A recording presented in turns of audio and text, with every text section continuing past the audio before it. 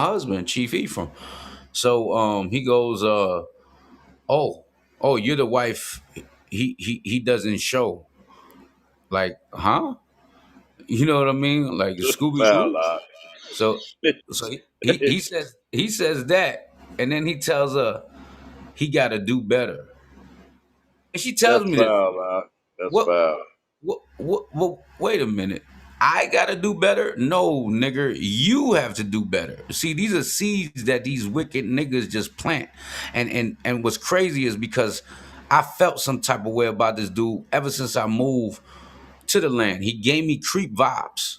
My first rib peeped it, and she put, she always mind my spider senses. You know what I'm saying? Before they start tingling, she's always the one. Well, watch out for that nigga. Watch out for him. He ain't got your best intentions. You know what I'm saying? He moving differently. So and it's crazy how the Most High bless women with that intuition. So through the spirit, yeah, he said that like 3 days before it happened, and now the Most High put him on the Summer Jam screen, and I think he has to do better. You know what I'm saying? Sometimes you're gonna eat them goddamn words.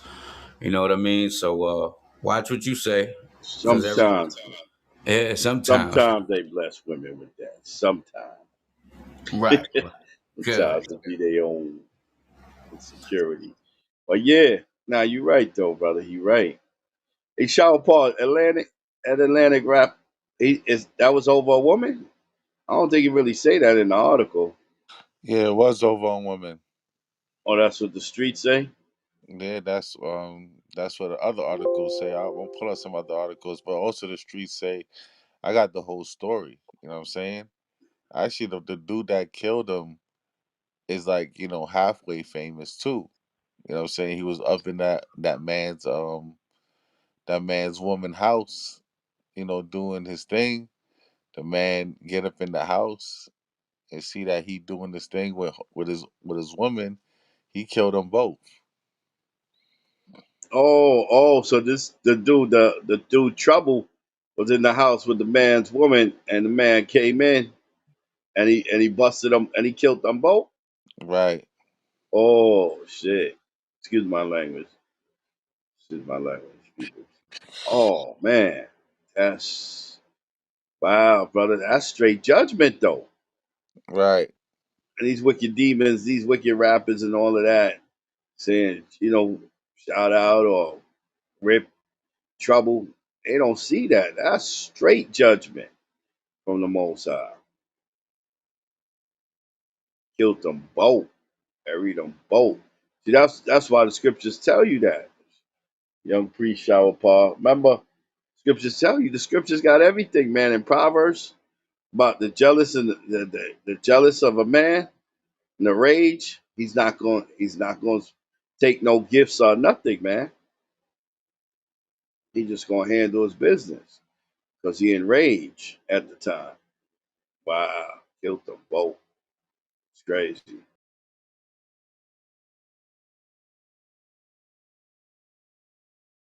Yeah, what the Yeah. streets are saying is that his woman told him that she was gonna be out of town on some type of girls trip type thing. But he just drove by the crib because they have children together anyway. He drove by the crib and seen her car parked in the driveway, and then this dude Trouble car parked in the driveway too. So he said, "What the hell?" Ran up in the crib, seen them, bang, bang, bang.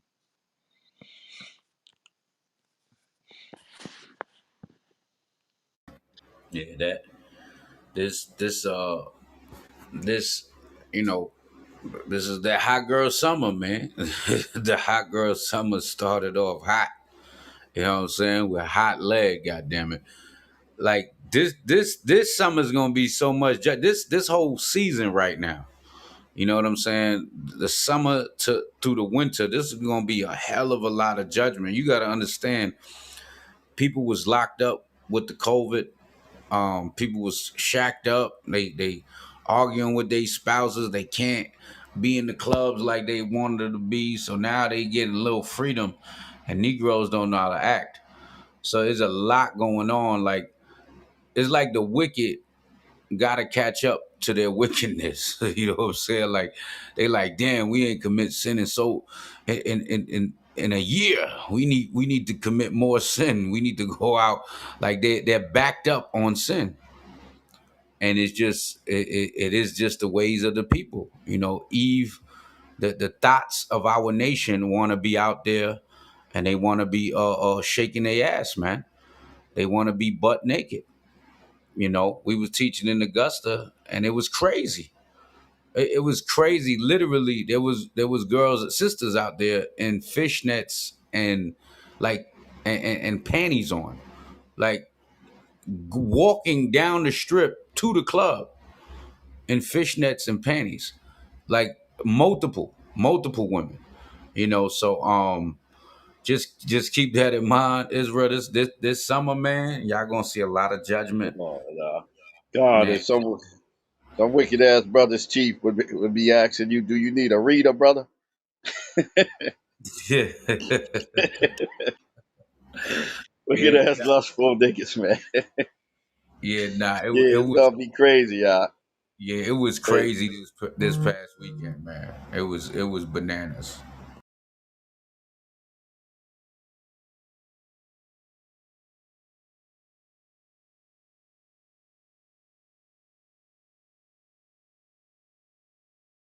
yeah, but that's crazy, Shower Paul. Let me read something real quick, man. That's straight judgment, man. If we, Proverbs if we, 6. if we could get a reader on deck, you know what I'm All right, saying? I'm gonna read this real quick. Proverbs 6 Uh, and 34. For jealousy is the rage of a man. Therefore, he will not spare in the day of vengeance. He will not regard any ransom, neither will he rest content, though thou givest many gifts. I say he ain't gonna stop at nothing, bro. He wants blood. You ain't give him no money. He may take your money and he's still gonna kill you. Cause that's that rage. That rage, bro. That's crazy. That's straight. Hey man, I gotta get hey man. I gotta get that article from Atlanta, man. I mean, we gotta rock this article. You know what I mean? Let these rappers know what time it is, man. See that this is what it is. Nobody really speaking and bringing out scriptures and showing them. You know what I mean? They hear it, but then when something happens, then stupid rappers they get mad. They get mad when you write. And when you bring that out, now it's a that nigga better check it, that nigga, it's a no fly zone on that nigga because he just the homie. He just the homie trouble. Ain't no fly zone and stupid shit like that. Excuse my language again, people. But yeah, that's what they do when you tell them they judgment and show them they judgment. They talk about no fly zones and they gonna see you and all of that. Yo, you just that man dead, man. You crazy. We got to see you, homie. That's what they do, man. That's why the Lord tells you, man, he got men that come from the same side of town they on, that have made their faces just as hard as theirs, man. You're not gonna scare us. Talk about we can't have no fly zones and we can't say certain things. If you going off and you doing something wicked in the eyesight of the Lord, we're gonna speak on it and we're gonna show it, okay? And we're gonna use you as an example, whether you mad or not, whether you got family or not. It is what it is. You broke the commandments, and this is your outcome. We're gonna use you as an example to show other people what's the outcome for breaking the commandments of the Most High. yeah, you see it right there. The new article Ephraim posted. It says it in the title. It says Atlanta rapper Trouble was shot and killed Sunday in a domestic dispute. So yeah, while we celebrating Pentecost this weekend, right? He bagging another man's wife at the club, ended up by the house Sunday morning, and then it goes on from there. You know what I'm saying? You gotta see, man, the kind of environments you should be in, man. You should be around holy people. Cause when you're around the wickedness, man, wicked things do happen, man. So much temptation, you fall for it. But from what I hear though, man, from what I hear, he used to mess with a lot of men's women. You know what I'm saying? I heard he was just going around, popping a lot of shorties anyway. From what I hear, he was very, very promiscuous, and it came back to haunt him because when you mess with another man's wife, man, that is the judgment. Look ahead, Ephraim. Nah, I was just gonna say trouble got in trouble, man. You know what I'm saying? Trouble got in trouble. Yeah, the wrong kind of trouble. You know, I'm not sure if the woman told him that the husband would never come to the house, or if she was just thinking that this man is a chump and he wouldn't do nothing about the situation. But yeah, that woman done lured this man to another man's house because they say it was the woman had ownership of the house, but that man was used to be in and out all the time. So basically, that's the man's house too. Place where his brother dwell because he dealing with the woman. It's like, damn, you know, catch a woman messing with a dude in the same bed you lay in. Dude, like Elder Taraj said, man, ain't nothing you could do about that rage. That rage is there. You know what I'm saying? No ransom, no nothing, no diamonds, no cash, no Maybachs. Nothing's gonna quench that rage besides bloodshed. And there you have it. Hey, Shalom, Sister Lynette, what's going on? Shalom, family.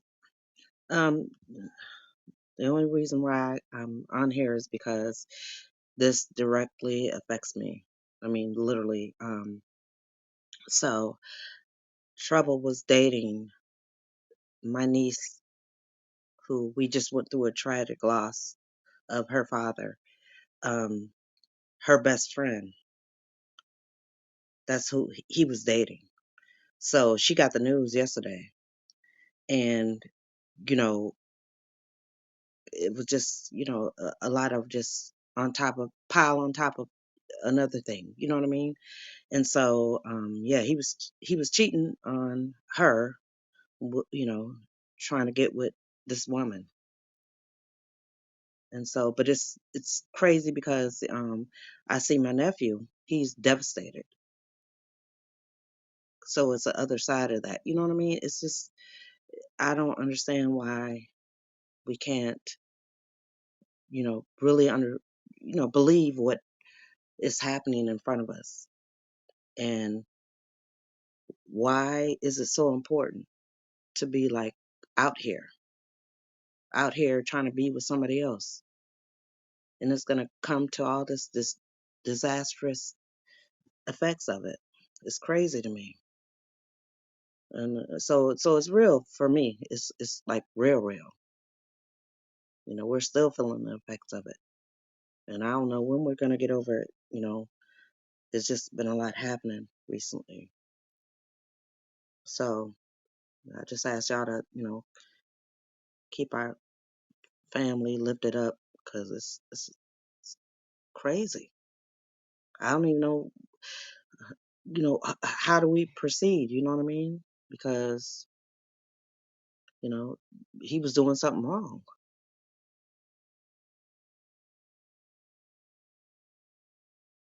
I yell. Yeah, it was judgment. You know what I'm saying? Uh, It was definitely judgment. How hard it may seem to come to grips with that, especially if you know somebody that knew him personally. You know what I'm saying? Because it is what it is, man. The brother got judged,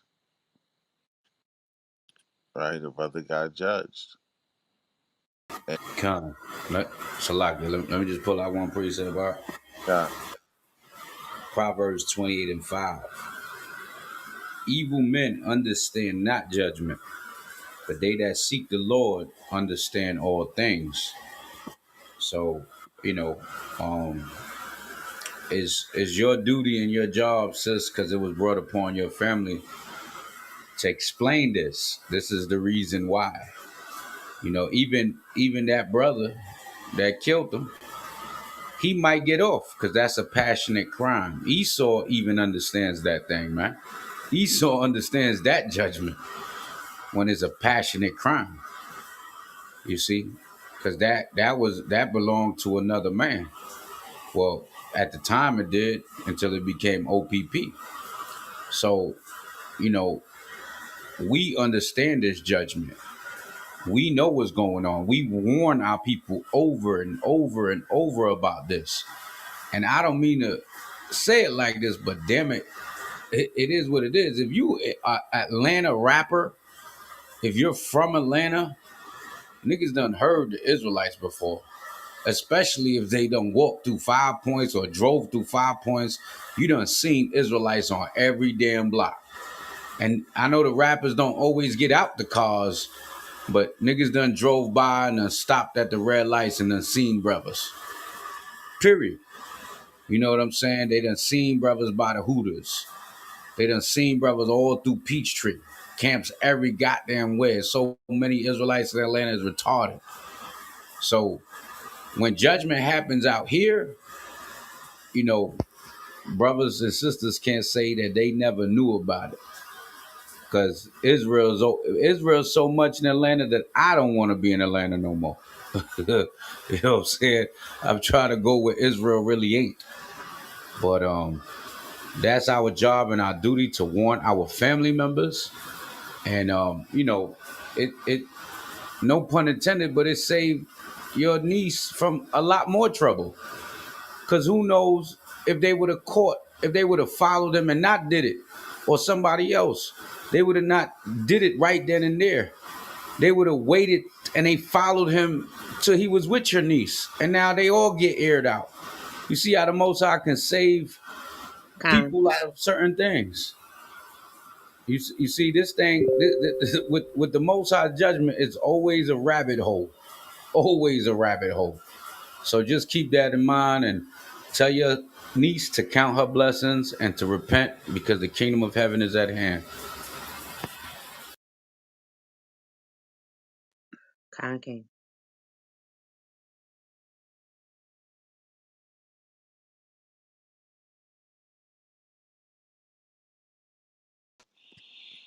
Yeah, definitely death is a sensitive subject. But from what I hear, the dude that killed him was in the nightlife too, and like I think he knew trouble. You know what I'm saying? I think he knew trouble. I think he knew certain people trouble used to be around, like Waka Flocka and them. You know what I'm saying? So I think that actually, was part of his rage too. Like, damn, this dude. You know what I'm saying? So yeah, like, you know, definitely, my condolences to your niece, but yeah, like, that dude, he was definitely judged by the Most High.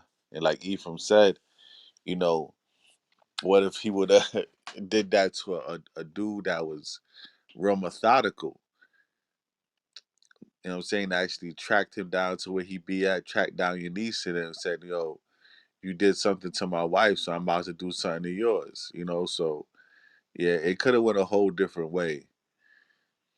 So definitely my condolences to your niece, but also, she should be counting her blessings and, you know, picking up the pieces and repenting. And, this should be a sign for her to start a whole new life and look at life differently.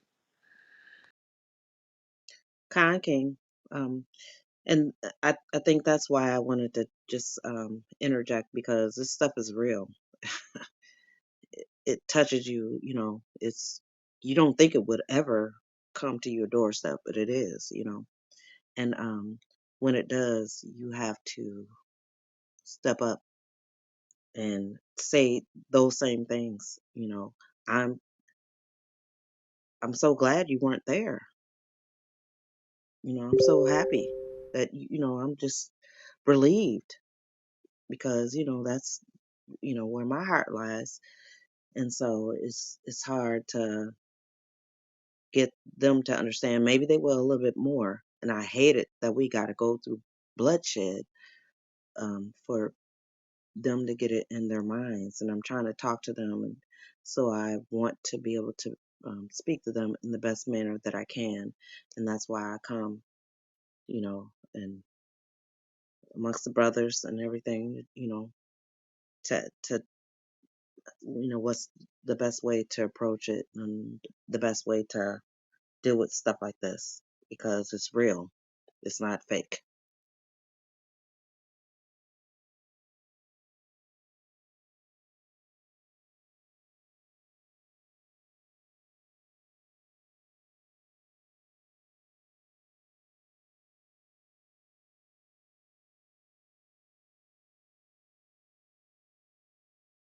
Yeah, it's a real life situation, y'all. Yeah, y'all continue to share this room, ping people to the room, right? Because yeah, this is a real life situation, and the culture, the hip hop culture continually perpetuates. I'm gonna take your girl, Mister Take Your Girl, right? Dream got a song called "I Love Your Girl." You know, you got songs like "Is That Your Chick?" You know what I'm saying? Every other rap line is I'm gonna sell drugs to you, I'm gonna kill you, I'm gonna sleep with your woman, right? Tupac said, you claim to be a player, but I effed your wife, right? So we definitely gotta get right, my people. We gotta, condemn this culture of adultery. So at the end of the day, we don't fall victim to it. You know what I'm saying? None of us in this community fall victim to it. We gotta stick by these laws, statutes, and commandments, man. If not, then you end up with situations like this. This is why we have the commandments. This is why we have the law. So we don't end up in situations like this, man. Like I said before, if we could get a reader on deck, that'd be appreciated. Could read some of these scriptures and read through this article. And this ain't the only domestic dispute I want to talk about, man. Right? The whole subject of today is adultery and toxic situationships. Trouble found some trouble, man. You know. So let's get to this article. I got some more articles I want to bring out. According to this situation and others, I just want Con, everybody to be inspired to keep the commandments. But go ahead, right, con. Yeah, I was just gonna say, yeah, if anybody can read, raise your hand. I can read every so often, for you. I got you. But this is a great topic. It is a topic that needs to be addressed because this is a problem that plagues our nation, and a lot of times it's not addressed properly. Right, got brothers running amok. Same thing with sisters when it comes to this particular matter. Right, and all honor and glory to the Most High for His laws, because within that we can see how we're to govern ourselves when it comes in regards to these matters. So, um, yeah, and I don't feel bad for anybody that got judged properly if they were found guilty of certain matters, right? Because we have to shun behaviors like this in our community, right? Um, if it was up to me, the judgments would be a little bit more different, man. But we understand that we have to have a certain level of mercy for me, because that kind of judgment that Chief was talking about, that was mercy to me all the way, you know, because that's pure wickedness that we cannot allow in our nation, man. But I yield for now. Yeah, Khan King. Khan. Yeah, that adultery spirit is serious, man. And women, man, y'all gotta chill, man. Especially women that come in the truth. You don't take time. You don't really vet the guy. You don't join the congregation so brothers around you and elders around you can vet the man. You know what I'm saying? And then you end up with the man, and then you and the man don't get along. You think you could just be a runner and a track star and run away when it gets hard, and it's not like that.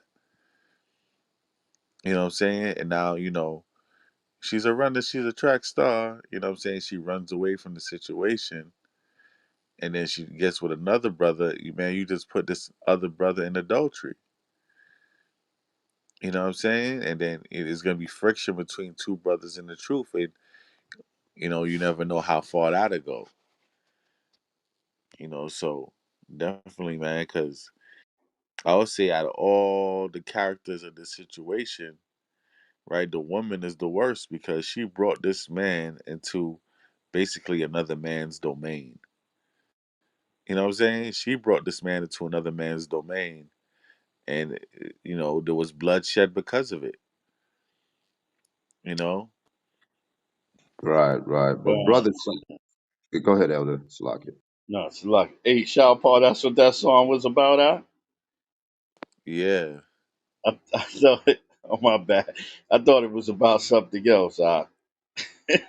yeah. You thought you was talking about a track star, right? Like how do you have a whole Ave?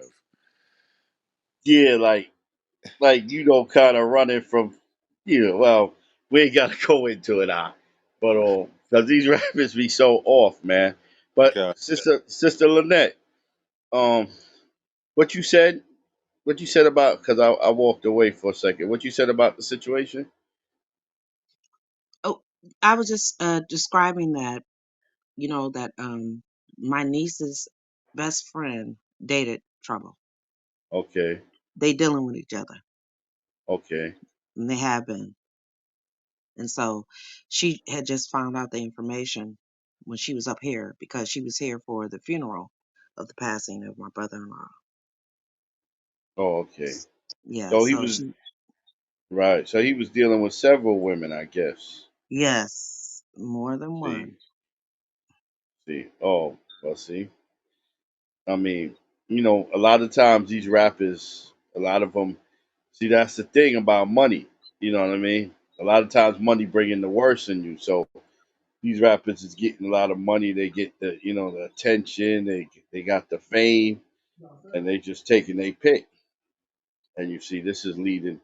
That led to this brother's death, man. Because a lot of times they don't care if you have a husband. Like they not asking that question. They don't care. Has nothing to do with them. You know what I mean? And this is Yeah, the attitude that they have. And this is why they ended up in no fun intended, but they ended up in trouble. So you know what I mean. So a lot of times, we don't rejoice over no brothers dying. It's not what this is about. We don't rejoice over a brother dying, but we know that listen, the Most High is going to use examples.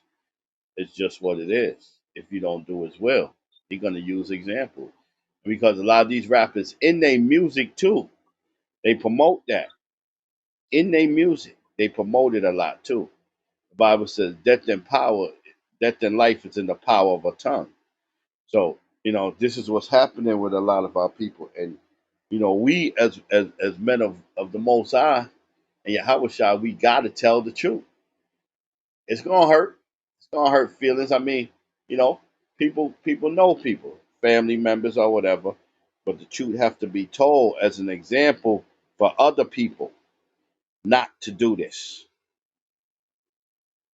This is why the Most High. So if we don't do our job, the Most High is looking at, what I need you for.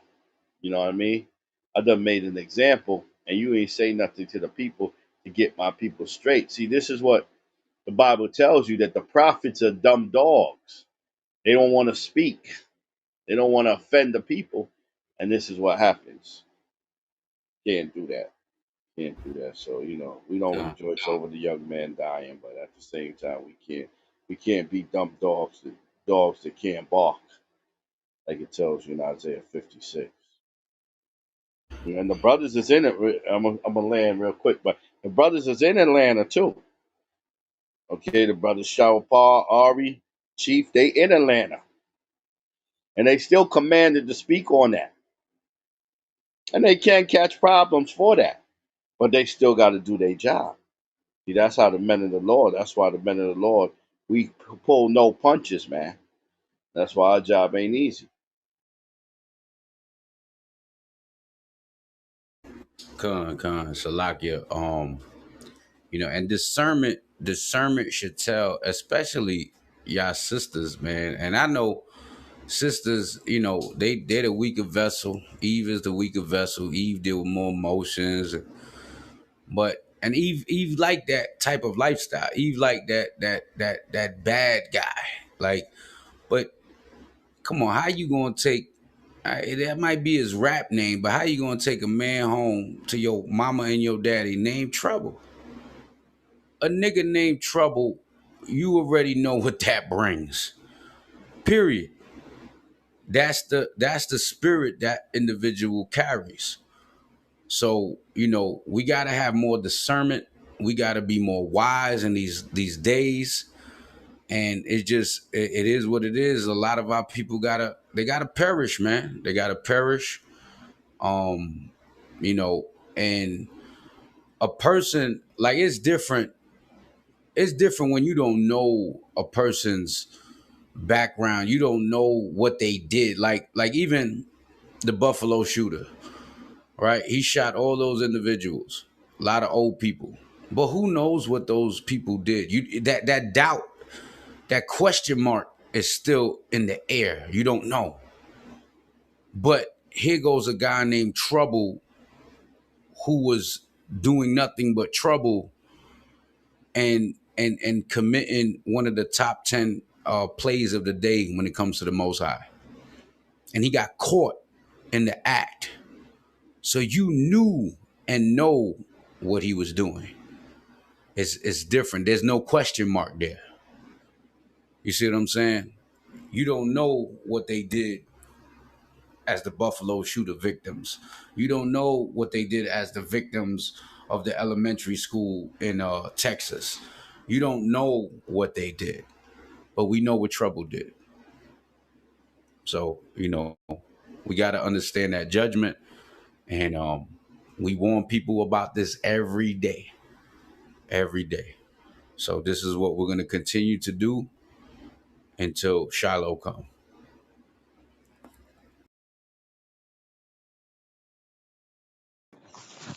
Con.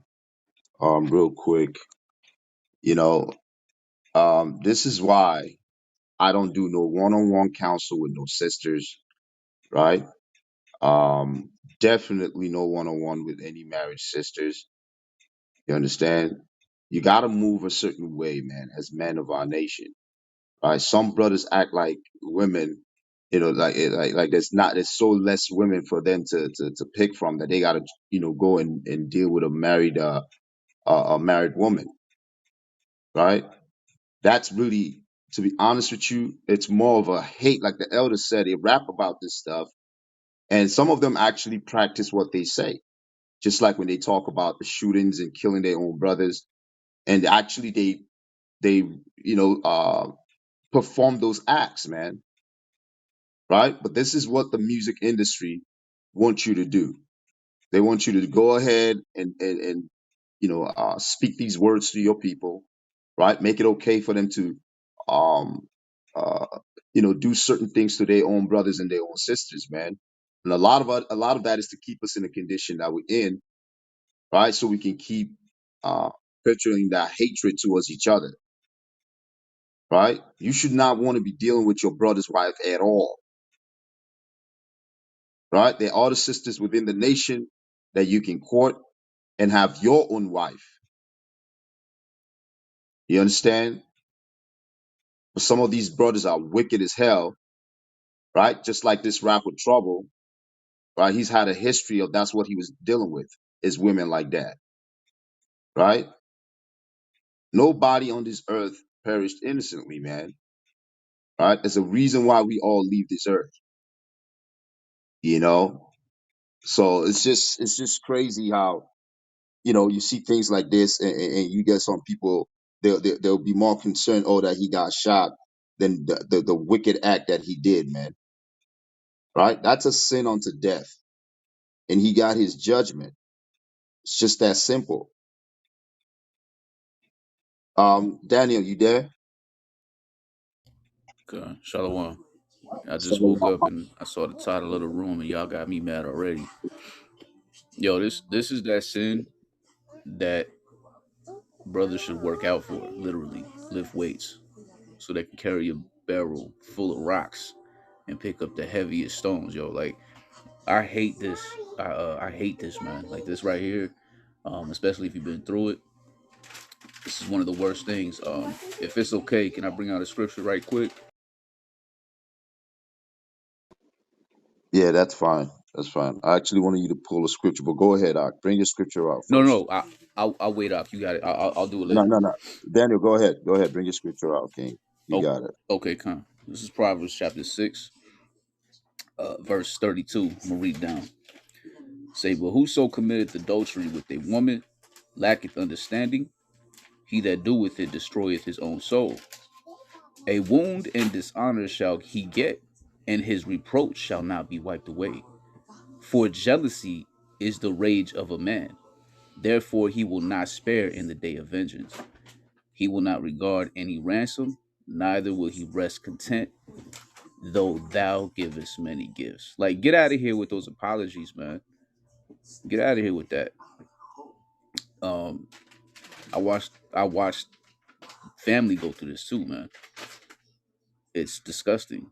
Um, yeah, whatever happened to this guy, and Salakia if I'm going off, but he deserved that, man. It says that for jealousy is the rage of a man, and he will not spare in the day of vengeance. Like he's not gonna care, man. You gotta go.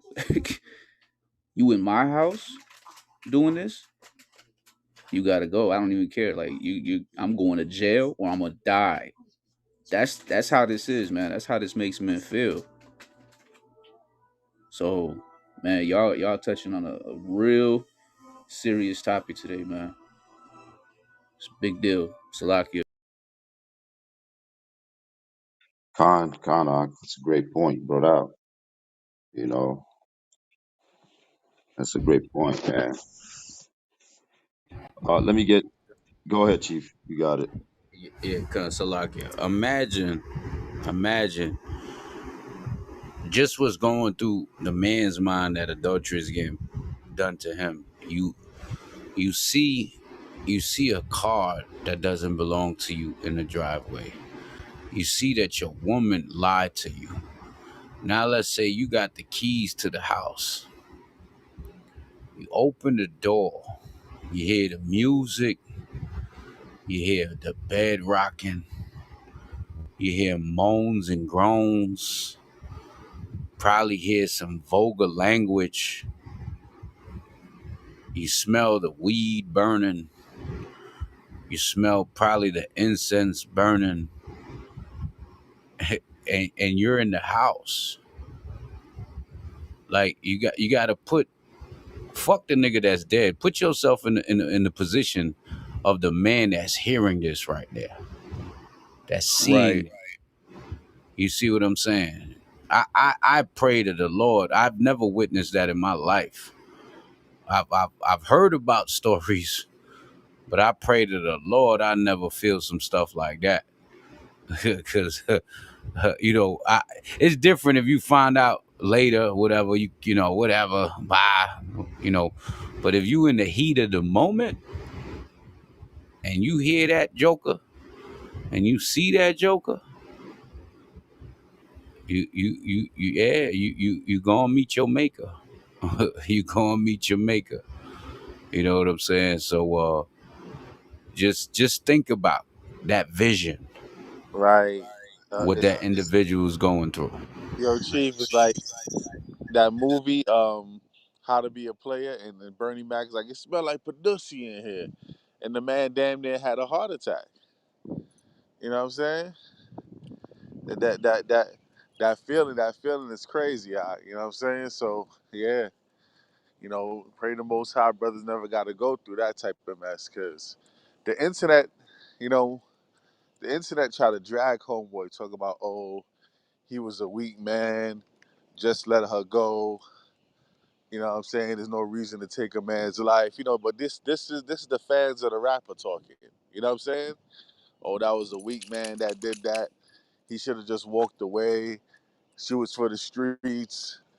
man. But we gotta be realistic, and a lot of these dudes that's talking that mess, man, would have did the same damn thing if they was in that position. And I yield.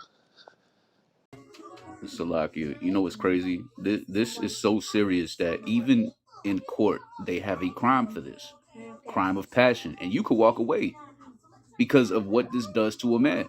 For real, you could actually walk out of the courtroom and not see a day in jail because of what this type of thing does to a man's mind in, at that moment, man.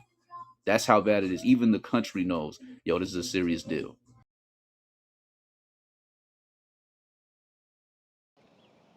Hey, Salaki, let me just call the scripture. You know what I'm saying? That we could hand it back to the panel. I know Irie had some things he wanted to bring out. Just call the scripture Leviticus 20 and 10. You know what I'm saying? It's according to the Most High God.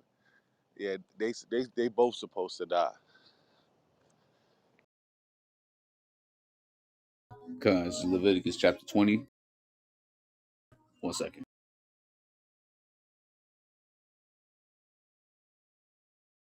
Salakia, family. 1 second. I gotta get to a quiet place right quick.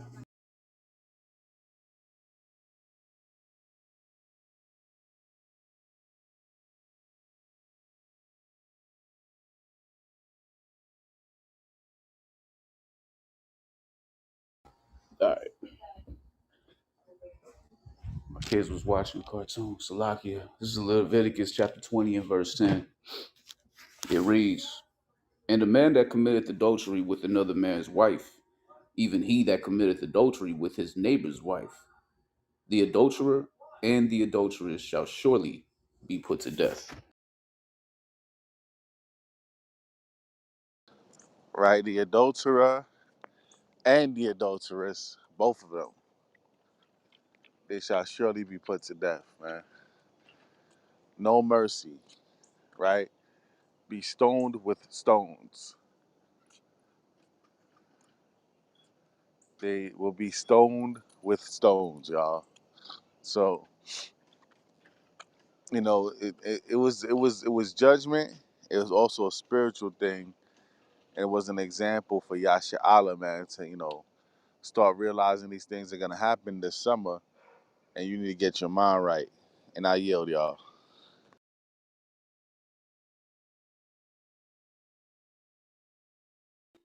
Karnak, and real quick before you pass it, and that's justice, huh? Because there's cats that say kill the man, but don't kill the woman. That's justice. The Most High's evil is righteous. All right, because they both committed that act. So the Most High is righteous in that judgment. Because I heard that a lot of times. Yo, he should have just killed the man. How you just gonna kill the man? Or then I hear some cat said he should have just killed the woman. How you just gonna kill the woman? You know what I mean? If that judgment is gonna be brought, is that's what the scriptures say, both, because they're both doing the act. They're both committing the act. That's righteousness in the Most High. And like I say, we not glorifying any young brother's death, but we just talking about what the scriptures say. That's why if you're gonna be a ruler, a chief for Israel, the Most High respects you to walk a certain way. It's time the Most High say you got to put somebody to death back in the Old Testament, and you can't have no feelings about it. You can't show no pity because you got to do the laws of the Most High, man. You see what I'm saying? We're not under that right now as far as implementing them laws because Yahweh Shai got to come back. When Yahweh Shai come back, that's what it talks about ruling with an iron. If you ain't strong enough to implement and go by these laws, you're going to be thrown away because the Most High wants structure and order in His kingdom. This ain't never going to happen again. The book of Daniel tell you this is it. You ain't never going to see this madness again. The saints gonna rule forever and ever in this under the Hamashiach Yahushua. So them orders is gonna be that structure is gonna be brought out in when the Lord comes back. But you better believe that.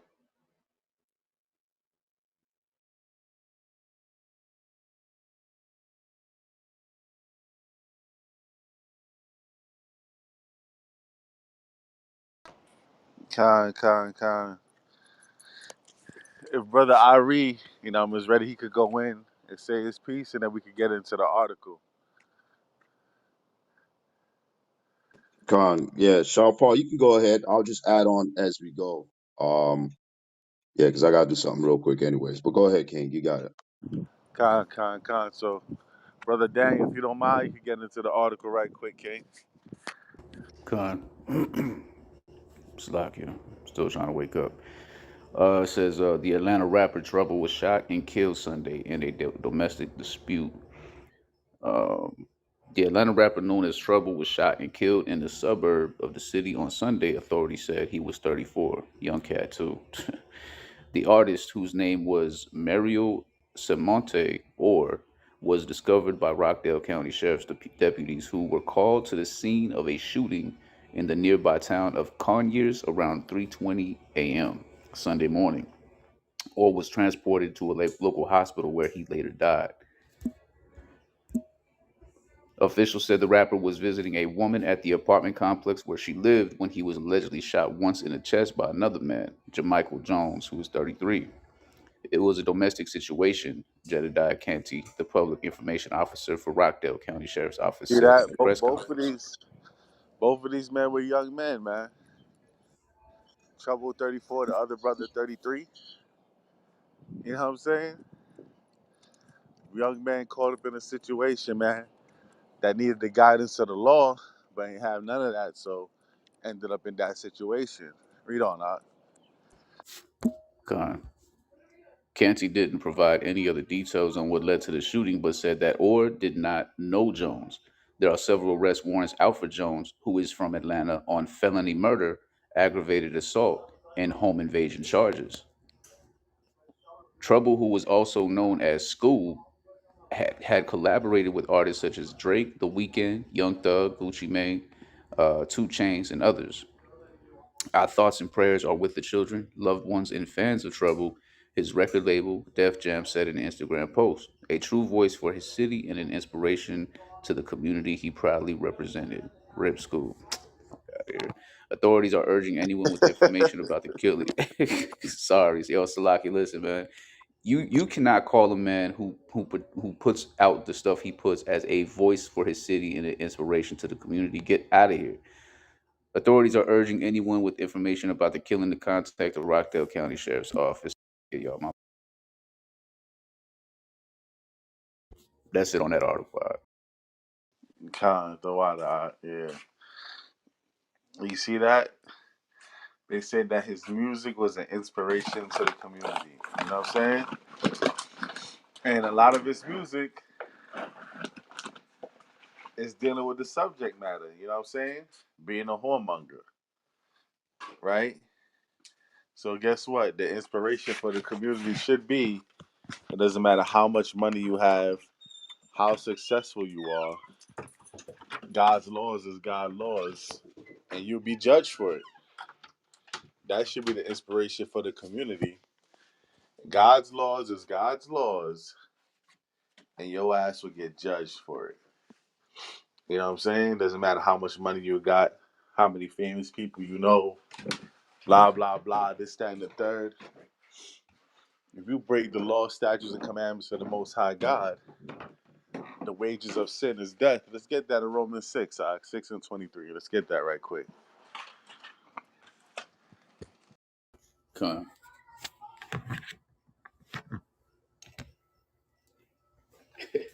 You know what's crazy is they painted over the fact that he was messing with his wife by saying that the other man had warrants out for all types of other stuff.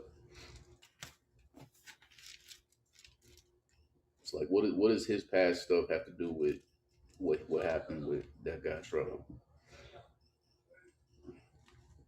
This is Romans chapter 6, verse 23. You said 23, right?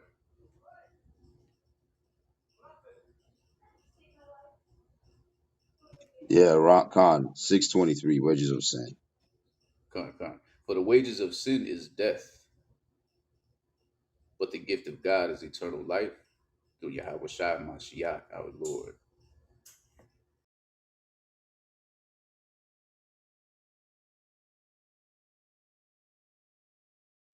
Khan. Yeah, he might have stepped away. Yeah, but the wages of sin is death, man. Right? You live a life of sin, your reward is death.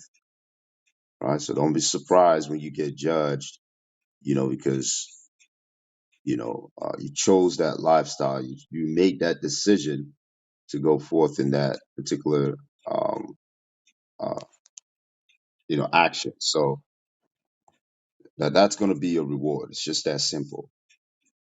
You know what I mean? And like the elder said, nobody's glorifying or happy that the brother got put to death. But this is why we got to be very cautious in how we live our lives, right? The brother kept doing those acts, thinking, and you got brothers now that are doing that, right? They gotta, they kind of enjoy doing that. Like if the sister ain't married, they don't want to even deal with them, right? And like what I was getting into earlier, that's basically just that hate that you got for your brother, man, right? But anyways, go to Job 4 and 7 real quick, and we're gonna link it up with Ecclesiastes. Yeah, Khan King. I just want to say it's either real hatred or it's real gay, because I would say like sleeping with another man's wife is like putting on another man's underwear. Why would you want to do that? Kind it's a crazy way to look at it. That is true, man, because it's like you going behind your brother. You know what I mean? Nobody trying to be vocal, but that's weird to me, man. I'm sorry. You know, just for that reason alone, I'm not even gonna think of something like that. But anyways, yeah, get that in Job 4:7 real quick. God. This is Job chapter 4, verse 7. Remember, I pray thee, whoever perished, being innocent, or where were the righteous cut off? Right. It says, "Remember, I pray thee, whoever perished." Right, being innocent. That's a question. Right. Well, we know what happens to the righteous. Right. When you live a certain. This is primarily dealing with the wicked of our own people, man.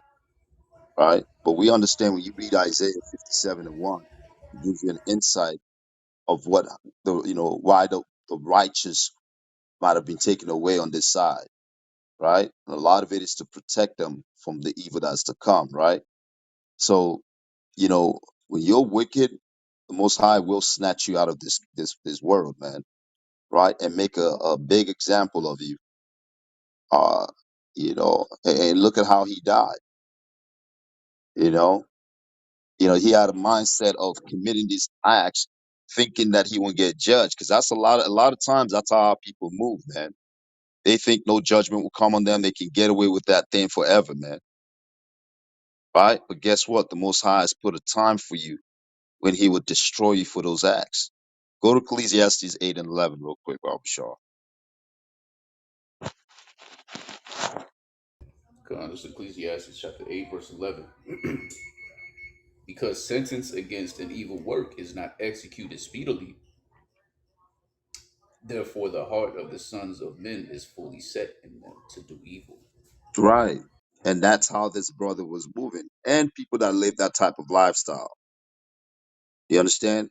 You got all that money, but you have wicked judgment. Right? I don't want that type of money.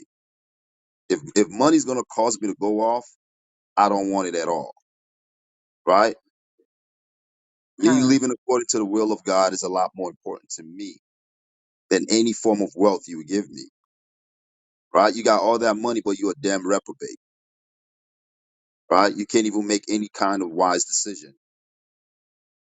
You don't know that it's wicked as hell to deal with your own brother's wife. You understand? And guess what? You got caught up in her snares. Go to Ecclesiastes 7:26 real quick. Right? That's not using wisdom. That is not using wisdom at all. And it's like or they know and just don't care. Ugh. It's like it's Ecclesiastes chapter 7, verse 26.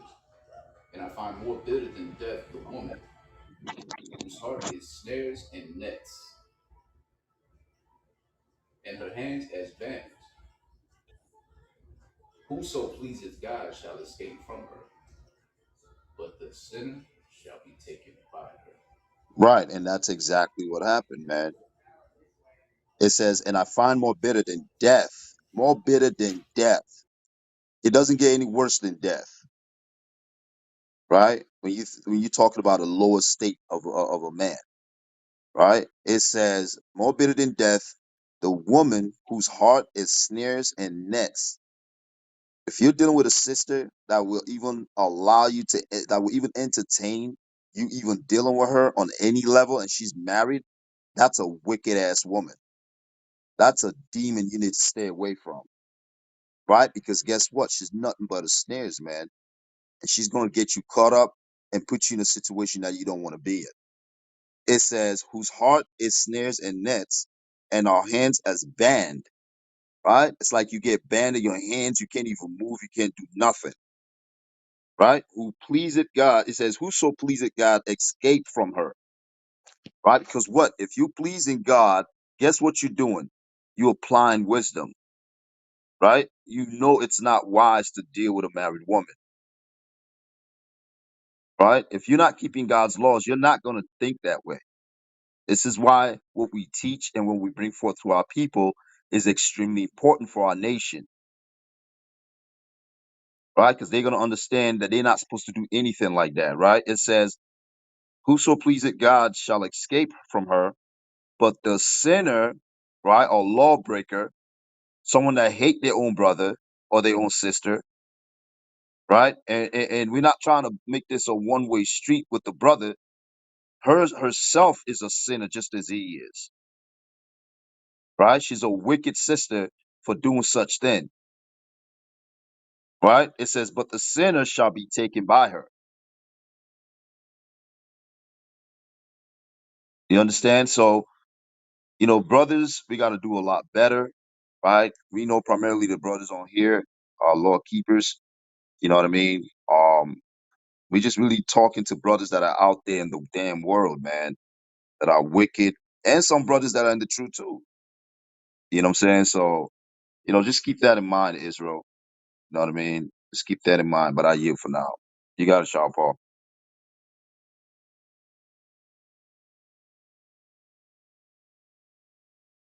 Word on the street is that the sister got murdered too, but I'm not really seeing that in these articles. It's either the articles are looking over her because she's not famous, or the articles are, I'm trying to cover the truth that he was committing adultery at the time.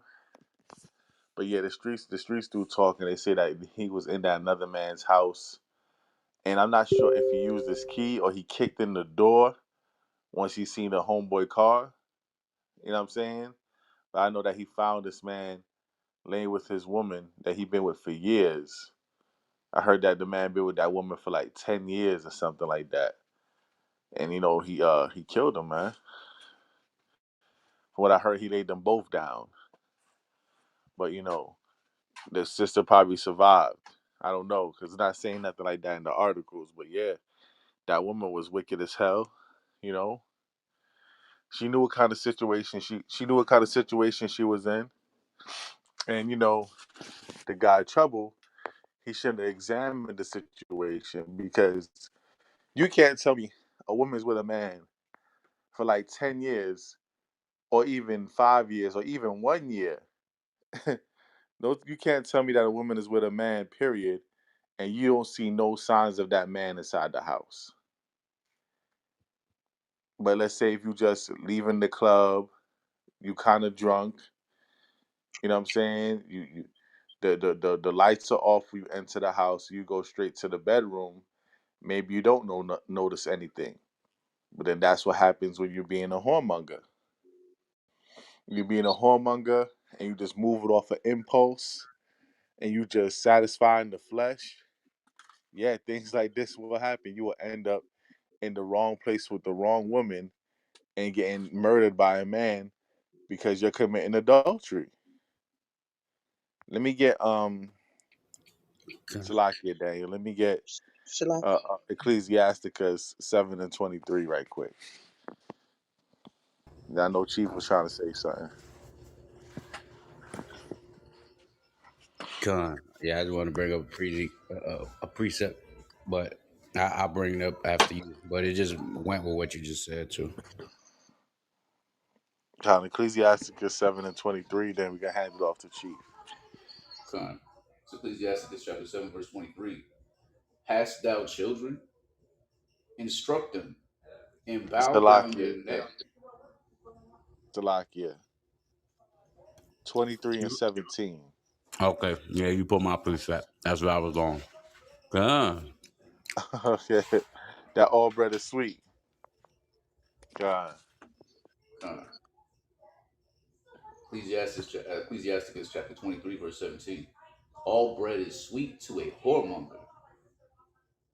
He will not leave off till he die.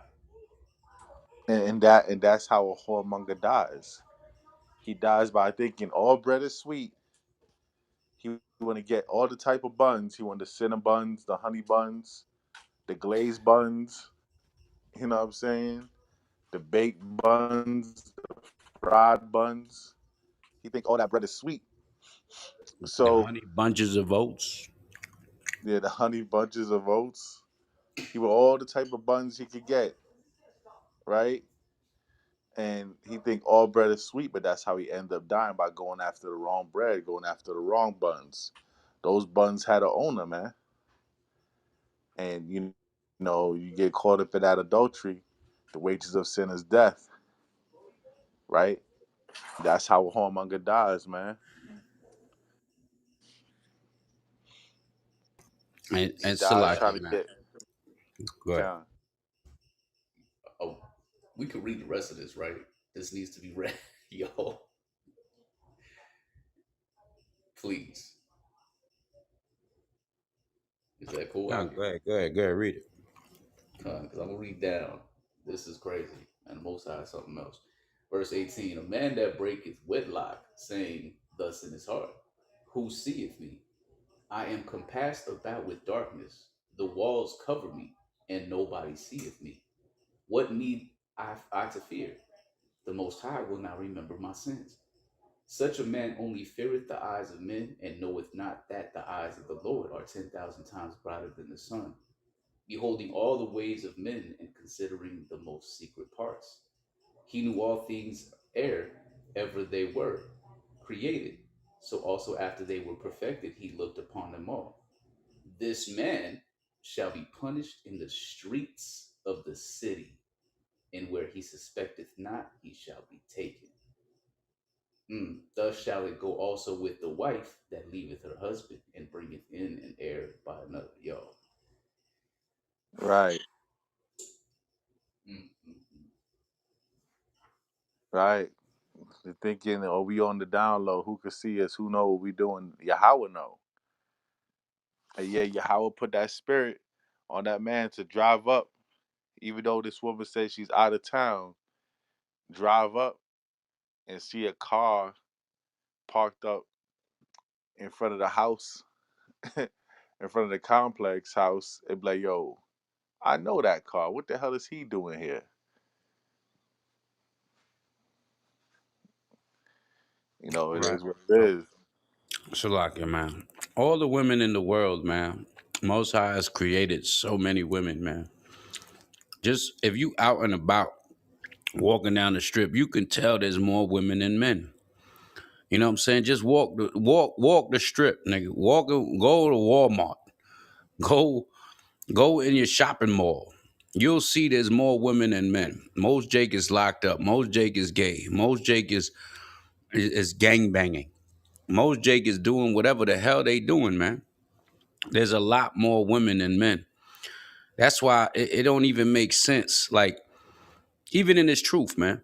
You know what I'm saying? It don't make sense. Like, for a man, and according to law, hey, there's nothing wrong with it.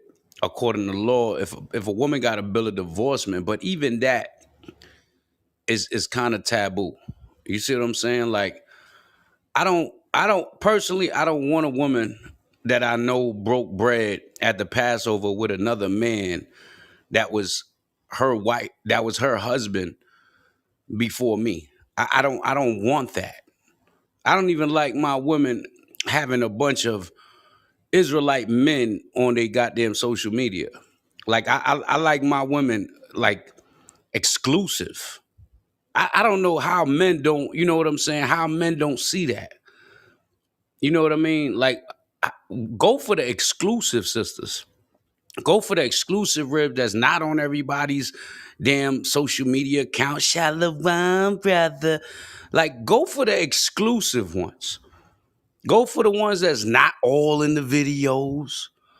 You know what I mean? Like, and and, and Good. you'll find so much peace and comfortability and even motivation and inspiration to deal with this sister because you know she exclusive. Even you men, y'all gotta be exclusive. Y'all can't just, oh, a sister like you, that you gonna make her your wife. Nah, nigga, the first woman that like you gonna make her your wife? That's probably a demon. Shaw Paul did the room before. I ain't trying to, what the sister said, I ain't trying to join the religion. I'm just trying to smash. You got Right. broads like this, man. That's not an exclusive broad. She gonna be smashing you, and then she probably like look at another video and here we go. Tupac voice. Every other city we go, every other video, I see the same hoe. So just keep that in mind, man. Be exclusive, man. You sisters, stop being so messy and tacky, man. All in the goddamn videos and wonder why you ain't got no husband. You see what I'm saying? Because niggas see that. Brothers see that, man. You know what I'm saying? The same thing with the brothers, man. Sisters see that. Oh, this nigga on every talking about Shalom, beautiful on every sister's comment, looking crazy. You the thirsty traveler now. The men become the thirsty traveler. You see what I'm saying? So just keep that in mind, Israel. You know what I mean? Go try to be exclusive, man. You know what I'm saying? Make yourself worth it. Like get your appraisal up. Be worth it. Be worth something to chase. Be worth something to for a man or a woman to spend their time on you. You see what I'm saying? To build you up, to see if y'all really spiritually compatible. A lot of you women and men are just messy in and out this truth, man. In and out this truth.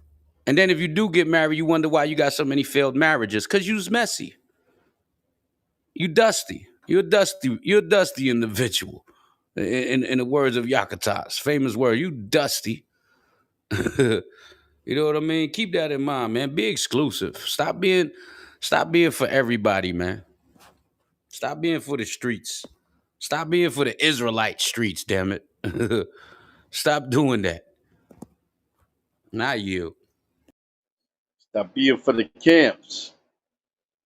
You know what I mean? And yeah, Chief is right. Chief is right on that. I mean, you know, brothers and sisters, it's like you definitely gotta, you don't get into this truth to see how many women you're gonna pull. You don't come into this truth to see now.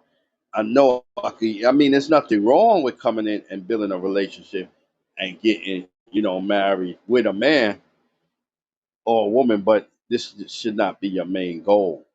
Your main goal is to come in and serve the Most High in your house. Now, you women, you get heads, a man that's going to teach you how to do that. That's what you need because our women going to need some protection. You know what I mean? They're going to need some protection and they're going to need a man in their life to help them and guide them. But like Chief say, you got to question individuals. You got to know who you're dealing with. You just don't deal with anybody. You understand? Because then in the long run, you're going to see the effect of it. What's going to happen? You know, when you're looking for somebody, there's certain things that they're going to give away that you're going to know, hey, this person, hey, man, this might not be the person. This might not be the person I need to be with. They're going to give away certain signs, certain signals. It's up to you to pick that up. That's what courting is about. Knowing the person you with. That's why we tell court first. so you get to know the person before you just jump into it. You know what I mean? And it is what it is. You got to discipline yourself, or these type of problems will happen. You understand, Israel? Shalom. Con Salaki, I just seen the comments. Listen, y'all getting on my smacking. I'm gonna tell y'all the secret best damn snack you can make that's so quick and easy. Turkey pepperoni, jalapenos, and cheese on corn tortillas. When I tell you this snack is the best light snack you can have. You can put turkey bacon in there. You make it like a little quesadilla. Put turkey bacon or turkey pepperoni. That turkey pepperoni from Walmart, though, man, listen, that's what I was smacking on, damn it. All right, do yourself a favor, try it. But y'all probably don't want the jalapenos because it might be hot for y'all. But the cheese, turkey pepperoni on the corn tortillas, the best light snack you can have. Yeah. Yeah, shalom. Hey, Shalom, Elder. Shalom, shalom. Yabashim Yashabakatam. Yabashima Yeah, about Shabakata. you, man. Shalom. What's going on, family? In here riling up the fellas. Yo, I woke up, saw a room open, saw the title, and was like, oh yeah, it's going down today. All praises, shalom. And then that, Hey, so what's going on, I had a sis? question since I have this just great group of men on the panel. So, what do you do like when a female calls you on your job and tells you that your husband has been dealing with her for a couple of years, giving her money, knowing all the grief that you've been through, going through with your own, whatever, with your own children? It's really crazy. And I did everything because I was so mad and livid when I found out. I could have took a gun. If somebody had one in front of me, I would have shot him. So how do we deal with those kind of situations? Because they do happen. I never would have thought this feeling would ever came to me ever in my life and address me on my job. Salakia, can I ask you a clarifying question right quick?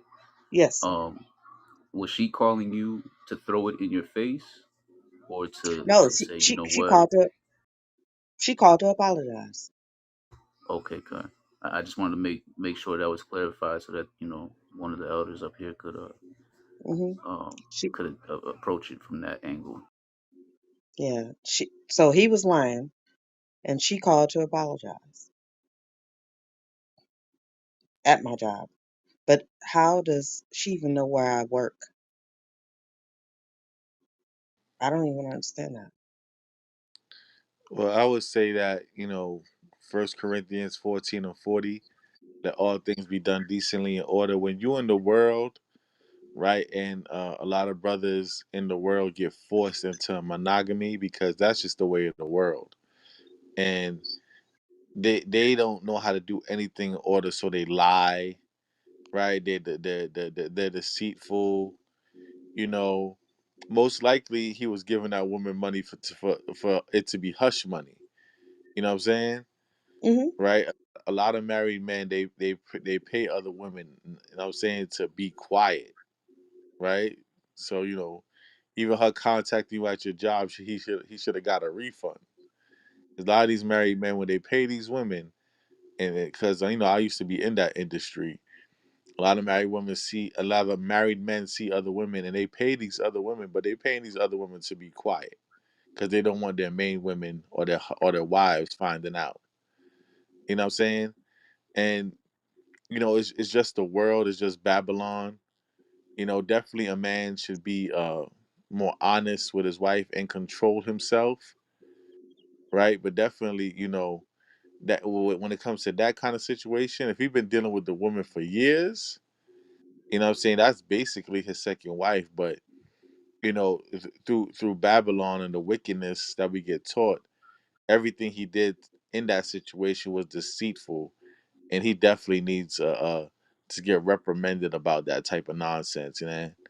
You know what I'm saying? If a brother was dealing with my sister like that, I'll definitely drag that brother in the corner and chastise him. You know what I'm saying? Hmm. Because it's just about that deceitfulness. You know what I'm saying? That Yeah, deceitfulness and manipulativeness. That's no good. The Most High ain't dealing with that neither. yeah, and I actually have a brother in the truth who feels that way. That's how he feels. He's like, that's not how you handle this. So so those are the things that I think a lot of women don't understand. I struggle with myself. So this is hard because it's like, what am I supposed to do? You want me to act a fool? What do you want me to do? Are you going to be able to take care of them? You still got kids you got to take care of. Don't deny it. Right, You know. right. That's wicked. Like I say, if what I'm saying, even in this truth, man, you got certain men, you know, that didn't give up that way of the world. They feel like they don't gotta tell no woman if they married or not. But if this woman is becoming part of your life, you should let her know exactly what's going on. You know what I'm saying? Like on a day-to-day basis, I tell everybody I'm married just so there's no confusion at all. Whether a sister's interested in me or not. You know what I'm saying? I just let that be known because my wife is a part of me. So a lot of these guys got to learn how to move honestly and not be deceitful. That's just the ways of when guys want to be deceitful about what they do. The Most High God hates a lot of things, and also what He hates is a lying tongue. You know what I'm saying? God.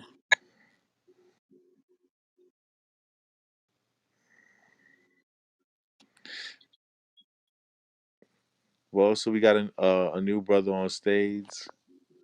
Shalom, what's going on? Peace, brother.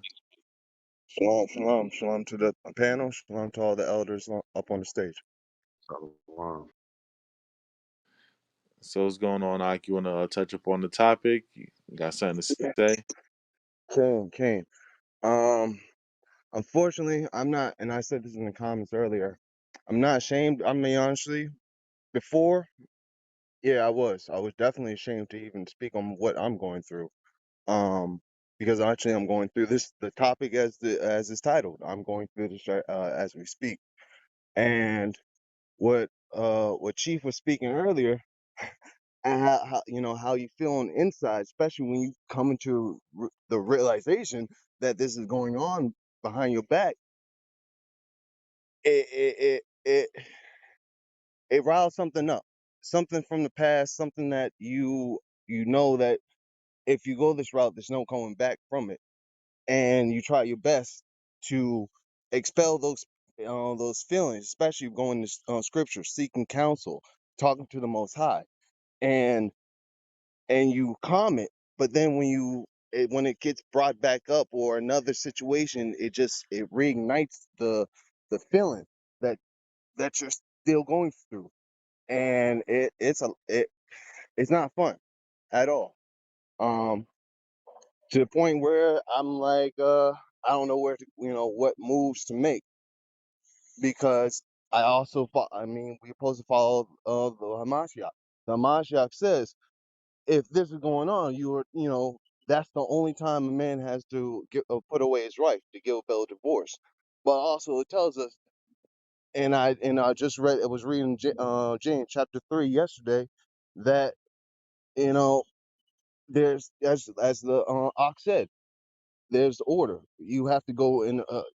It has to be done in order, in a in Sorry, fam, Salakia. It's just, yeah, it's a lot. Salakia, may I ask a question, Elder? Go ahead. Yeah, you can ask a question, but I do want to revisit what he's talking about. But go ahead, ask your question. Oh, I'll let it be. I'll let it be. It's to the topic, but I want to see what y'all say right quick before I ask. Yeah, if I was in your position, man, I'll definitely seek counsel and make sure you're around brotherhood, because then the thoughts of your mind, coming from a situation like that, the Bible says your heart is deceitful. Let's get that. Let's get the heart is deceitful. That was that Jeremiah 17:9. Let's get that. Your heart is deceitful, like, so even if you want to be in your best spirits, you know what I mean, your heart is still gonna want to seek vengeance. Like you said, there's something like that comes from the bottom of your soul. Something gets rattled. You know what I'm saying? It's like something ancient gets activated where you get these thoughts and you want to act upon it. You know what I'm saying, King? So definitely, I would seek counsel. I would be around brothers a lot more. Be in the scriptures a lot more. But you don't want to be alone and isolated and then have Satan and your heart deceive you. Let me get that right quick. Jeremiah 17:9. Come, this is Jeremiah chapter 17 and verse 9. The heart is deceitful above all things and desperately wicked. Who can know it? And this is why people say, I got my heart broken. I have a broken heart. According to the Bible, the heart is the mind. So now it's like your mind is destroyed. You're not thinking straight. You have a broken mind. Your thoughts are scattered. Your thoughts are random. Your thoughts are subject to influence now. You understand, King? Gone. So definitely, you want to mend your heart back together, aka get your mind right, and you want to be around brethren and elders and just study partners when you're doing that. And that's the best advice I could give on a brother like that. Gone. One more thing. How do I approach it when there's a brother in our community? Well, call us to be in our community. How do I approach that? Because that's really what's is the anger is really generating, because you know better. And there's, as Chief said again, there's plenty of women out here. Why are you coming? Why are you barking up my tree? And this is what it's again. It's it's the pure folly, pure pure folly. And I'm trying not to cuss that, but it's yes. Hey, you gotta expose that man. You know what I'm saying? You gotta expose that man. You gotta mark him. Scripture says to mark those that cause division, right? If he caused division in your household with adultery, you gotta mark him, right? You gotta mark him. You gotta expose him to the congregation, and then have the elders, judge righteous judgment upon him, and let that go out. You know what I'm saying? You gotta expose that man. To be honest, he gotta get exposed. So, Salakia. Con, Yeah, you gotta bring proof though. You can't go off of he say she say with no proof. You gotta have proof. You gotta bring forth your evidence. And like I said, we running a panel of judges right now. Um, we moving off of that, and they gotta be able to agree to willing to be taking the judgment of the elders and the judges that are set up. So Priest Zabak is gonna be a part of that panel. So, you know, yeah, we're gonna start doing these things more often to start holding trial and hold people accountable to their wicked actions and deeds. But you have to have proof and evidence. You can't go off of if you see the man on the. I don't know if it's married. If you known as married to a woman, or if you're caught in a woman, because then some brothers could be overly emotional too when they think they're caught in a woman, or they think they like a woman, or the woman like them. And because we seen that too, brother be like, that's my woman, and it's like, no, it's not. You know, the sister said shalom to you at the feast day. You know what I'm saying? She said she liked your fringes, but that was it. You know what I mean? So you can't be one of those guys. You gotta, that's why you gotta have that evidence, and you gotta bring it forth. You know what I mean? So just keep that in mind. Don't go on a tirade if it's not, you know, or if it's just emotions that you're dealing with on your side. Now that's your wife. Y'all consummated marriage, and y'all got a union between you and the Most High. That's a different ball game. But if it's somebody, because that's why we gotta have all this evidence, because people will make an accusation and it'd be a crazy dude saying that's my wife, and then the sister's like, I was never married to him. You know what I'm saying? We never did nothing. So I'm not saying that's you, brother, but we're just saying it, generally to everyone. You know what I mean? Con, no, con. Actually, I give this praise all I give all praise perpetually to the Most High Yah, because from a young age he always told me, or always pushed me into law. And one thing, when I found out, I've been generating gaining proof, and where now why I'm bringing this up, because I have the proof, substantial proof, to bring it to the court.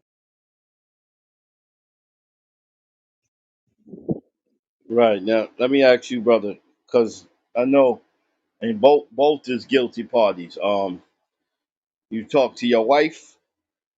Is he going after your wife? What's Fine. going on, really, brother? So I talked to both separate. I talked to first. I brought it to his attention.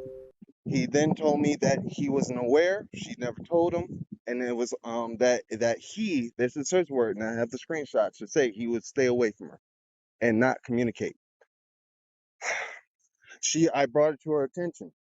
Then brought it to her attention, and then she then told me that that that she didn't want me to find out like this. Then on top of that, that he then told her to not tell me, and to tell me that nothing happened between the two. But then a week later, she then had it put on her spirit, and she told me the full truth, that they did see each other. This wasn't just a far distance type of edification. No, this was pure lust. Wow, wow! We have a child together. She's 4.5 years old. We've been together for 6 years. I brought her into truth because I came to realize who I was, and I told her, if anything's happened to me, it's your responsibility to teach our child the ways of the Most High. And so you need to understand who you are and come to the truth, because it's that serious. Now that we have a child in the way, we need to we need to have a foundation, especially for this family that we're supposed to be growing. And then I forgave her, because she then told me that she was in the wrong.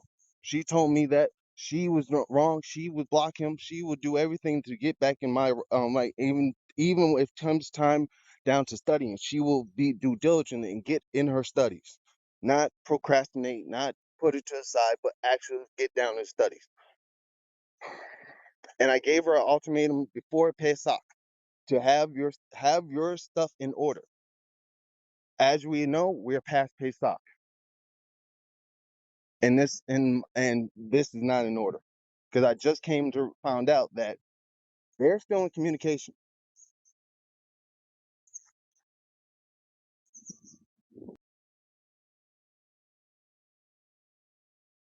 Like we said before, it seemed like they both off, brother. You know what I mean? You got to check her. Got to check her just as much as you check him, because they participating. Seems like they willing participating. I know it hurts, brother. I don't know if I'm in the matrix. I saw a red bar. I No, know no, it hurts, brother. I know it hurts, brother. You know what I mean? And you ask yourself why you feel like you was a good man, and but yeah, you gonna have to speak to her. You gonna have to speak to him. I mean, so but basically, so they are dealing with each other. They have dealt with each other. Con, Okay, well, yeah, that's a reason for divorce right there, brother. It is what it is. I know it's hard to, but that's the reason for divorce. She committed adultery on you. But Salakia Elder, it, it is he claiming to be in the truth? con. So what's his He's name wicked. and what's his name and what part of what congregation who he congregates with? He's congregating in North Carolina, Raleigh. It's a congregation of Raleigh. I want to say, I don't. It's a abbreviation. Of course, it has the Father, the Most High's abbreviation Yah, and I want to say Yahuwah, or NYNC, something like that. Howard's But camp. his name, I'm sorry. Yeah, Howard's camp. I think so. I think so. And if it's stationed in Raleigh, North Carolina, yes,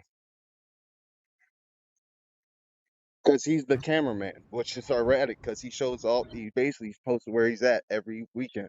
So it's not. He's And I'm he's. and I'm I'm trying sorry, not to brother. go down. No, you're good. I know where he be at. So it's not like I Wait can't pull up on him. 1 second, brother. He's Yahweh. Zaquan. He's in Zaquan's camp. I believe so. He's a cameraman. Okay. Okay. Enough said. He needs to be put on blast. Enough said, brother. He got to be put on blast. He's in Zaquan. I know Zaquan going way back from One West. He needs to be put on blast.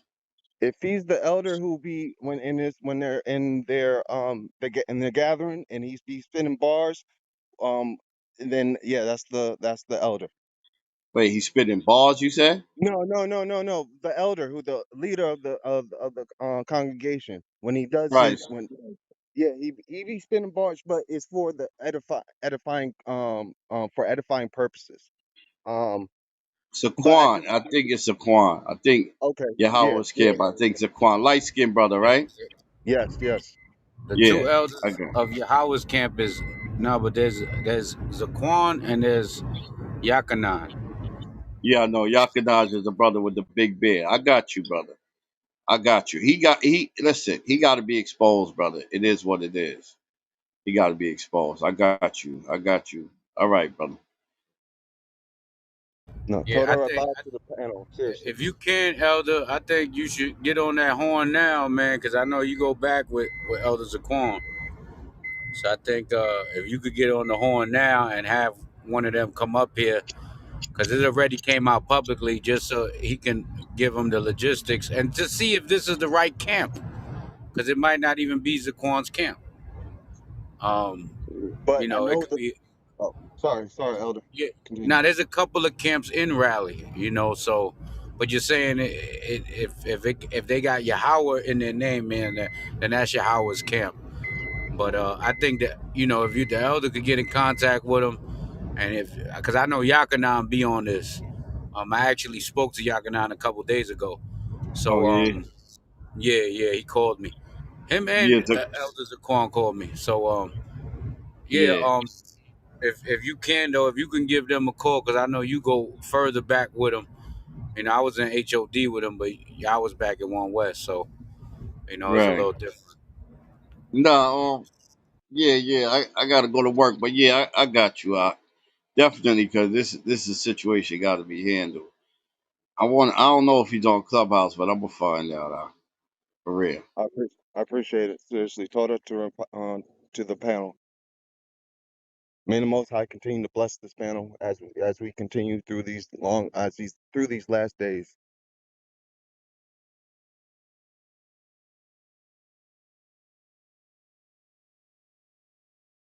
Yeah, Khan, Daniel Babuka Shah, right? I see the comments and I was just about to pull the scripture anyway. Get Luke 8 and 17, because we're gonna get to the bottom of the matter anyway. Because the most high God gonna reveal everything. So let's get that. Luke 8:17.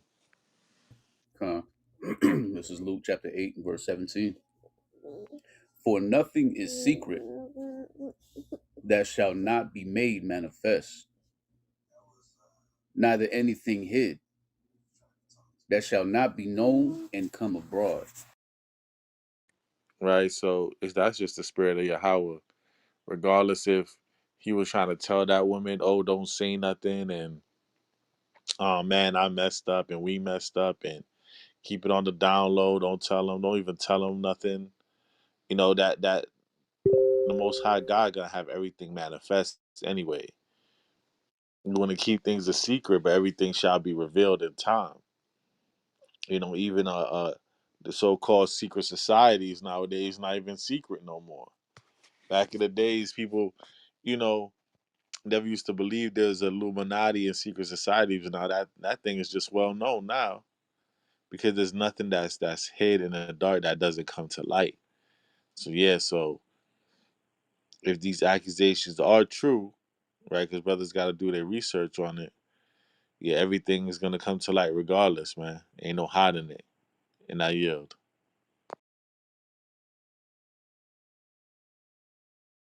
Con. And Shebwell, right? Is that how you say your name out?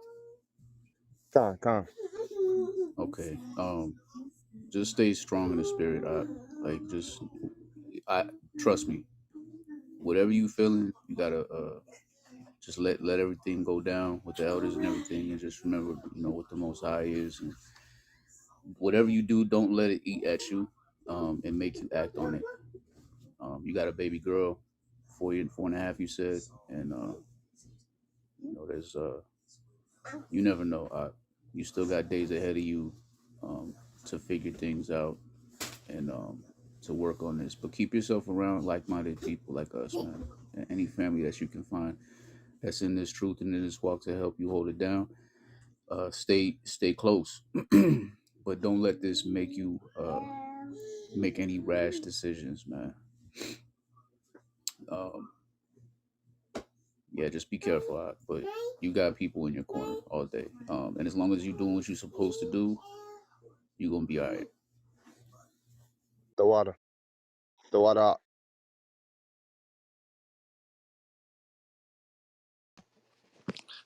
King, you can always, hit me up on the inbox, King, and if there's any type of, counseling or going over scriptures you need at the time, we could work some things out where we could just, even if it's just 10 minutes over the phone, what I'm saying? I can help you work through certain emotions and thoughts you got going through in your head, King.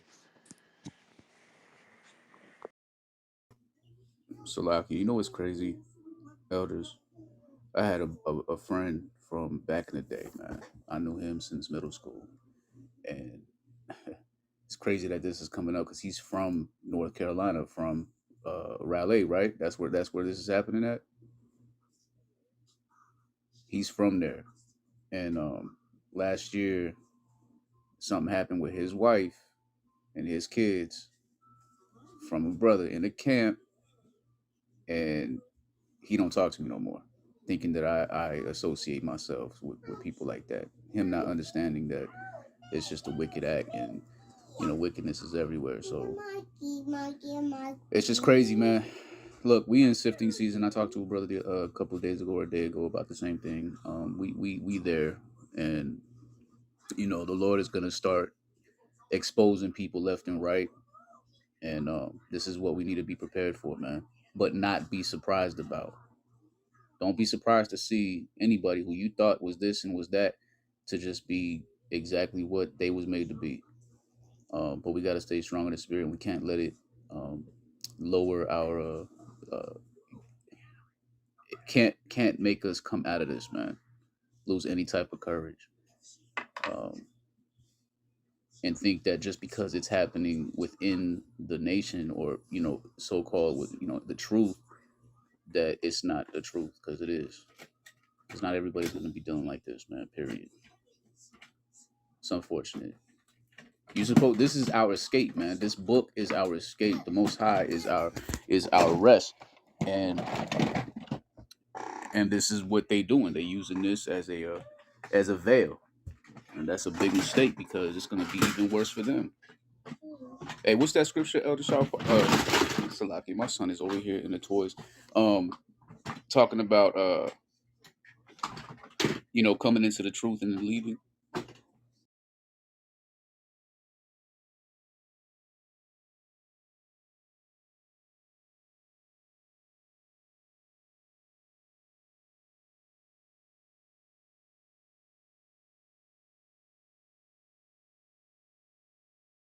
I'm gonna find it right quick, Salaki.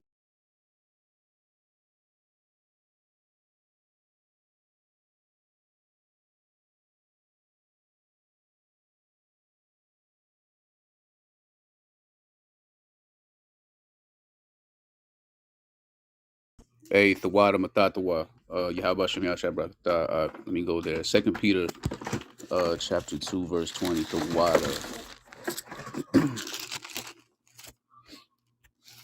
Needed that. Because this is what we're dealing with. Chapter Second Peter chapter 2 and verse 20.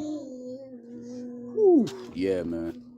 For if Khan, for if after they have escaped the pollutions of the world through Salakia, for if after they have escaped the pollutions of the world through the knowledge of the Lord and Savior Yahweh Shai Hamashiach, they are again entangled therein and overcome. The latter end is worse with them than the beginning. For it had been better for them not to have known the way of righteousness than after they have known it to turn from the holy commandment delivered unto them. But it has happened unto them according to the true proverb. The dog is turned to his own vomit again, and the soul that was washed to her wallowing in the mire. Yo, that is a powerful scripture, and this is exactly what we are seeing more and more as we come closer to the end. Um, but that's why it's important. That's why it's that much more important for us to, hey, Thawada Matatawa, thank you. That's why it's important for us to meditate on these scriptures night and day, like Joshua 1 and 8 say. Um, because you know what, and I'm gonna read that right quick. We can't be tarrying, we can't be playing with this, we can't be letting these demons who is doing the wickedness that they doing, trying to get us out of this thing, because that's essentially what it is, man. Sirach chapter 2 talk about if you come to serve the Lord, prepare your soul for temptation, and that's what's going on, and it's gonna happen until the end time, man. That's why I say, and he that endureth to the end, the same shall be saved. So we need to be very astute and very careful how we deal. This is Joshua chapter 1, verse 8. This book of the law shall not depart out of thy mouth, but thou shalt meditate therein day and night, that thou mayest observe to do according to all that is written therein. For then thou shalt make thy way prosperous, and then thou shalt have good success. So this book has something for every situation that man can possibly go through. Everything. Um, so anybody who's having any types of thoughts, is finding is lacking courage because of things that are happening in their lives. From experience, I'm telling you right now, don't lose that. Don't lose that courage or that faith, man, because and I hope this is not going off, but there's a script, there's a verse in the song that DMX put out called "The Convo." One of the little verses he put out, he said, "I may not come when you call, but I'm always on time." Because he is always on time. Nobody can deny that. He is always on time. Even if you got to go through it for a little bit, he never destroys you, man. As long as you stay true and as long as you stay on the path, he notices that. It's like, okay, I'm doing this to him. He's good. Just like what he did to Job, a man that didn't even need to be tested, but he was. He let Satan deal with that man, and he stayed true. Even the most righteous man on the planet had to go through it. So why not us? That's why we got to follow these examples on a daily and remember the lessons. And that's why it's important to read, so that we can know how to keep our spirits strong in this thing, day in, day out. So I just wanted Con- to share that right quick. And this This subject is a crazy subject, man. And us as men, this is why we just can't be whoremongers, man. Quick fast, we get Deuteronomy 23 and 17. This is Deuteronomy chapter 23 and verse 17. There shall be no whore of the daughters of Israel, nor a sodomite of the sons of Israel. Right? Nor a sodomite of the sons of Israel. Right? No whores and no sodomites, man. Right? Because like when you commit adultery with a woman, that was a man's wife, and you just made her a whore. You know what I'm saying? Like, it doesn't benefit anybody. It doesn't even benefit you. Yeah, you got your rocks off. You satisfied the flesh. You know what I'm saying? Like a squirrel in this world, you was looking for a nut, and you satisfy your flesh momentarily. But now look, now your reputation is in the garbage. Now you got the judgment of the Most High to worry about. You know what I'm saying? Especially as man in the truth. There's nothing that really comes positive out of this. The sister is confused now. You know what I'm saying? She got spirits on her. Her family is being destroyed. The man whose wife you messing with, his family is being destroyed. You know what I'm saying? Your life is being destroyed. Like who really benefits from this?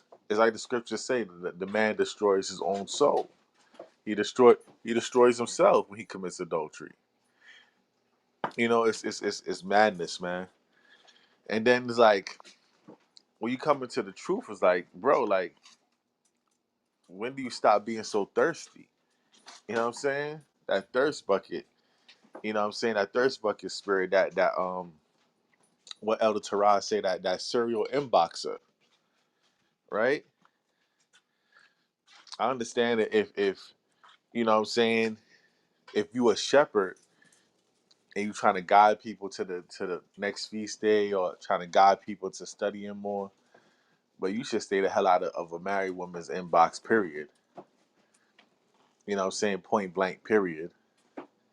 And also, just don't be so damn thirsty, man. You know what I'm saying? Just for edification, you know what I'm saying? The single sisters should throw up a 222 in the chat. I mean, because there's so many single sisters out here in the truth that I don't understand how a man could even commit adultery. It's too many. It's too many. It's too many single sisters out here in the truth for a man that want to commit adultery with another man's wife. You know, there's too many single women. Period. These women outnumber us. And I'm coming out of the world, and I'm not gonna say I haven't committed adultery in the past. Yes, I have. When I was in the world, what I'm saying, I didn't really care. That's his woman. He got to put her in check. But then it does come with side effects to it, man. It does come with beef, drama, and toxic situationships. Very toxic, man. Right? And it also messes up your mind because you commit adultery with this woman, and now it's like you getting a bond with another man's wife, and all of a sudden you get jealous when she be like, oh, no, I can't talk to you right now, the husband's around. You know what I'm saying? And it's really confusion, man. It's really confusion. It's like the ultimate. It's like the ultimate mixy thing you could do is go on and commit adultery with another man's wife. Brothers gotta get their act together, man. Brothers Uh-huh. gotta get Con. their act together. Get con, young priest. Now you know what it is, young priest? It's evil. It's the you just wanna, say that you took this man's wife and you had his wife and you just wanna hurt your brother. It's evil, brother. Same thing with the women. There's women that just want to take a married man, so to speak, married man, just want to sleep with him and hurt the other woman. Just to make it seem like, well, I got him. There's a woman that will sleep with a married man and then they go talk about him. Well, I just wanted to see, just so they can ruin his relationship, just so they can ruin his relationship. So, yeah, that's what it is, man. That's that's what it is. That's wicked. That's wicked, brother. But yeah, I'm good friends with Zaquan, the head of that camp, and I reached out to him, brother, and I ain't get a response yet. Brother be selling books and stuff. He might be moving around, so But definitely we're gonna stay in contact. If we can't get him today, anybody today, and represent that camp, then you hit Shao in the back chat, or you can hit me in the back chat. And we definitely this is something that definitely is going to be talked about. You know what I mean? Me and Zaquan, we got a relationship, a good enough relationship. If anything goes wrong with my brothers in HOI, he hits me up. Matter of fact, he just hit me up. Not that anything went wrong with him, but he just wanted to know because the brothers mentioned that he was part of HOI in North Carolina. Brothers mentioned they was part of HOI in North Carolina, and he wanted to know who these brothers were. So he called me. He called me, and I said, "Yeah, yeah, I know the brothers. That's my brothers in North Carolina." And we spoke on that. He just hit me up about 2 weeks ago. So definitely, brother. Hit brothers in the back chat. We definitely gonna deal with this situation because this is wickedness. This has to be exposed. Brothers can't be out here teaching the work and doing wickedness like this. They got to be exposed. Their name got to be known to the community, and they got to be used as an example of what not to do. With that, I yield. If you thirsty, drink some water, man.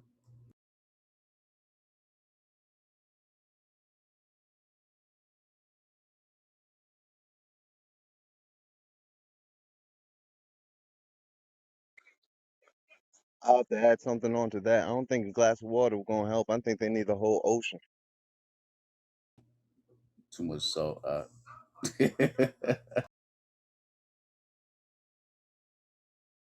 Yeah, it's unfortunate, man. It's retarded.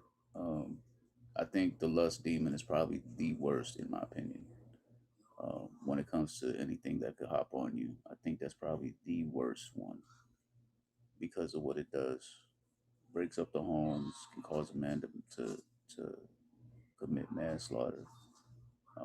I would never call it murder because your intention is not to murder the man. You just get lost in it. Um, but yeah, this that demon is the worst in my opinion.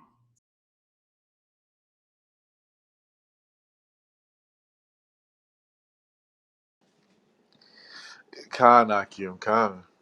You know, most high willing, man. Like once examples get made in the nation, it would cut it down because if brothers try to hide this type of thing, it's gonna continue to happen. You know what I'm saying?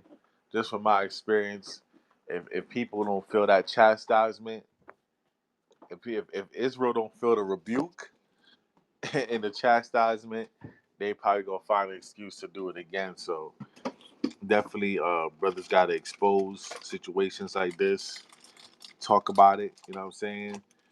Bring it to the forefront, and judgments gotta be made. Judgments is a beautiful thing, man. Right? Uh, Let me get the Book of Psalms. 119. It start at 108. uh, so Psalms chapter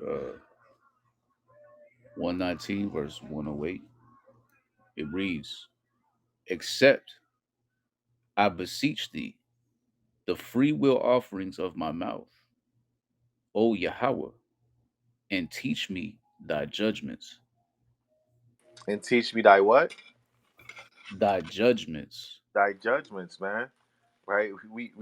We we got to get these judgments from the Most High God. The judgments are only for our benefit and the benefit of our nation, man. Read on. Con. My soul is continually in my hand, yet do I not forget thy law.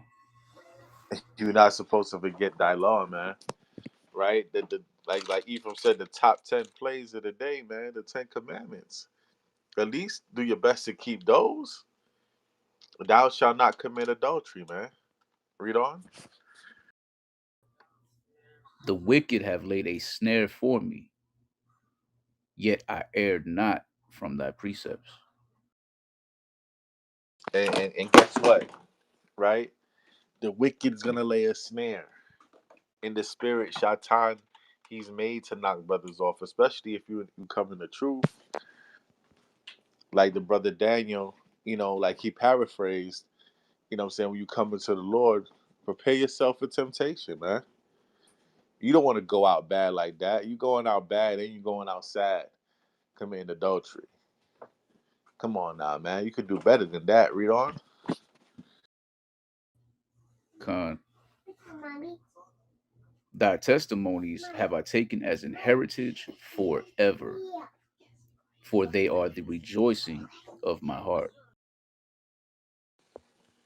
Right? And this heritage of the law, statutes, and commandments, this heritage of not sleeping with your brother's wife, of keeping order, right? That kind of heritage is something we should hold on to forever, forever and ever and ever, ever. Forever, ever, forever, ever. Because it just Con. eliminates domestic situations, toxic situations, fatal situations, that fatal attraction spirit. You know what I'm saying? When you, like you said, you get crimes of passion, the Most High God has an order so we could avoid those kind of things in our community. And if you lose that order, man, you just get chaos. You get nonsense. And you get situations like in the article above.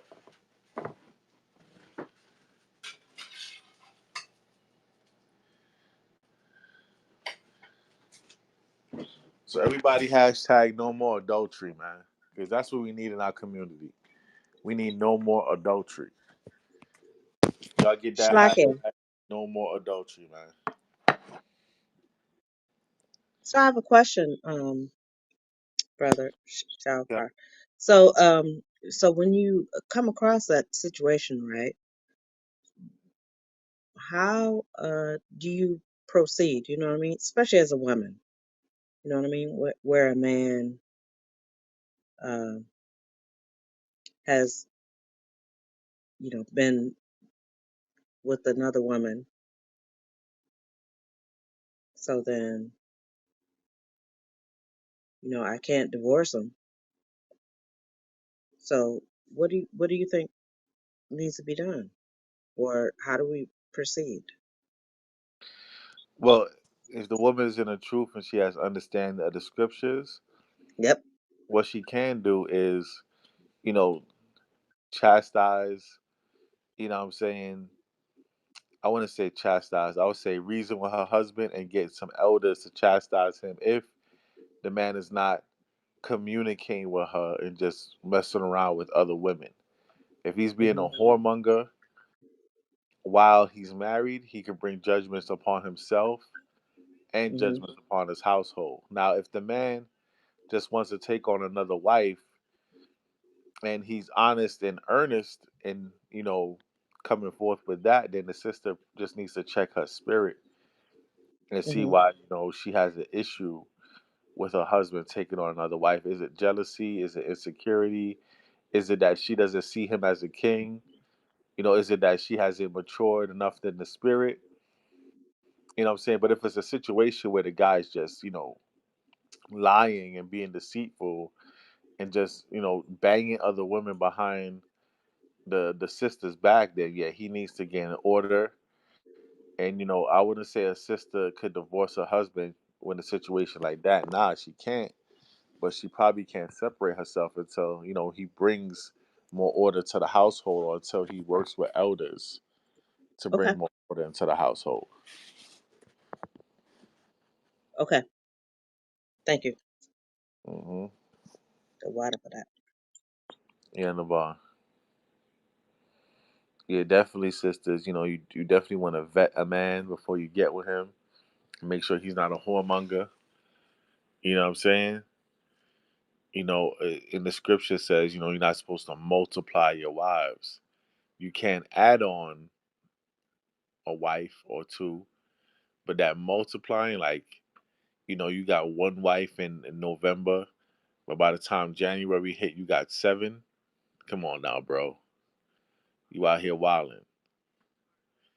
Even though the scriptures do state in these last days, seven women shall take hold unto one man, but don't forget to do everything decently and in order, brothers. You don't want to just be thirsty out here. And this is how you also get caught with adultery, for having that whoremonger spirit. If you have that whoremonger spirit and you just want to add on and multiply women unto yourself, yeah, eventually when you swoop up women, you're gonna swoop up a married one and end up committing adultery. That's why brothers take their time. Like, if I'm interested in a woman, I take my time, man. You know, become No, no. you gotta become friends, get to know her, get to know the people around her, her family. You know what I'm saying? And then if you interested in taking it further than just friends, you could move on and discuss matters of courtship. But all that super thirst bucket stuff, man, I think gotta go through the window. Salakia, you were saying something, Elder Torah? Calm, young friends, because it can happen, especially in this time. Like, it can add on. You know what I mean? It can go down. Like, brother got one wife, and then boom, we got like seven wives. But like you say, brother, it can't be. Well, you know, but this is the time we living in. But like you say, it can't be a whoremonger in spirit. See what I'm saying? It can't be. See, you shouldn't be in this truth just to get ribs. It's not what this truth is here for.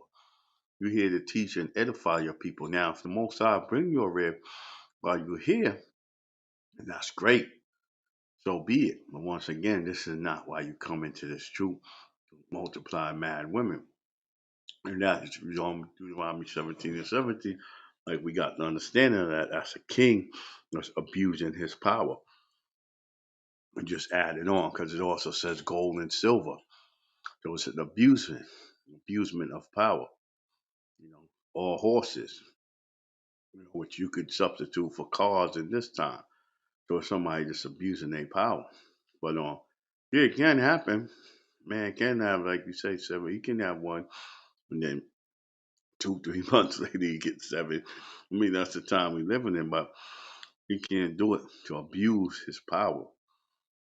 You got to really care about them sisters because when you add a wife, there's responsibility that goes along with that. The Most High is looking at that, man. You responsible for her soul. You responsible for her. So in that sense, you got to understand what you're taking on. You can't be abusive with it. Okay. Con, like the elder was saying, you can't be abusing it, man. It's lawful for a man to take on another wife, right? But I would say it's wisdom for the man to do it in order. Like, say if you got now 10 ribs, none of them can't get along, right? Some of them don't really hardly know about each other, right? How is that going to benefit you in the time of Jacob's trouble? Now you got to get everybody on one accord, and you got to scramble to do it when they should have been on one accord from the get go. You know what I'm saying? And a lot of dudes, they avoid telling their ribs about another rib because their rib might explode on them. Man, you listen, you can't fear your woman that much, Ak. If there's a woman that you interested in, just tell your woman. You know what I'm saying? What she gonna do? Beat you up? You know what I'm saying? Like, you know. Yes. With some man. With some man. If that's the case, man, then separate from your rib for a while and, you know what I'm saying, make sure she get her mind right, man. If your rib gonna put hands on you because you mentioned another rib eye, then I don't know. You know what I'm saying? You might be in the wrong situation shit, man. A toxic situation shit. You know? A rib would be like, tell me the truth. And then you tell her the truth, and then what, she gonna try to kill you, right? Right? Brothers be like, yo, she can't handle the truth, all right? Nah, you gotta be honest. I mean, I think that's wisdom to be honest. Cause like I said, you don't wanna have 10 ribs that you got off of lust, and none of them can't get along. You hard to get along with some of them. None of y'all on the same accord.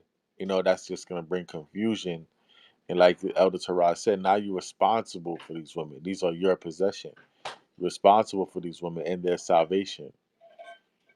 You gotta give account for these women. You know what I'm saying? Every woman you take on, every rib you take on is your responsibility. Yeah, at the end of the day, every one of them is supposed to be a helpmeet to you, right? They're supposed to be serving you, being a helpmeet unto you. But at the end of the day, you are responsible for them too. Con. All praises, right? Con.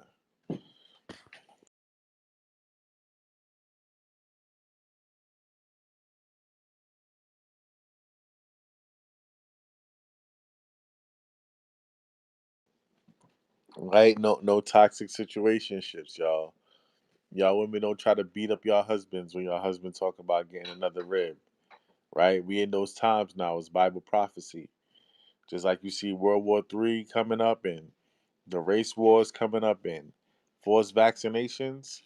Yes, sisters. It's around that time where, you know, your husbands might just pop up with another rib or tell you that they're interested in another rib or another rib is interested in joining your household. These times are around us now. So, sisters, don't give your man a hard time. The Most High God will kill you for that. Because the Most High God wants to send a woman to be a covering for a righteous man, and you try to block that, that would make you wicked. I'm just letting y'all sisters know that. If the Most High God is sending a sister to your husband because your husband is keeping the law, statutes, and commandments, and you try to block that, you're trying to interfere with the Most High God's will, and you might get punished for that.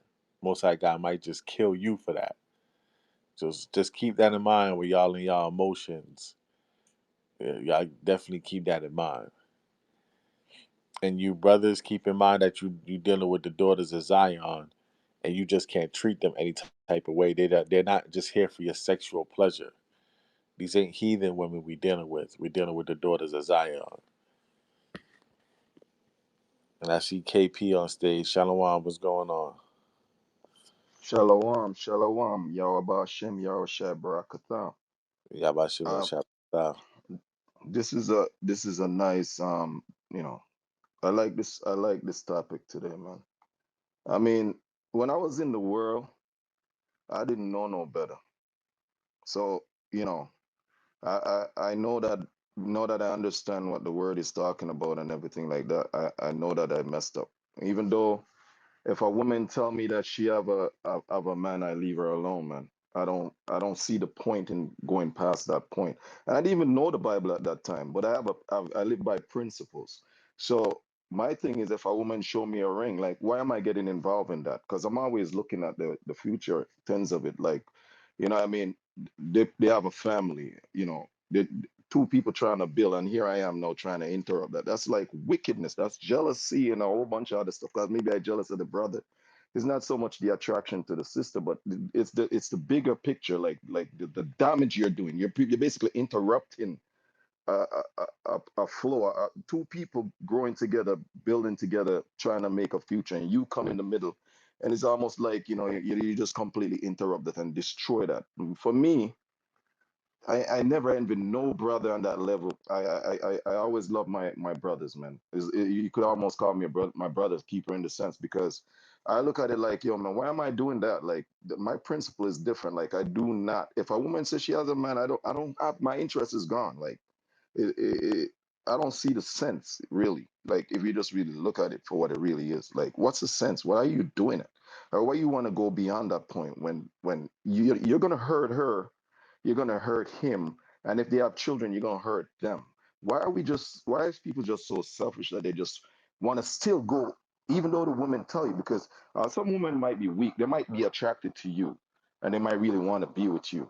But for me, once she tell me, yo, I'm with somebody, even if she tell me like, they're on and off, I don't want a part of that, because I'm looking at it like, okay, you're off right now, but you could be on later, and then I'm know where do I stand in all of that. No, I usually leave that situation, never go into that, unless the person lied to me. Now that's a complete different story, and that had happened to me before. So you know what I mean. But once I find out I'm gone, I'm just the type of person like this, man.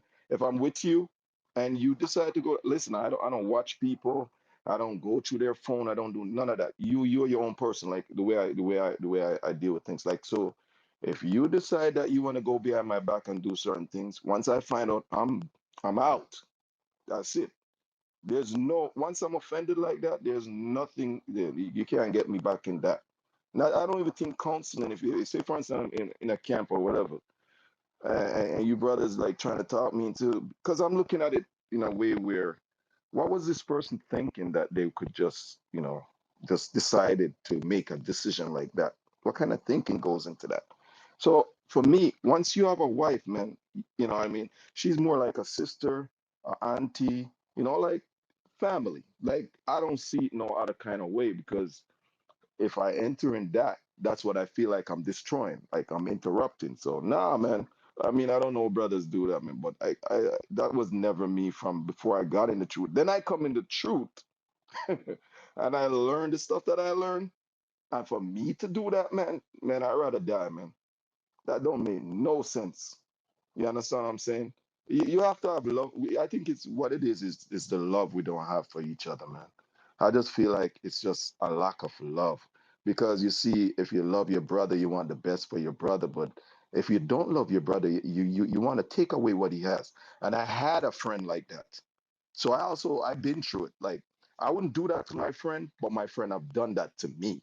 And not once or twice. It happened to me more than once in my life. But I never walked that way. And you know what I mean? So I have a friend that did that to me. But once I found out the woman did that to me, I'm not having nothing to do with her again, man. I don't care if she had children for me, she gotta go. That's just me. I am that's how I roll as far as I go. That's wicked, man. You can't do that to your brother, man. That's just wicked. You know what I mean? Like I said, the only way that can happen is if you lie. If that woman lied to me and said, yo, I'm single, blah, blah, blah. Because if she's single, then she's free to me. But if she's not single, she's not free. That's not right, man. You know what I mean? And I land my plane there, man.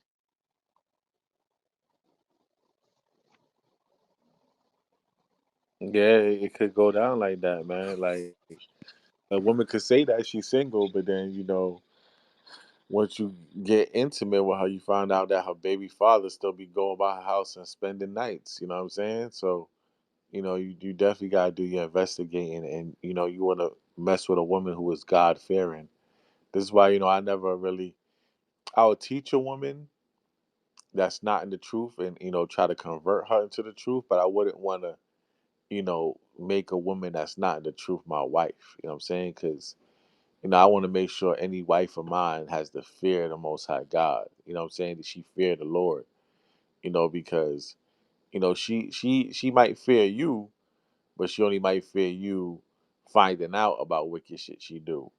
You know what I'm saying? It's different when she got to fear the Lord, because the Lord is always watching, eyes 10,000 times brighter than the sun. You know what I'm saying? So she might could get over some stuff on you, but she got to fear the Lord to know she can't ever get over on Yahweh. You know what I'm saying? So definitely, she knows she can't box with God. Her arms is too short. But a woman in the world, even if she fears you, because I even been around certain women that feared these dudes. Like, these dudes, she know this dude would probably kill her if he found her doing something crazy. But she feel like she could get over on him because he only human. There's only so much he can see, only so much he can hear. You know what I'm saying? So definitely, if my suggestion to brothers in the truth, you want to get with a woman that's in the truth, man. You know, you want to get with Con, that's in the truth, like 10 toes down. You know what I'm saying? It's part of a congregation studying, focus, you know what I'm saying, all about the most high, you know. You see her attending feast days and you know what I'm saying, or she's, making feast days with her family, something like that, so so that spirit of a adulterous woman is not on her. Okay? con. Yeah, man. That's a beautiful thing, man. Because you see, the thing is, even with homosexuality, so as Jamaican, we just stay a certain way, man. Because I don't know what it is, but I think it's just these things that happen on the island where we're like that. We just certain things we just don't deal with, man. But I do know the adultery part, man. That run rampant throughout the West Indies, man. I don't know why our people are like that, but it just is what it is. But for me. I draw a line in the sand. All right. I'm about principles. So you see, if you understand me on that level, we won't have any problems. Because once you go against those principles, because I don't, so you go against them, and I let my brethren them know from the gate. All my brethren that I have, they know this and they understand that because I made that clear because you've crossed certain lines, man. I don't even really have people, around, from the time I know myself, like I don't have friends that come over and stay in my house, like brethren like that. I would rather rent him a place. I don't even want to put him in that predicament. I'd rather to help him to rent a place, even if I have to give him some money, things like that to help him out because he might be down on his luck. But for me to bring a brother in my house, let him lay on my couch, and the next thing you know, he's looking at my rib and just thinking all kind of crazy thought. No, I don't put them in that predicament, man. I don't put them in that kind of position. I think like that, I just think kind of. I don't know if I'm weird, but and I used to look at myself and say, I wonder if I'm mean for thinking like this. I wouldn't let my brethren come lie on my couch. I used to question myself on that. Like, am I like mean for doing shit like that? You know what I mean? But at the end of the day, that's just that's how I function. Like I love my brothers and I don't want to put them in a predicament where now me and them now deal no more because I've lost friends like that, like I said, and it just made me look at things over the time and wonder if I was the one that was in the wrong. You know what I mean? But really and truly, like I said, I live by these principles all my life before I came in the truth. And then when I come in the truth and read the Bible and understand it and see that, I was right all along. You know what I mean? But I just give the Most High all the praises, man. As Ari always correct me when I when I go out, but I give the Most High all praises. Big up Ari. So yeah, man. Thank you guys for these shows that you put on because I come on here to learn. I don't really come on here for no other reason. I'm coming here inboxing the female them. I see a lot of beautiful, what I mean, women on here, but I don't come in here to inbox women like that. I probably only talk to one sister on here the whole time I've been on here, almost a year over. I'll just inbox one female, just you know, and that was it. And I'm being real, like that's all that happened. I don't inbox. No women on here can say that. I don't, just one. That's it. And that because that's not why I'm on here. You know what I mean? It's just that one sister just appealed to me, but that's it. Not to say the others don't, but when I see you say marriage and you're in a relationship, you never hearing a word from me. Like that's never happening. So, I don't know, brothers just go off like that, man. But when a woman is married, just leave her alone, man. I mean, be a sister to her, be a brother to the brother. That's all you can do from this point. You shouldn't be thinking of anything else. You know what I mean? That's love. You got to That's how I understand love in this book. You know what I mean? That's how I understand love in the Bible. If you love your brother, don't break the commandment by committing adultery with his wife and this kind of stuff. You're wicked, man. And you don't know the punishment is death, but I mean, we can't do that right now. But the Most High God will judge you himself. Will take you out, man. So you better know that that's a serious offense you're committing because he'll take you out. You know what I mean? We I don't care what no one says. can't. He'll take you out. Yeah, Khan King. Listen, we cannot judge people unto death, but the Most High God will still do it. Because Exactly. whenever we feel like, you know what I'm saying? Exactly, man. You think you're getting away without adultery, but then someone rob you and kill you, and you don't understand why. You know what I'm saying? Exactly. That's how I see it. That's exactly how I see it. Judgment come in different ways, man. So when you think you get away with something, I tell you, listen, I tell my brethren them this type of stuff, man. When you think you get away with it, something bad happened to you a year later, you don't know, you're puzzled.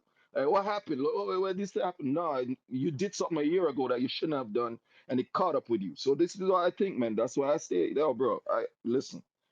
This is my home, man. You know what I mean? This book is mine. This is my heritage and my inheritance. This mean a lot to me. You know what I mean? And making God mad at me, that's not happening. You know what I mean? And God, that's why this is why you see me wear this label on here. God first gang. It means something to me. That's why you see me don't put my picture up like that. I just have the this thing here. You understand what I'm saying? Because that's what it is. God first. So you see whatever he says, that's what I'm trying to do. That's what I'm striving to do. That's what I'm trying to accomplish. That's my whole duty. Nothing else. Working and doing all of that. That's just to survive, man. You know what I mean? And we're at the end of this thing. I'm just trying to go home, man. This ain't my home. You know what I mean? I've been complacent for 17 years because I've been at my job for 17 years. And November last year, I learned a valuable lesson. Nothing is guaranteed type of thing. I was put in my right place. You know what I mean? In the sense where in terms of understanding, I understand. I listen because when this job thing come in, and I read in the Bible, there's no riches above a sown body, and the Most High God spoke to my spirit. I'm like, yo, this ain't happening. My children ain't taking it. I ain't taking it. Whatever gotta happen, gonna happen. I'm gonna leave it in the hands of the Most High God.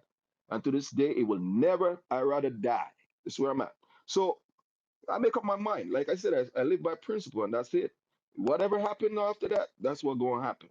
You know what I mean? We survived worse. This is nothing. So, you know what I mean? We survived, I survived ghetto holocaust. I grew up in the ghetto. From 9 years old, I was on my own. You know what I mean? Father wasn't there. There's so many stuff I could tell you. You know what I mean? And I finally come across a season. I had look more of a family, but trust me, I grew up for many years on the streets. You know what I mean? No, know nothing. You know what I mean? Just going through hell, basically. You know what I mean? So there's a whole lot of things I've been through. That's why my principles solid, man. I stay solid in I live by these things and die by. So throughout my life, that's probably why I'm still here because a lot of brothers respect me because I moved. But at the end of the day, man, I mean, there's just a line you gotta draw in the sand. You cannot cross certain lines, man. You can die for doing that. This is what I learned in the ghetto. Man, I will kill you for little things, let alone certain things. So maybe that's what shaped me to be who I am today and be able to live the way I live because you know what I mean?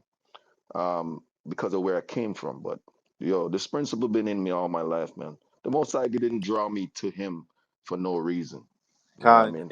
now referring back to the article, right? The article, you see me? Mm-hmm. You see Yeah. the article above, right? Are the rapper. Yeah.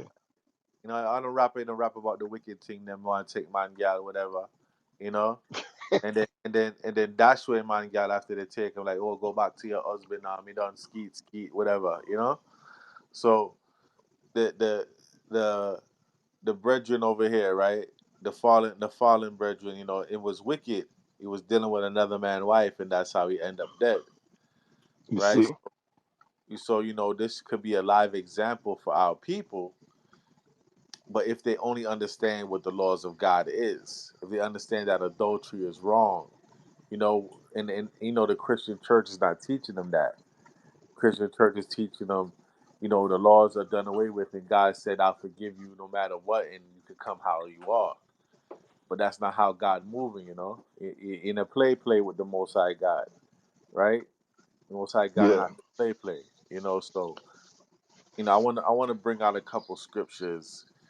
And brother Daniel, you still there? I, Kind.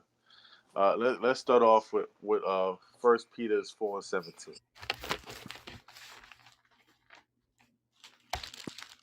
this is First Peter chapter 4 and verse 17. For the time is come that judgment must begin at the house of God. You see that? So the judgment begins at the house of God. Y'all don't get it twisted, right? Judgment begins in the house of God. Jacob's trouble is upon us. You're not gonna always get that grace. Right now, we've been having like what over 2,000 years of grace.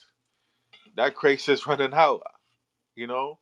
And then individuals might feel like they could get as much grace as certain individuals when your grace is only depends on how the Most High God gives you grace. He shows mercy on who He shows mercy to. So don't think your grace is going to be equal to your next door neighbors because you see them in sin. That means you get to sin too. No, it don't work like that. Everybody gets their own amount of grace, and this grace period is coming to an end. As we speak right now, we entering into Bible prophecies. We entering into Jacob's trouble. Not only is the enemies after us, but if we get caught in the midst of sin, we're finished, man. So read that again from the top, I. Con. For the time has come that judgment must begin at the house of God. Right, judgment must begin at the house of God. We are the house of God. You so-called blacks, Hispanics, and Native Americans, right? You are the house of God. So judgment will begin with you. Read on. And if it first begin at us, what shall the end be of them that obey not the gospel of God? So what's going to be the end of them that don't obey the gospel of God, right? It's not going to be a good end, right? Let me get James 1 and 12. Let me get that right quick, Bubba Kashaw. James 1 and 12. Uh,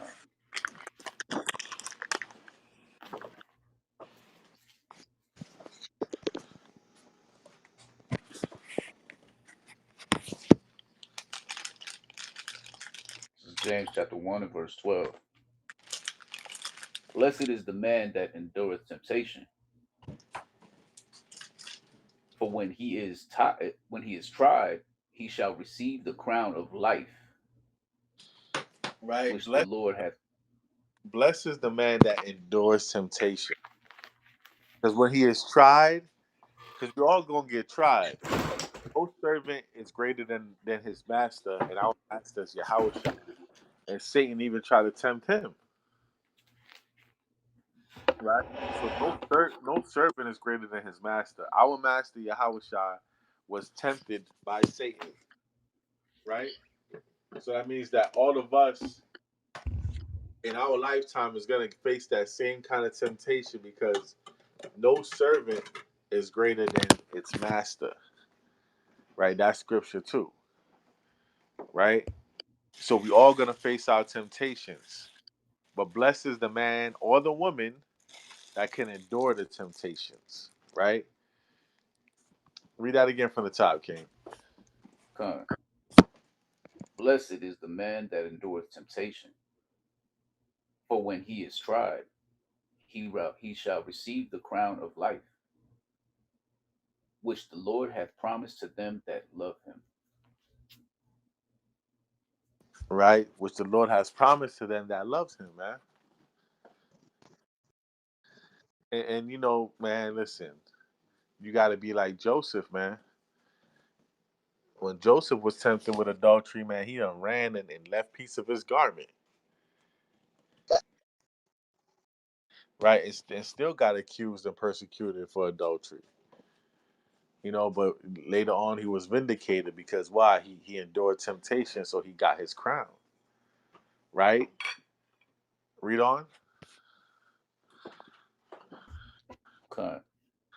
Let no man say when he is tempted, I am tempted of God. For Right? God cannot be. Don't be like, I know this woman is married, but if God put us in the predicament where, I'm with her alone, it must be God's will that I take her from her husband. No, God, the Most High God, Yahweh, doesn't tempt you with evil. That's Satan trying to knock you off so you don't get your crown. And Satan trying to prove to Yahweh that you ain't worthy of a crown. Don't be like, well, it must be destiny. I feel like I know her from somewhere. We met. We had eye contact, and I can't stop thinking about her. And she liking all my pictures. I just got to inbox her and ask her a question now, brother. Nah, You got to endure that temptation. That temptation isn't the Most High God. That temptation is not destiny. That temptation is the principalities of this earth trying to knock you off your high horse, man. And we are supposed to be on a high horse, man. We are supposed to be above all people. We are too precious and well established with the Most High God to be doing carnal and childish acts like adultery, right? Read on that. Con. For God cannot be tempted with evil, neither tempteth he any man. Read on. Con. But every man is tempted when he is drawn away of his own lust Right? He's and drawn away of his enticed. own lust and enticed. Drawn away of his own lust and enticed. Right? Because remember, Shaitan is an ancient spirit, man. He knows you better than you know yourself. So he's gonna see what entices you. He's gonna see what your flesh craves, and he's gonna tempt you with it. So every man is drawn away of his own lust and enticed. Read on. Then when lust hath conceived, it bringeth forth sin. And sin, when it is finished, bringeth forth death. And that's what happens. When that lust has conceived, when you act upon that lust, it brings forth sin. It all starts in the mind. It all starts in the mind. Once you think them evil thoughts, you gotta rebuke it and reject it, and turn and repent to the Most High God. But if you let them manifest into the physical, that's when it becomes sin. Even your thoughts alone are wicked, because you want another man's wife. That's covetousness. You already sin, and thou shalt not covet. You lusting after a man's wife. Yahweh Shai told you already committing adultery. So just even your thoughts alone got you in sin. But once you make it physical, once you commit to that lust, yeah, now you in adultery, and now you in the range where the Most High God can put you to death. And don't tempt him like he won't put you to death. You understand? Because look at the trouble man. I guarantee the trouble man, when he got with that woman, I guarantee the trouble man never thought that this would be the last woman he lay with. That this would be the last thing he's seen on earth. So y'all brothers gotta behave, man. And stop committing adultery. With that I yield. Con. And there, any woman that you come across, man, because this is another thing. Like you had brought up earlier about not wanting to be with somebody uh, who was with somebody in another camp, or just in the truth in general, who was with somebody else. Any of us should be looking at women like they're your. You have a group where it's like, okay, I know you're not married. There's a possibility, right? But then there's another group where you should always be like, this is I'm looking at you like if I'm seeing you as a blood sister. Period. Because imagine being in the same camp with one of your brothers, and he knows you find that woman attractive. That's gonna bother him. That's why it's important for us to be walking in the spirit continuously, man, so that we can trust each other. Because there's always going to be something in the back of our minds that's, man, this man is attracted to her or she's attracted to him, and I can't even be around this person no more because it makes me feel a certain type of way. Our minds got to be in it. That's why Yahweh Shai said, what did he say about lusting after the woman of your own heart? Just by looking at her, lusting after her in your mind, that should never be a case, man. You should love your sisters that much and your brothers that much to not even see her in that manner. Period. There should be no attraction. I don't care how beautiful somebody. Go look at go look at some scenery. I don't care how beautiful a woman may be. There should be zero attraction. Period. Man, we in a bad position, man. This is crazy. Con King. For me, I'm listening, and I really don't understand how sexual attraction to a person can just derail everything about life. It's it's it's the most ridiculous thing that I've ever heard in my life, But that's what I'm hearing, a lot of times is because you think somebody looks some way. You know, I, I'm a woman. I look at men. I know who's attractive to me and who's not. I'll fess up to that. But am I going to risk all of my everything that I've known for that? It's ridiculous. And it's ridiculous for a man to think that way. And then still come crying back trying to figure out, well, how are we going to, make this work? What? You have to figure it out. If you take on another wife, then you need to take care of her just like you would me. And if you can't do it, then you have no right to be out here lusting.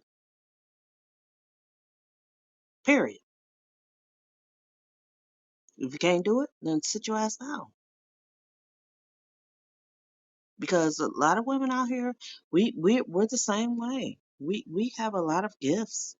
We're very intelligent, beautiful, vibrant, just everything. Women. And we see men too. And if we can sustain, then y'all should be able to. You know what? I'm not trying to make this, into that, but I just get really, really irritated because why is it such a hard thing?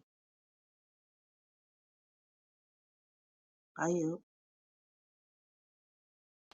Well, if you read scriptures, right, you know, the most mighty men of scriptures, David, Solomon, Samson, Adam, they mostly fell before their love of women.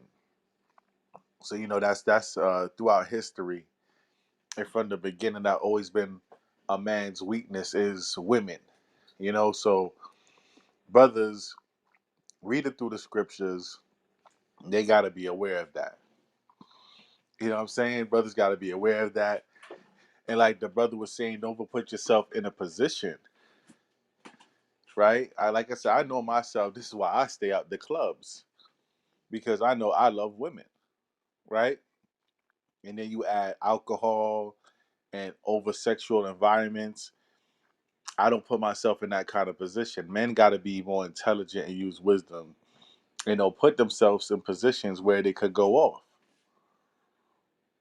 Or if they feel like they're going off, they got to have the strength to resist temptation. But it should be no shock to our sisters that women have the power to entice a man and have a man go off because men much more mighty than me, like David and Solomon, they fell for the love of women too.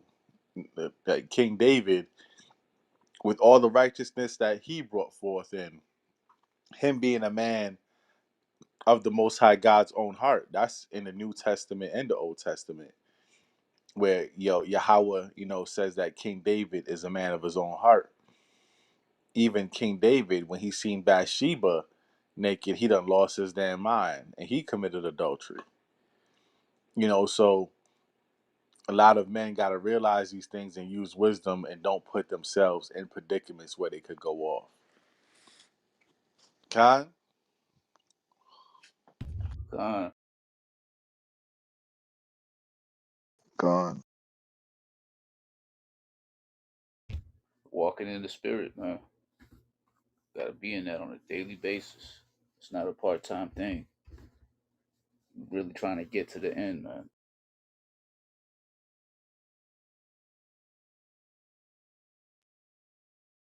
Kind came. And I understand, I'm just voicing, the other side of the toll, just to, you know, add in, but I understand where it comes from and everything. So that's why I appreciate y'all so much.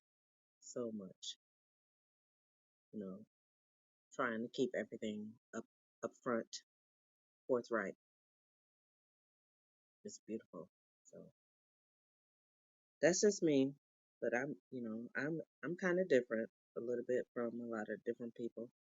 Um, because I chose to stay with my husband, even though he cheated on me or whatever I thought. And so now I'm like, well, is she okay?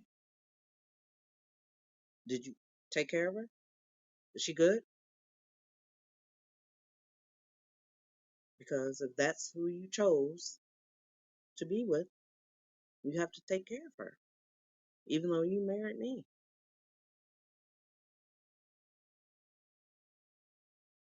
That's a hard concept, but it's real.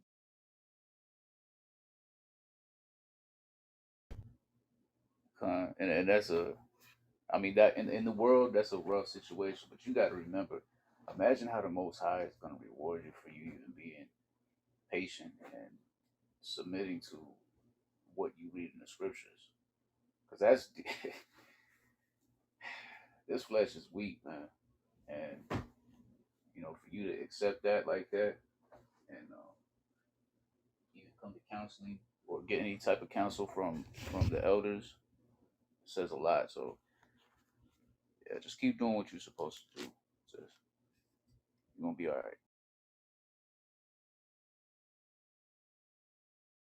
A lot of game.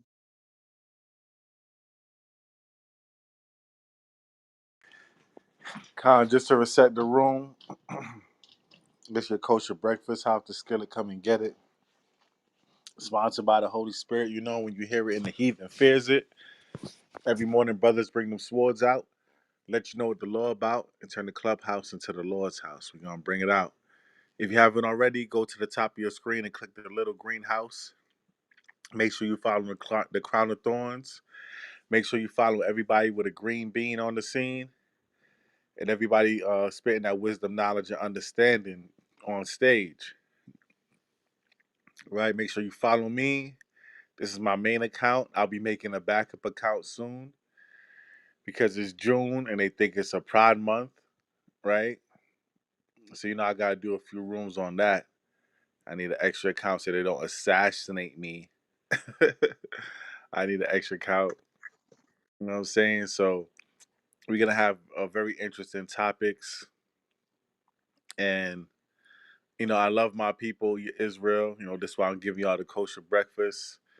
And today's subject matter is adultery and toxic situationships.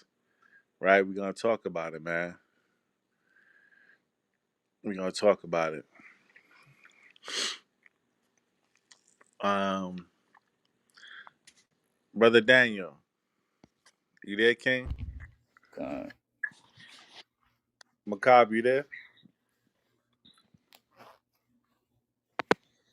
I see you shy with the fire on stage. Shalom. Ari, you there?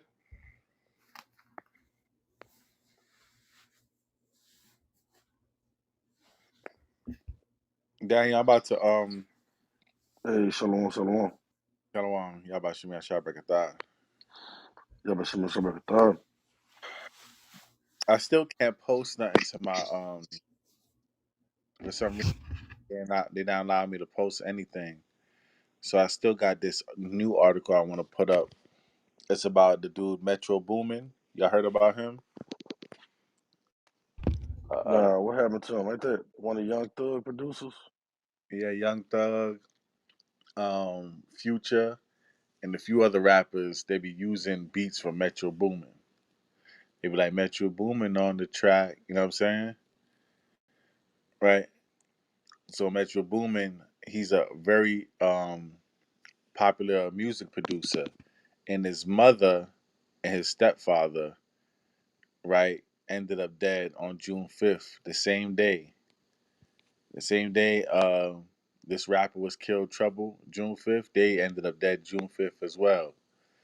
And they was a toxic situationship because it was a murder homicide.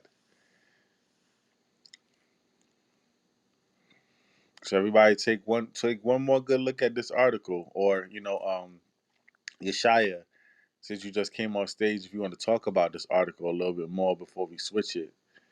But yeah, Metro Boomin's mother is dead. She died on June 5th, which is when we were celebrating the Pentecost. The same day as this Atlanta rapper died too. There was a lot of judgment going on that day, and it all had to deal with toxic situationships. So Yeshai, you want to touch upon what happened with the brother Trouble, or you just want to? Yeah, man. I kind of got a just like kind of like a little brief overview on things of that nature because you know we was raised in the world. You know what I'm saying? We was raised to think that it ain't nothing wrong with it if I don't know him. You know what I'm saying? It ain't nothing wrong. It ain't nothing wrong with if you got a man I don't know. You know what I'm saying? We was raised we were raised backwards, man. You know what I'm saying? So brothers got to realize, and brothers in the streets, they really got to come to this realization that you know what I'm saying. A man can't lay with another man's wife and not expect some type of wrath to come down from the Most High. You know what I'm saying? A man just simply cannot do that. In the world, even in the world, you knew that if you got caught in another Jake's house or apartment or something like that, that something could happen to you. So if you know that, you know what I'm saying, you kind of know the principles of adultery. You know the principles and you know the consequences of it, but cats they wanna brag about it. They wanna when they got beef with another set or some other dude over whatever it could be, they wanna try to go after each other's women. And a lot of times these things be the results. And then even when brothers think, even when you know what I'm saying, a lot of jakes think that uh you know they might, they getting away with it, or they think that, oh man, it ain't nothing wrong with it. They think they not a bad person because they dealing with a female that told them that they gotta do. But like one of the other brothers said, she's tempted, just like Eve in the garden. She's tempted, and he's being a serpent. You know what I'm saying? So brothers gotta get off that demon time, that serpent time, man, because that's exactly what that is. That type of lust, and then it's your integrity at the end of the day. It's your integrity and character at the end of the day that makes you who you are. You know what I'm saying? When I played high school basketball, I played for a very militant coach, and he always told us that his goal for us wasn't for us to go to the NBA. His goal for us wasn't to just, what I'm saying, play basketball only. He said if anybody comes out of this program and becomes a man with integrity, a real man that stands up for his whatever he does wrong and tries not to do that again, and who actually is an upright man, he said that's what he wants. And I always paid attention to that when he said that, because that was what was more important to him, was that you be a man of your word, that you're honest, and that you're trustworthy, and that you're trying to be better, you're trying to get better. You know what I'm saying? And even though I wasn't, into the scriptures and things of that nature, I always those type of teachers always stuck with me, particularly. I know this ain't about me, you know what I'm saying, but our brothers and sisters out here, you gotta have integrity, man. If you don't have no integrity in the world, then more than likely, you know what I'm saying, in the truth, you're gonna slack up on there too, and that's gonna be the area that you gotta work hard on. I'm not saying if you don't have no integrity in the world, you're not gonna have none in the truth. I'm just saying that that's probably an area that you need to focus on more. If you know you didn't have no damn integrity in the world when it comes to um, situations of you know fidelity and infidelity, right? So, I just want to say, when it comes to like how this brother Trouble died, it's a lot of our brothers and sisters that are gonna die like that in the future, and they keep dying like that every day, each day, because they give in to their lust. You know what I'm saying? They counsel, just like this recent incident. They counsel a brother, you know what I'm saying, to their own advantage, and damn, you know what I'm saying. 6 months later, a year later, they with the brother's wife. That's the worst type of scumbag to be on the damn earth, man. Like out of all the scumbags, that's the worst type of damn scumbag to be. And then with the women, you know, you got brothers out here. A lot of these women might have brothers committing adultery, and the brothers don't even know it because she's promiscuous, right? So brothers got to be careful who they choosing for a rib, or who they, you know, who you choosing to lay with. Period. You know, because like just like I said, like sisters can be giving in to all types of serpents, and then now they made you an adulterer because they not being honest with you. You know what I'm saying? So this adultery thing, it can happen many ways. It can happen many ways. So we gotta gird up our loins, pay attention, be circumspect, and just deal righteously, have integrity. Shit. You know what I'm saying? 2022. We too grown, it's too late in the game to not have no damn integrity. With that I yield. Salakia Khan, brother, right on point. Can I bring a scripture out? Go ahead,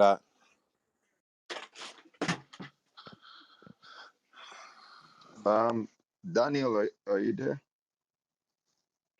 Con, I'm here. Galatians 6 and 7.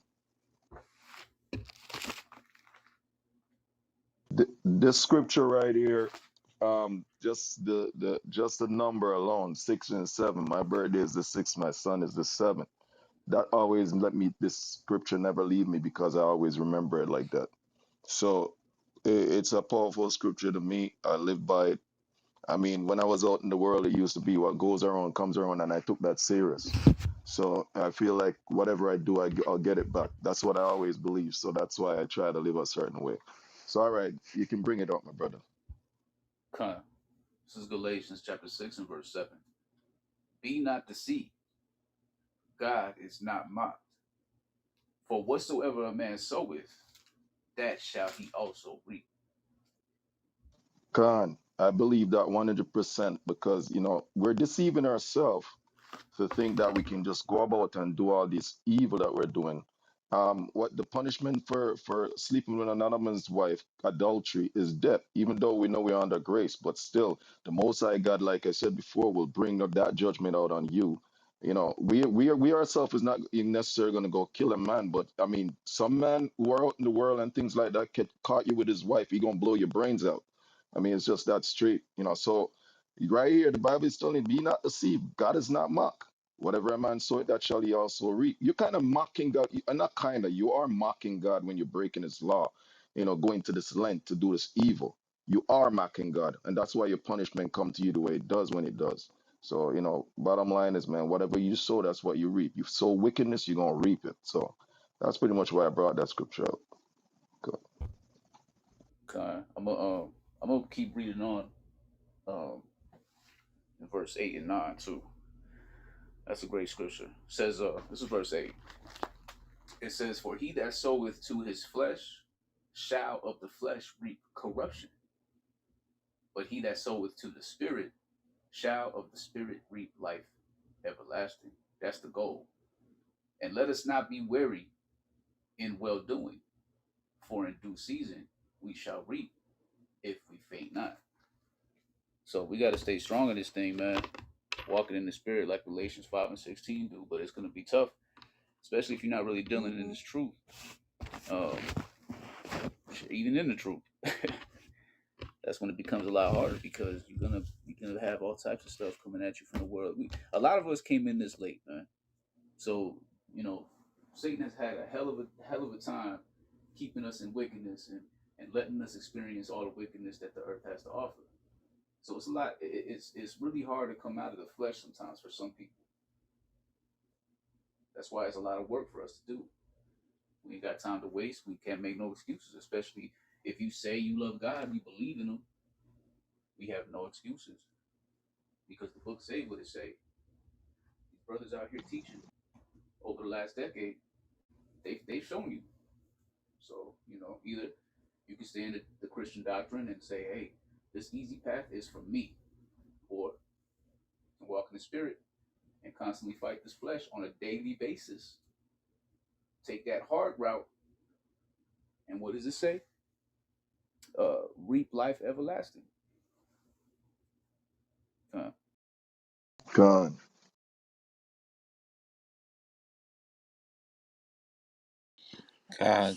Con. Um, Yeshaya, I'm gonna send you this article. I'm gonna send you this article. I want you to ping it to the top.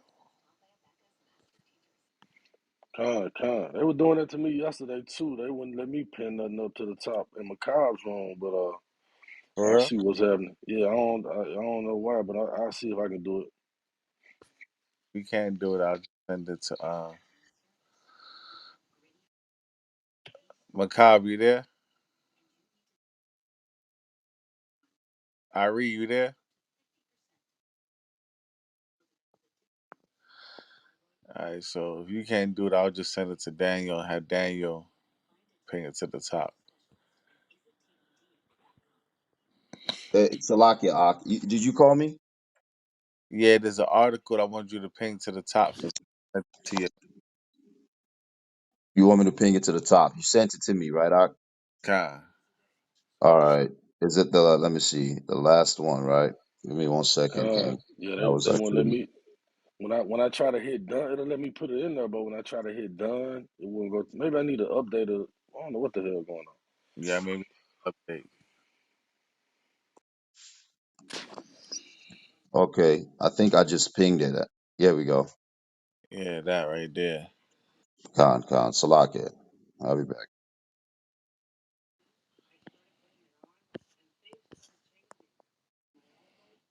Con, y'all see it, Israel. This is another judgment that happened this weekend. While we celebrating Pentecost, Most High God laid out another judgment. Serious. Metro Boomin's mother, right? Like I said, all the money, all the fame, got people shouting you out, Metro Boomin on the track. But your mother in a situationship, toxic, ended up finished, man. Metro Boomin's mother, Leslie Wayne, killed by her husband. A murder suicide. Very toxic, very sad, man. You can read this article and see what kind of information we can gather from this. But, if y'all are in toxic situations where you and your spouse is just always fighting, seek counsel, man. I mean, I do marriage counseling. My elders do marriage counseling.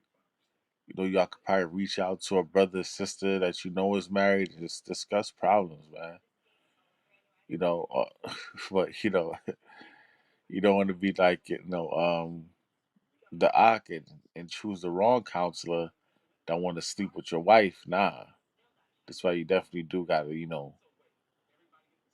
vet congregations and vet people in congregations when you get a chance, just in case you might need some counseling. You would get counseling from the right person instead of the wrong person. Okay? God, God. Hey, Salakia, and hey, just like this Metro Boomin story, a lot of times these rappers and these athletes, their moms still be in they like mid 30s or late 30s. They still be 30. You know what I'm saying? Like I seen an article with Blueface. Blueface, his girlfriend beat his mom up, and he let her beat his mom up for some reason that they was having an argument. So, but she's like, his mom was like, she dressed like a thought, like she act like these young girls do. You see what I'm saying? Not saying that that's right that he let his girlfriend beat up his mom or whatever happened. But man, it's a different generation of mothers out here now, and a lot of these like producers like Metro Boomin, these dudes still be kind of young in their 20s or late 20s or sometimes early 20s, and their moms still be young. Man, it's man, look, these folks got to come back to these commandments, bro, because the Most High ain't playing. Most Yeah, High is not playing. kind of reminds me of when uh LeBron was playing for that team and his teammate was smashing out his moms. That nigga Delonte West. Right, right. LeBron done put MK Ultra on the man or something. This man done went crazy and ended up he ended up being a bomb some damn where. He was finished after that. It was over. Yeah, LeBron must have did something. Yeah, because that man is finished right now. He all jacked up. But like I was saying, like, it's sort of like that spirit, like, what I'm saying? Or your moms are still, doing her thing and you older now, you realize what the hell's going on. That's a sad thing. You know what I'm saying? Certain people Con, mothers want to grow up. They like, 38, 40 years old, 50 years old in the club still twerking. You know what I'm saying? It's a bad, sad thing, man. yeah, that's embarrassing, bro.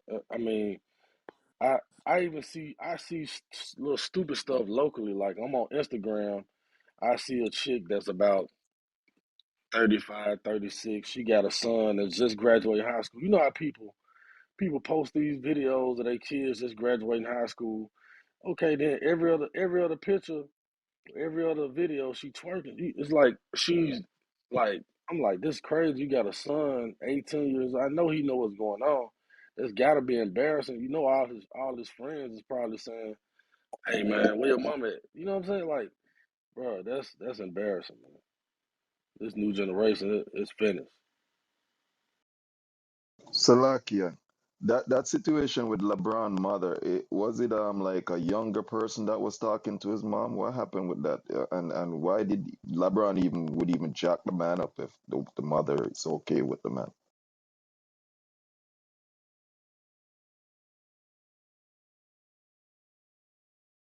Man, that's a whole long story, but LeBron found out.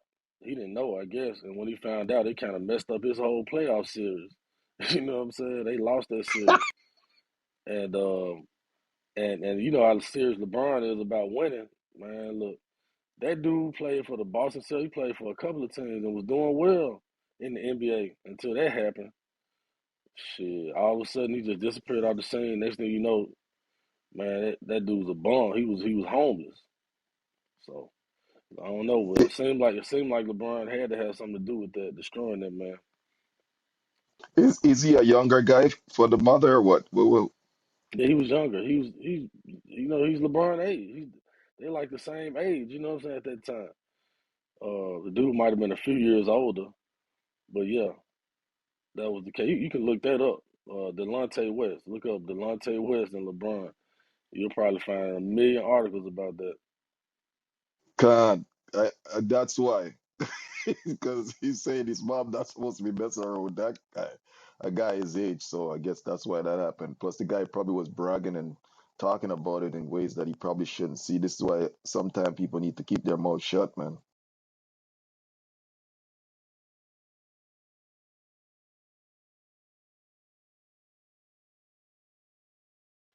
Yeah, but y'all still want to go into this article?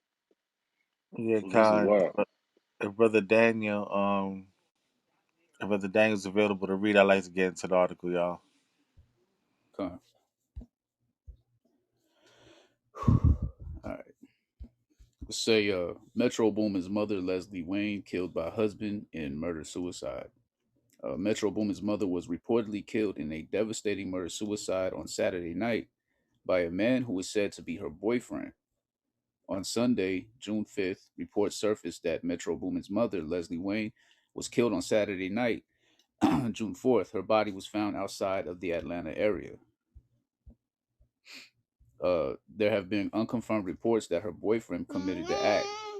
His body was later found, sparking reports that he had committed suicide after committing the heinous act on Wayne. A representative for Metro has confirmed that his mother died on Saturday, but they asked for privacy as the producer comes to terms with the loss of his mother, who played an instrumental role in his music career. Before he became one of Atlanta's biggest producers, Metro, who was close to his mother, would often rely on her to take him to meet up with rappers so he could make beats for them. The producer once spoke about his mother even driving him from St. Louis, Missouri to Atlanta to meet up with rappers he wanted to work with.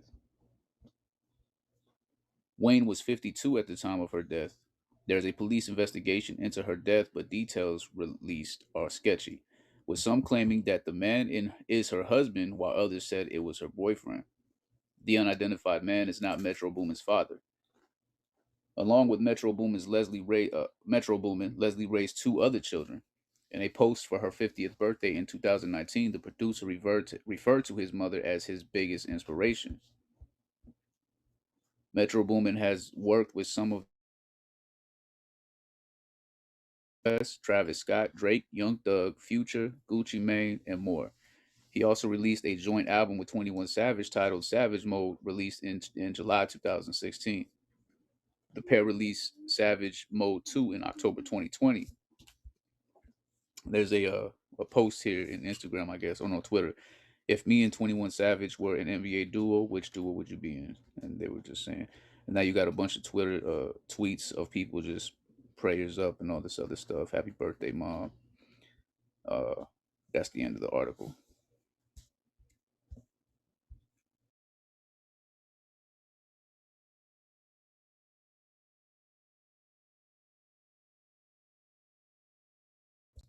Yeah, he going through it.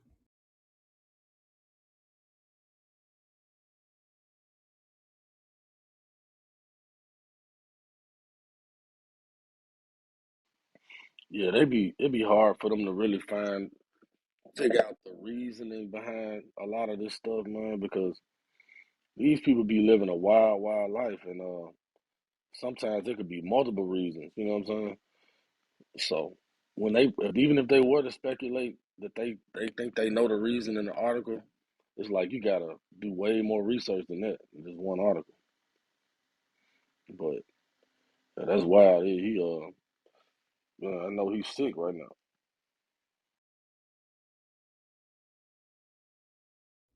Yeah, it's one thing to lose your mother to like a illness or old age, but to lose her abruptly like that over violence, that's gotta be a whole nother type of feeling, man.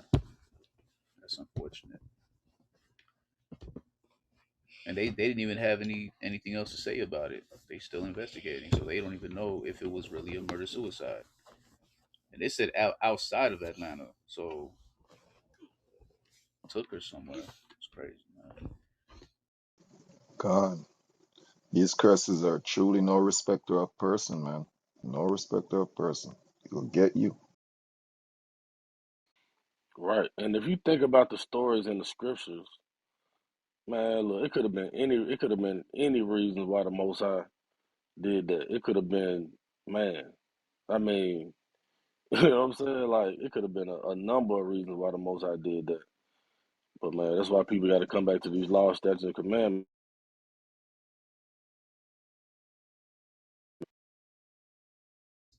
Right. It could have been a long time coming. Something that was old, maybe. That he was like, nah, you wasn't gonna get away from that.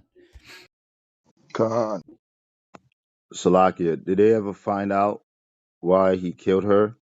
Because was that her husband or a boyfriend? It says her husband, right? Yeah, they're saying some people are saying it was her boyfriend, others are saying it was her husband. And they still don't understand why. They don't even know why he was found somewhere else dead, and she was found elsewhere dead. So it could have been somebody killed her and then killed him. But speculation. Hey, you know what'd be perfect right now? I think we need to read that story of the woman that committed adultery, and then what chapter is that in? And she thought that her husband was forgiving her. He went and got her, and when he got her back, he chopped her into pieces. Y'all remember that story? Definitely Where's heard it that before. at?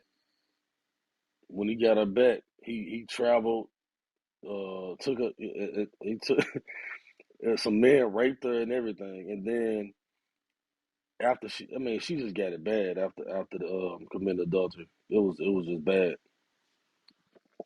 Let me find that.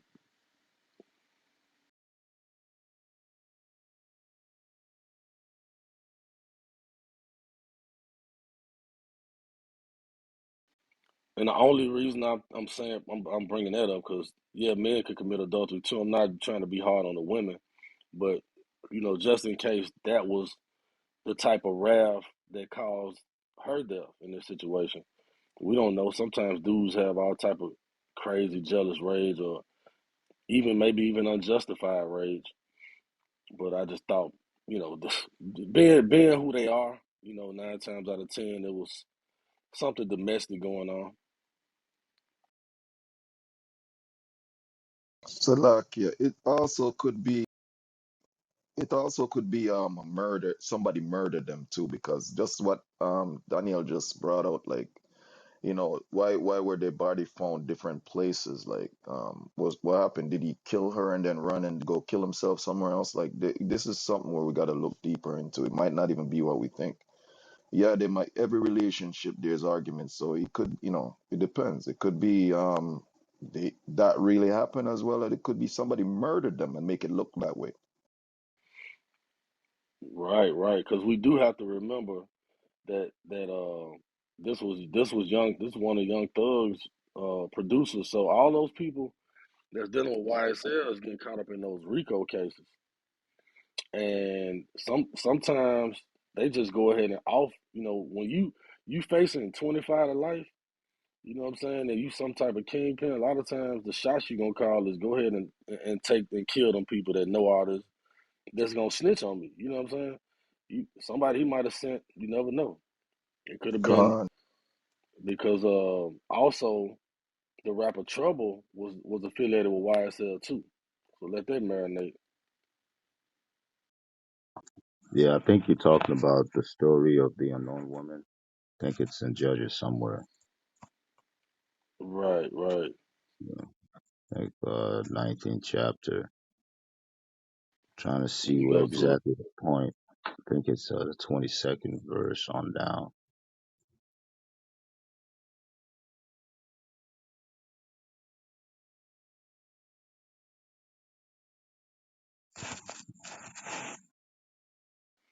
It's one of those stories that stick with you, but just like you, I don't know why you don't remember exactly where it's at. Yeah, Salakia. I think it's Judges 19. Yeah, go ahead, Ak. Somebody said Salakia.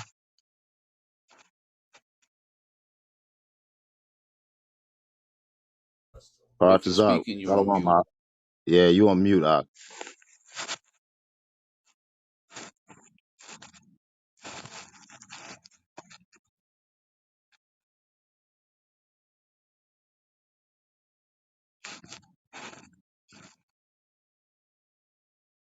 Paratazar.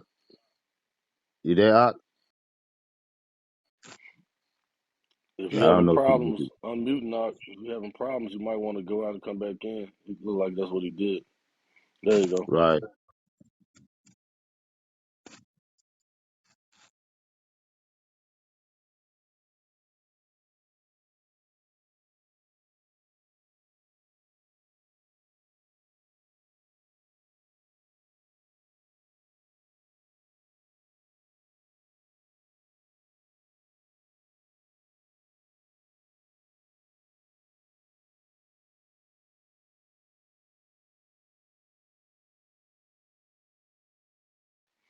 Yeah, when you see a RICO, when you see a big RICO case going down, you do see a lot of bodies dropping around that type of a situation.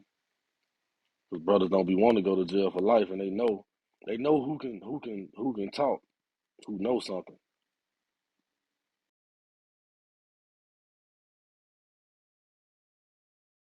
That's just the cold world we live in. Why I try to tell these youngsters, man, look, they don't even know what they doing. You know what I'm saying? Like they don't even know. Like it's not no long run in that. It's not a it's a very short run in that. And then the consequences behind it, bro, it's not worth it.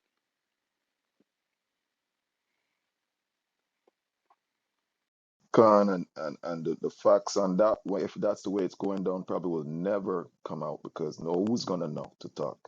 They're taking out, they're closing all lips around it. So, you know, how is anyone going to talk when every lips is sealed? That's just a done deal right there. Only God can judge that whole situation at the end of the day. So, and that's how it's going to be.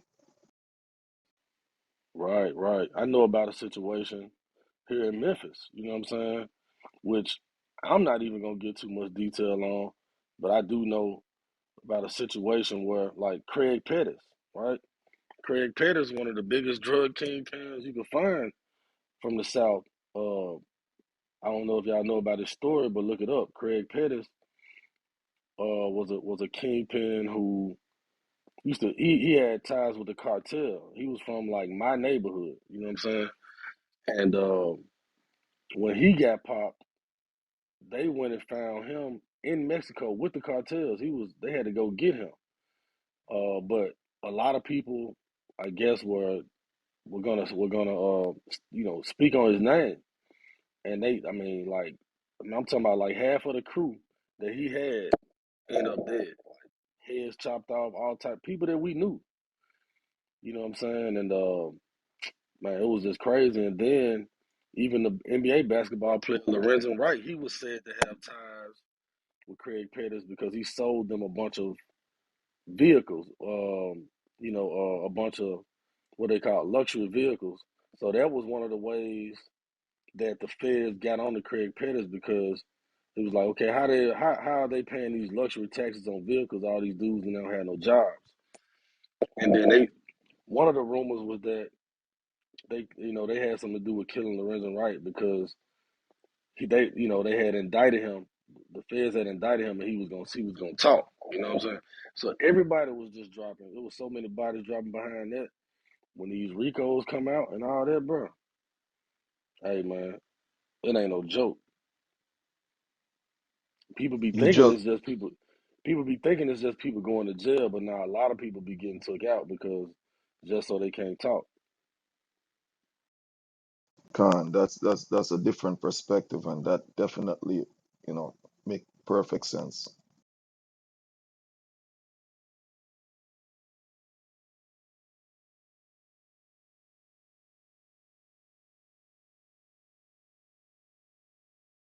That fall in the category of unsolved mystery, you know. Right. And another thing people don't know, the cartels get involved. And when they get involved, because they don't want it to come back to them, when they get involved, shit, they killing everything moving, even the dog. You know what I'm saying? And nobody's gonna find out. When they send them hitters, nobody gonna find out who did it.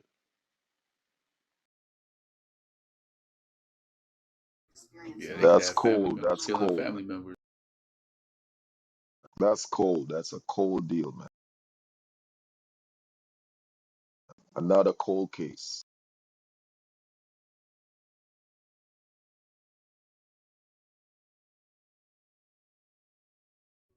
Hey, Shower Par, you have any other articles you wanted us to read?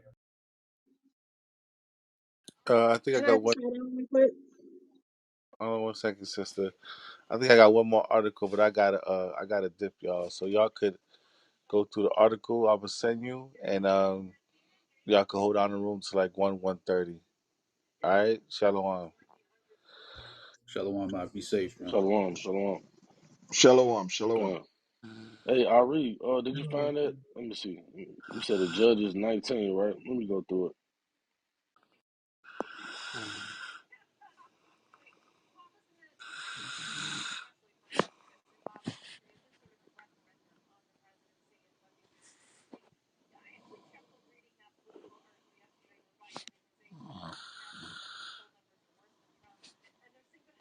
Judges Hey, 19, Shower Par. 25, 26.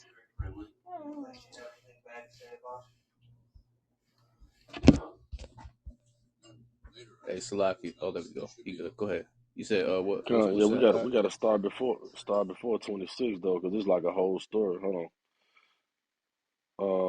Judges 20. 19.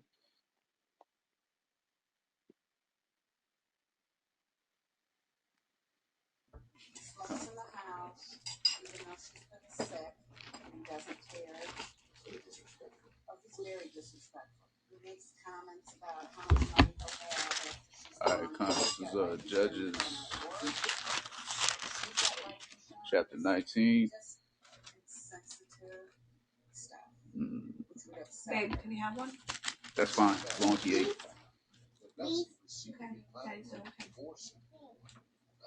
Yeah, they were both straw. You don't mess any piss me with thee. So I brought him onto his house. And he was like,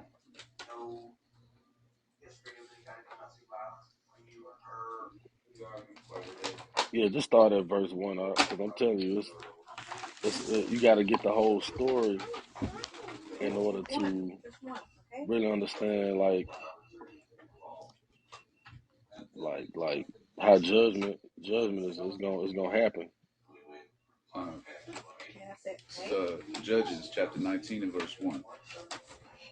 And it came to Yeah, pass in those Daniel. days. Hold on, Daniel. You got a little background noise.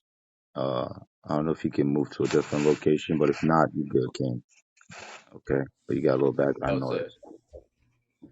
Oh yeah, that's a You lot good better, now? King. Go ahead. Okay, fine. Salakia, y'all. And it came to pass in those days, when there was no king in Israel, that there was a certain Levite sojourning on the side of Mount Ephraim, who took to him a concubine out of Bethlehem, Judah. And his concubine played the whore against him, She and did went away what? from him. Played the whore against him, Keep going. and went away from him unto her father's house to Bethlehem, Judah, and was there 4 whole months. Right. Okay. So this happens. Now, in this case, this is a concubine, but sometimes brothers separate from their wives, right? So they said the concubine, played the whore against him and went away from him until her fathers had basically separated from him, right? And she probably just playing the whore the whole time. Keep going. And her husband arose and went after her to speak friendly unto her, and to bring her again, having his servant with him, and a couple of asses. And she brought him into her father's house. And when the father of the damsel saw him, he rejoiced to meet him. God, see, he must have been a righteous man because even the father was happy to see him, even though, whatever happened, they're separated. He's happy. The man's come back to get his wife. Keep going. God, And you, his you father, got it, Daniel, or you want me to hold it down for a second? I'm good. It's like I had to put my son. Man, my bad, y'all. I got my Nah, daughter in my you're arms good. and my son over here bugging. Um, yeah, if it starts to get crazy, if you don't mind. Um, verse 4.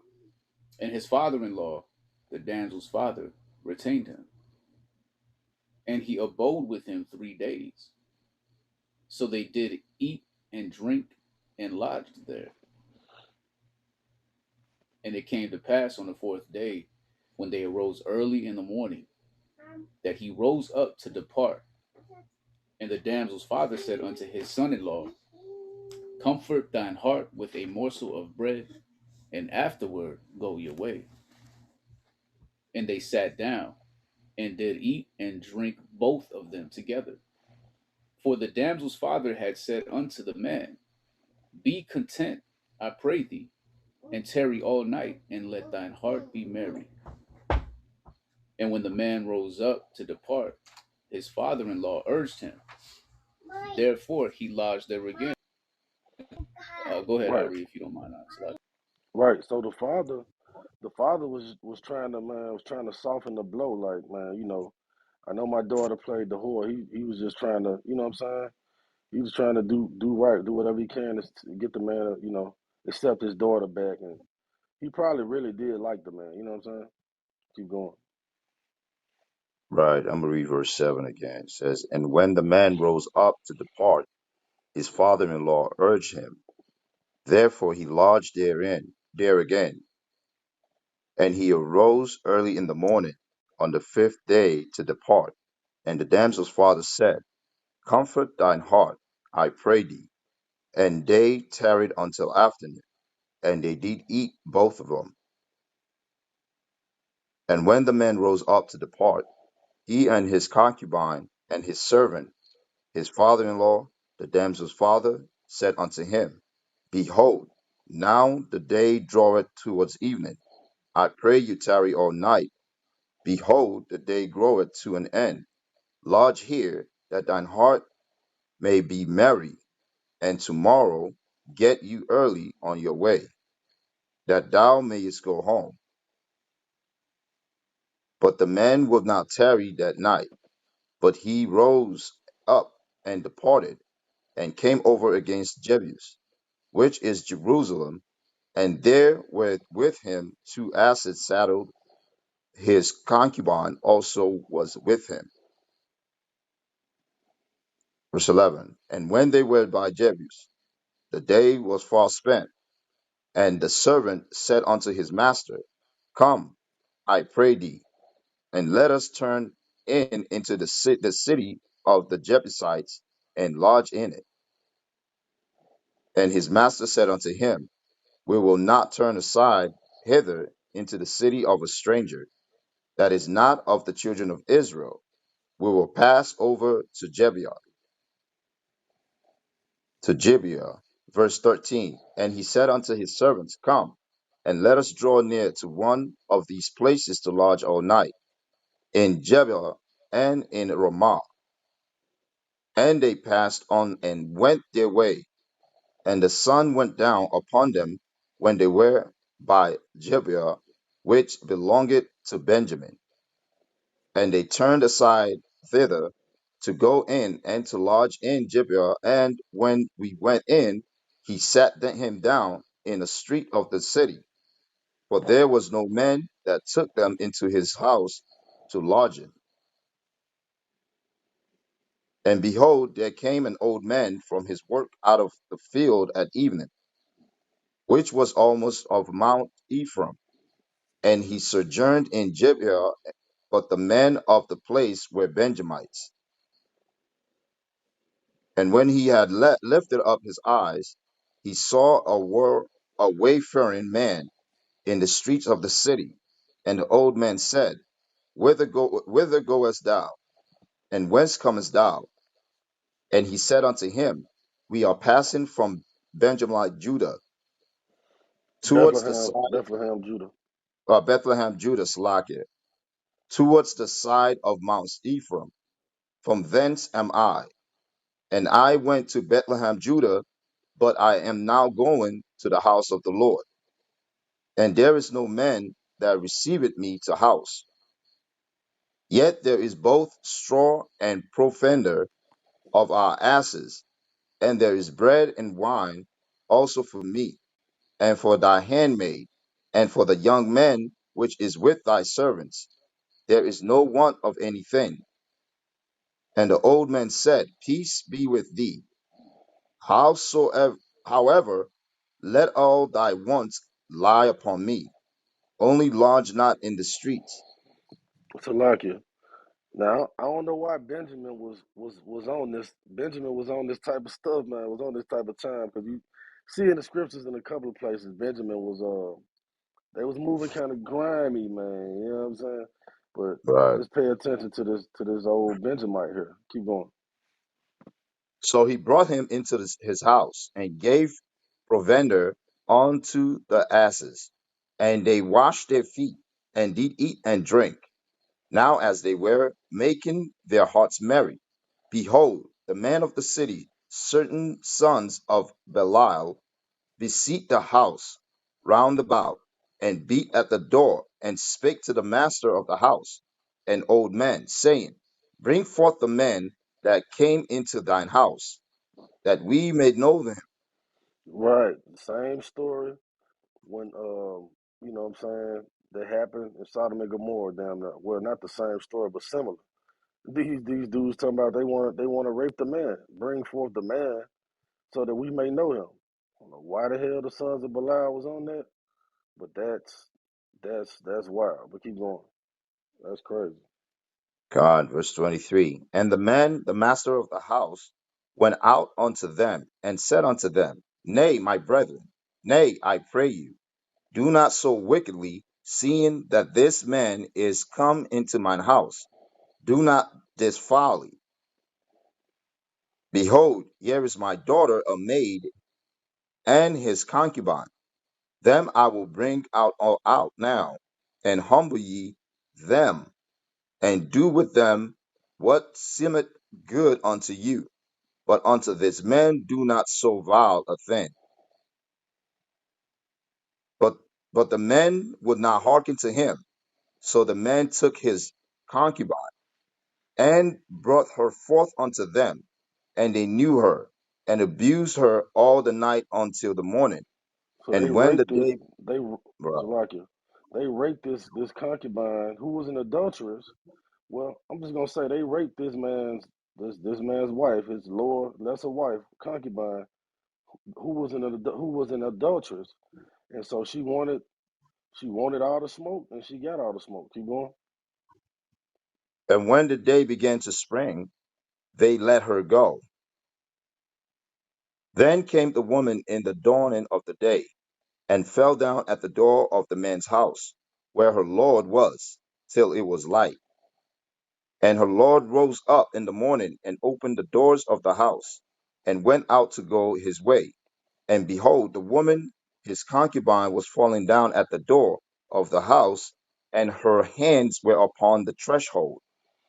So they And, they they raped this woman, broke her down so bad she could barely walk. You know what I'm saying? All she could do is fall down at the door. And what is a like? You know what I'm saying? What does a man do in that situation? Like, you know what I'm saying? What does he do? He can't go and kill that whole mob. It's just him. But then it's like it's kind of like that was her judgment. Keep going. and he said unto her, Up and let us be going. But none answered. Then the man took her up upon an ass, and the man rose up and gat him unto his place. And when he was come into his house, he took a knife and laid upon on his concubine, and divided her together, and divided her together with her bones into 12 pieces, and sent her into all the coast of Israel. Wow, wow. That's a harsh judgment. She just got raped and then he just cut up. He ain't had no, he ain't, you know what I'm saying? Had no sympathy. Like damn, you know, damn, they rape you, babe. You good? You know, take a shower. Let's clean you up. Nah, he just said F it. Keep going. And it was so that all that saw it said, There was no such deed done nor seen from the day that the children of Israel came up out of the land of Egypt unto this day. Consider of it. Take advice and speak your mind. Con. So man, look, we know that in 2022 we can't do nothing crazy like that. I mean, not crazy, but because it wasn't crazy. Because back in those times, that was actually normal for a woman to be put to death on sight. But yeah, man, this is the Lord's judgment. This is the Most High that we know. This is not what the Christians talk about. You know what I'm saying? This is the God we serve, and it's a different ball game over here on this side when you're in the truth. You got to understand that because this the Most High will let these things happen to you. That I yield.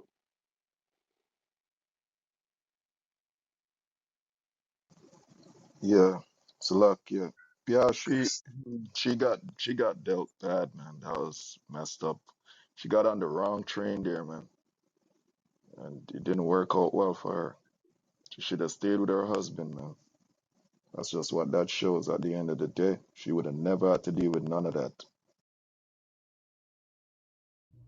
It's crazy too because So then, Shalaka, so then, why are the men going after women who are married? I mean, there has to be some kind of, come to agreement here.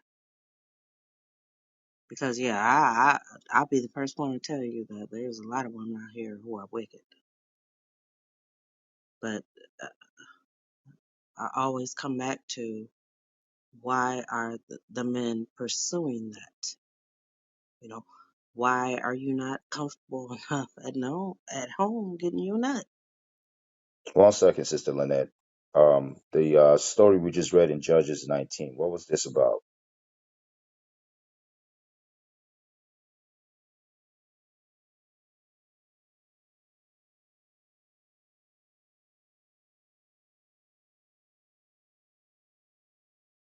Sister Lynette, yeah, you there? The story, Yeah, the it, story we just read. What is it about? I felt it was about a woman doing injustice. I'm not gonna go long winded. No, you're fine. What do And you she, mean doing a justice? I want you to be a little bit more specific. We just read the whole okay, chapter. well, What was it she about? was out of order. She was, and so she pursued something that wasn't supposed to be.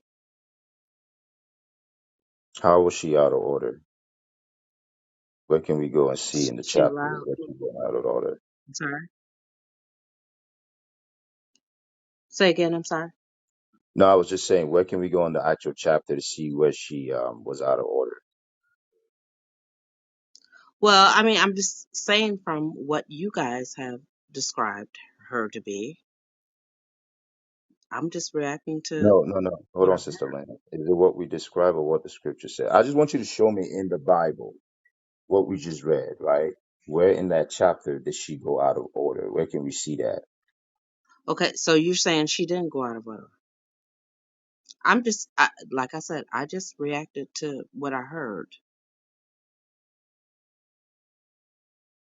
And so if everybody can chime in and tell me that, okay, well, she got what she deserved, right? She All had to right. be out of So, order. Sister Lynette, the point of me asking you that question, right, is this. We read the whole chapter, and Yeshaya was trying to point um, on a particular topic, right? When we listening and we learning, let's not learn just to just be able to bring out a different point, right? That has nothing to do with what we just talked about, right? Let's not make this a sex thing, all right? Men against women. Let's not do that. When we teaching on a particular point, let's stick to that point so that we can actually learn. Okay. And You brother understand? Irene, I agree with you. Yes, I agree with Right. you. I mean, And I knew I'm you not were gonna. trying. I knew we were gonna get into this because I didn't want it to make it a woman versus man thing. I did not, never at all, because it's a systematic thing. It's a cultural thing that we always go through. You know, because men want women and women want men. So this is what I want. I don't want to, have to go beyond that. I mean, tell the truth. Just we're just talking truth, and scriptures back that up. Absolutely, 100%.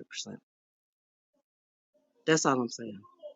So I'm just saying, where as a man as well as a woman as she was, where do their parts? Both of them did something wrong. That's all I'm saying.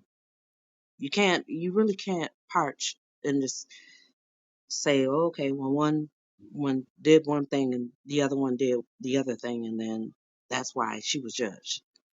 No, it's not true. It's not. I don't believe that. I believe in the fact that we need to, as a people, decide upon ourselves in our minds that we're not going to allow somebody just to trounce in front of us and just be like, okay, well, I'm going. I'm going. That's what I feel like, you know? No, you don't have to go. You can sit your ass right here. Right, right, right. Well, I mean, but in this case, the man did. If you show me anywhere in the chapter where the man did something wrong or that's against the Most High's will, because back in those days, you got to remember, men were allowed to put a woman to death if they found out she was committing adultery, but it was more like a stoning. You know what I'm saying? Um, so you would have to show in that chapter where that man did anything wrong. You know what I'm saying? Especially even in the beginning when it says she separated. Didn't give a reason why she did that. Just said she did that. So again, we got to kind of get away from the fact of thinking that the both people had to do something wrong here. No, in this case, it's talking about So, one person doing something wrong and the judgment behind that. So that's just so you have to get in order to get the message and understand what's going on. You can't say I feel like this, I feel like that, because that's Proverbs 3 and 5. That's leaning to your own understanding. When you keep saying I feel, because that's not what the scriptures say. It said, trust in the Lord with all so thy heart can I, and lean not to thine own understanding. So you have to remember that when um, reading some of these stories, because yeah, the judgments can be harsh, and we want to feel like, oh, yeah, the man had to have something to do. He had to do something wrong too, and the woman. It really ain't about the man or the woman. It's just the moral of the story, because either party, adultery is the same judgment. If the man commit adultery in whatever way he can commit adultery, he can die the same way. You know what I'm saying? So it's just judgment. yes. At the end of the day, that's really all. Salakia, and this is a Levite in chapter 19. And in verse 2, it says that his concubine played the whore against him and went away from him unto her father's house. So she's dipping out after that and was there for 4 whole months. So she's been away for a while. So then he ends up going to the father-in-law's house to speak with her. It's been 4 months after she went and did what she did. So what I see in this chapter is, that was her getting her judgment. And so he already had the knowledge after that had happened with the Benjamites. He already knew that she had committed adultery. And then when you go into verse 29, I mean, that's crazy, but that was her judgment. 4 whole months she was away from her husband after whoring. Verse 2, played the whore against him. So, I don't see him doing anything wrong. Um, the Levite, this is a Levite. This ain't just no any other tribe. It's a Levite. So he did what he knew was accordingly to the scriptures. Apparently, um, yeah, I don't. Salakia, Daniel, so that's the reason why I said what I said at the end. I don't know if that's what the sister responded to, but that's the reason why I was saying what I said is because we read the whole story. I saw the moral of the story. I saw what was going on in the story. And that's why I said what I said to Yeshaya. Um, I didn't mean no harm in what I said. I was just going by what we read in the story. That's all it was. Oh yeah, nah, you good.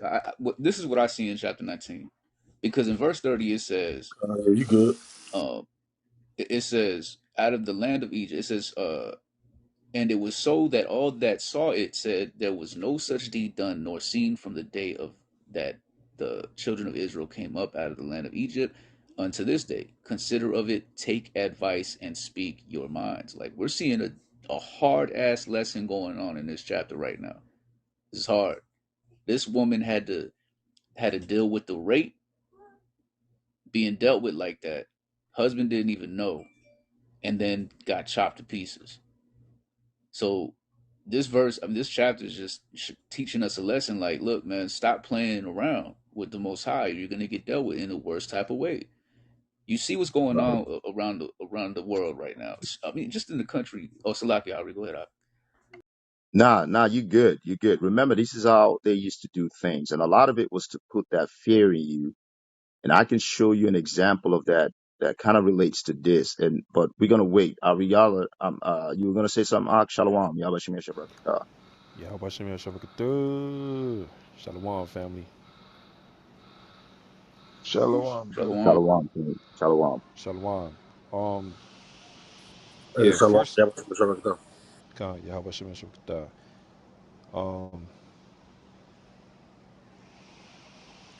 let me get Jeremiah 5 and 7 out. And first off to the sister, you gotta listen. You know, the brother just read a whole damn chapter, and the first thing you got out of that was they both did something wrong, right? You gotta listen, right? Get Judges 19 and verse 2. We'll just tell the sister exactly what happened. And then hold that and give me Jeremiah 5 and 7. But Okay. let's get Judges 19 and verse 2 first, right? Judges And 19 and verse 2. Con. And what happened is as well too, the Bible is a weapon. It exposes a person's thoughts, right? Like Hebrews 4 and 12. So after the sister just heard the whole chapter, the first thing she said was, I didn't want to get into this. I didn't want to get into, battle of the sexes. Listen, there ain't no damn battle of the sexes, all right? The man is supposed to rule. It is what it is. Ain't no damn battle of the sexes. Esau want to put that and portray that today to have the Israelite woman against the Israelite man. Sisters, y'all not going to win this battle. It is what it is. The Israelite man is going to rule in righteousness. And the Most High is going to allow it to happen. Right? So if you think about a battle of the sexes, there is no equality. The man is ruling over the woman in righteousness. The man is made to be above the woman. The man is made to lead the woman in righteousness. There is no equality at all.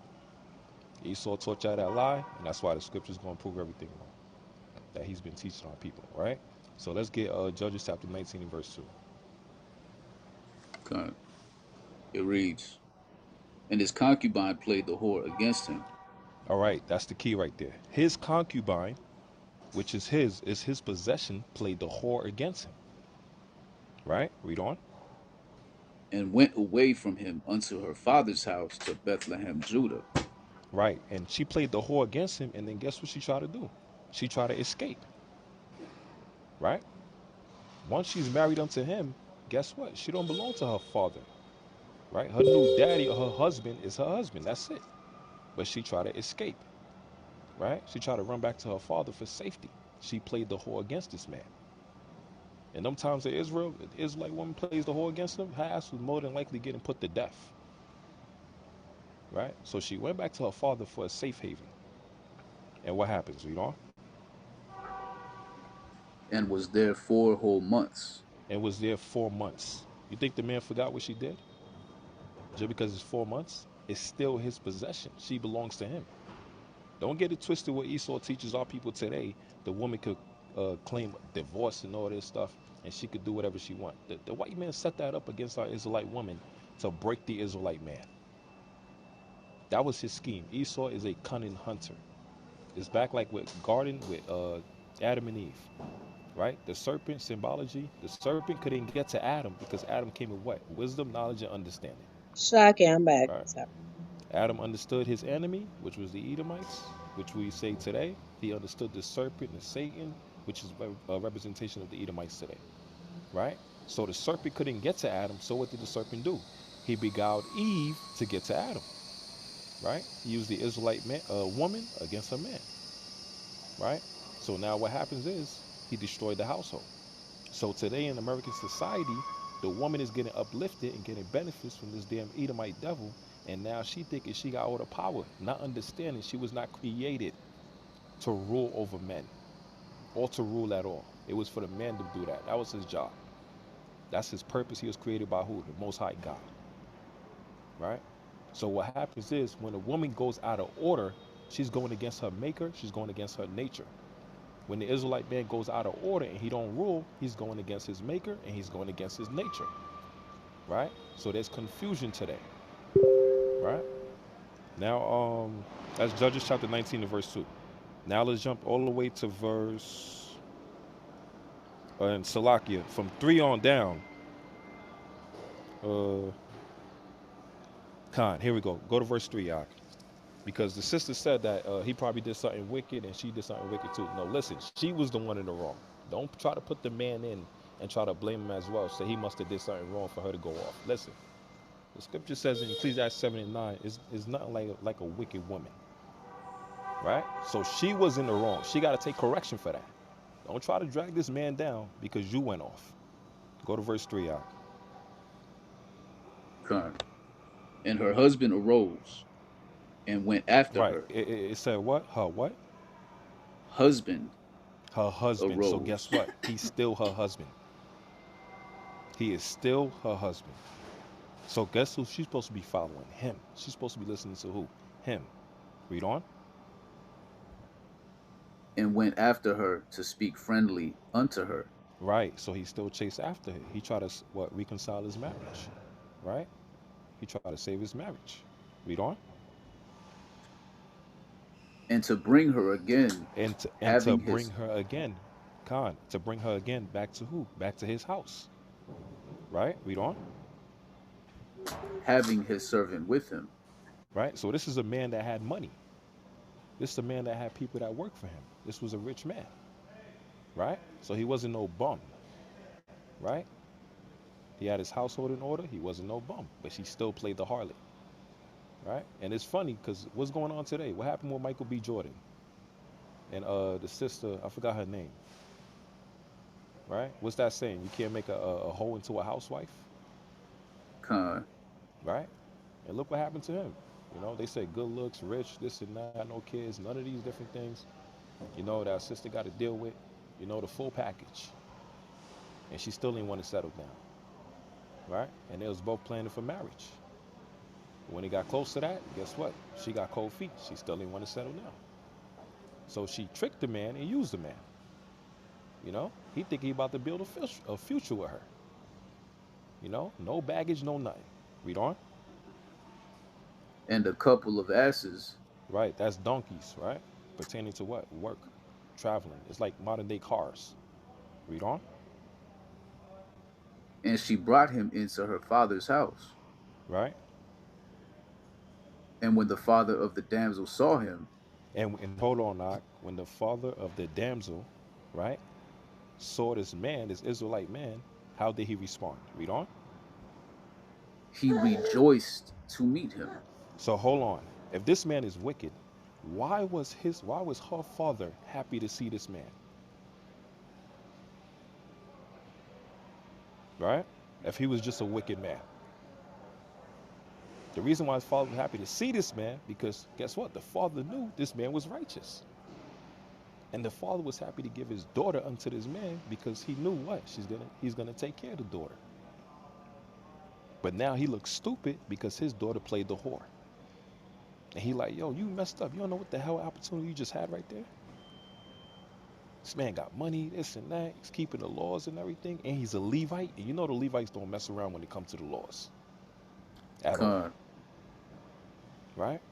So he's a God-fearing man, keeping the laws, and your ass still played the damn whore. And the father understood her ass was supposed to get put to death. He knew that. That's why in these times today, man, Lord willing, if the Lord bring that judgment, like how the Lord was moving in the Old Testament, I'm gonna be honest with y'all, I ain't got no problem with it. Because they got to be a lot of judgment being brought out in this wicked ass time, especially people coming into Israel and playing the damn. Because judgment ain't come yet, so brothers and sisters want to play the damn want to play a damn front, you know, and that mess it up for people that want to be sincere when there's people that's faking and acting. So when judgment come, people gonna have to learn, right? Read on. Salakia. Come. And his father in law, the damsel's father, retained him. Right, retain him. So guess what? So now he's holding him around. They're in the house. They chilling, they chopping it up and everything. He's breaking bread with him. He's probably apologizing to him. Like, look, man, I never thought this would happen, man. You know? I want to sincerely apologize to you. Read on. And he abode with him 3 days. Right, 3 days, right? So they chopping it up, they chilling, they kick back, relaxing. You know, the man probably got a broken heart and everything, and the father's trying to console the brother, right? Read on. So they did eat and drink and lodged Right? there. So he got the food prepared and everything because he understand this man is heartbroken, you know? And guess what? He also understand if this man wanted, he could divorce her damn ass. He got the right to do that. He could divorce her damn ass, and guess what? The father, like, damn, no father want to see their daughter suffer. And especially when she got an opportunity to be with a righteous person. And this man got the money, he got the donkeys, he got the servants. So he's in a power position. But he still went after her, try to fix the marriage.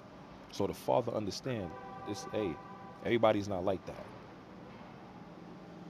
right? So the next couple of verses, the father, hey, dude's about to leave. The father like, hey man, hey, stay another day. Why? Because he want to be sure by the time this man leave, that the man heart is back together, you know, and that what the daughter she apologized and everything, all of that. But guess what? Hold that real quick, Ak. Let me get Ecclesiastes real quick. We'll just drop Jeremiah 5 and 7. Let me just get Ecclesiastes, um, chapter 8 and verse 11. Come. I'm very upset. I just, Right, Ecclesiastes chapter 8 verse 11. And sis, you gotta hold on. If you know, mute your phone and hold on. The scripture's coming out. Bring it out, Ken. So Ecclesiastes chapter 8 and verse 11. Because sentence against an evil work is not executed speedily, Right, because the sentence against her being a damn whoremonger, right, is not executed speed. That means what? God did not judge her yet, right? Just because the man forgive her, guess what? The Lord might not forgive her ass. Because that's wicked as hell, especially if he's a Levite and he's keeping the commandments. The Lord probably didn't forgive her ass for that. Read on. therefore the heart of the sons of men is fully set in them to do evil. So she could have probably went to her father's house and been there for 4 months, and she could have still been hoeing around, right? Now look what the Lord does. Read on. Though a sinner do evil 100 times, Read on. and his days be prolonged, Read on. yet surely I know that it shall be well with them that fear God, which fear before him. Right, and that ties in also with the Rico case today, with Young Thug and all these other rappers, right? They're living in sin, and they committed sin more than 100 times. And the Lord says what? His days be prolonged. Why? Because the Lord is the Lord is preserving them, the wicked, for what? The day of destruction. There's some people the Lord is saving for the day of destruction, right? That's why the Lord even says, don't even envy the riches of the wicked, you know? So now look at this Rico case. Lord got them all set up, and now all the sins the Young Thug talked about in his songs and music, all the people that he said he so-called killed, now guess what? His own people is snitching on him. And then what happens now? Now he probably got to send out the hits, and guess what? That's extra charges on him for committed murder or premeditated murder. So the Lord got them all perfectly in the trick bag. But going back to this woman that committed adultery, the Lord didn't judge her yet. Even though the husband probably forgave her and tried to reconcile the marriage, the Lord still got that judgment ready for her ass. And she will never see it coming. Read on. But it shall not be well with the wicked. But it shall not be well with the wicked. The Levite brother was not the wicked in this case. It was the wicked ass woman, right? That damn horse. She was the wicked in this case. Read on. Neither shall he prolong his days, which are as a shadow, because he feareth not before God. Right, because she didn't fear the Lord. And that's what happens with a lot of our sisters today.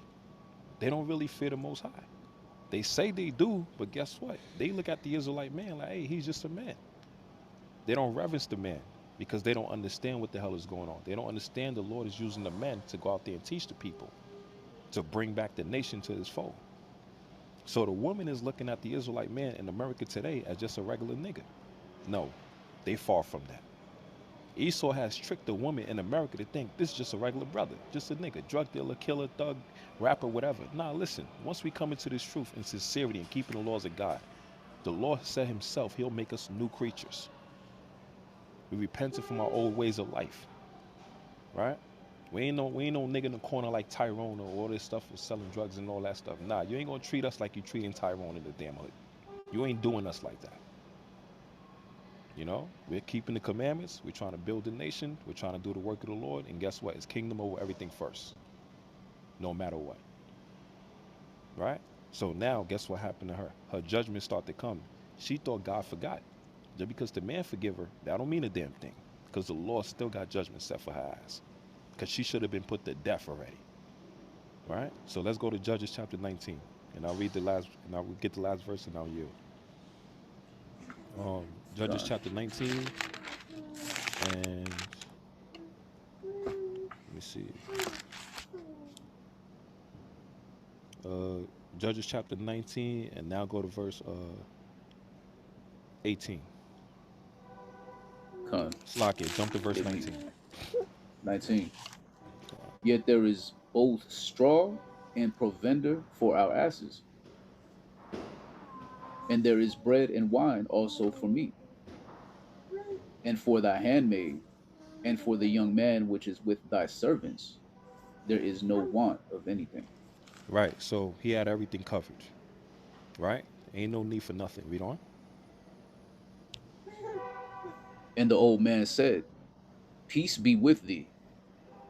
Howsoever, let all thy wants lie upon me. Only lodge not in the street. So if this man was a wicked man, why did this old Benjamite man was so happy to receive this prophet, right? Or this Levitical priest, right? Because he understood he was a righteous person. And he said, look, man, I can't just let you stay out here, man, by yourself, late at night, whatever. Look, man, my house is right here. Guess what? Hey, come in, man. Stay over one night. Now, hold that real quick and let's get Matthew chapter 10, right? So this old man understood this priest that was walking. He understood this priest that came by his house. You know, back in those days, they respected the men of the Lord. You know, you had people that were wicked. They didn't give a damn about the prophet, give a damn about the prophets. They didn't care about the words of God. But you also had people that respected the men of the Lord because they understood the power that they came with and knew who sent them. Right? So let's get Matthew chapter 10. And let's jump to verse, here we go. Let's jump to verse 40.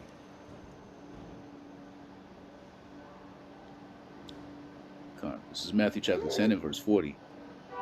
He that receiveth you receiveth me, and he that receiveth me receiveth him that sent me. All right, this is Yahushua speaking, right? And he's talking about the prophets, wherever they go, wherever he send them. He said, whoever let you into their house, receiveth you, they also receive Yahushua. Why? Because guess what? You're a messenger. But who's the one that's giving you the message? Yahweh Bahashim Yahushua, right? So wherever you got to go to lay your head rest, you know, to be safe, protected. Why? Because you're doing the works of the Lord. That supersedes every damn thing on this earth. Read on. He that receiveth a prophet in the name of a prophet shall receive a prophet's reward. You see that? How do you receive a prophet? By you helping them out, you know? Allowing them to stay in your house. And it's not just everybody. You got to try the spirit. You got to understand if it's a righteous person or not. Because if it's a wicked person, you let this person in your house, they'll take over your house, destroy you, whatever, rape you, whatever, you know, do all wicked things. But if it's a righteous person, you know he's keeping the laws. You ain't got to worry about somebody stealing something from you. You ain't got to worry about nobody just, you sleeping late at night and your daughter's in another room and then this man wake up late at night and then rapes your damn daughter. You ain't got to worry about none of that shit. Because you know he fears the Most High God. Read on.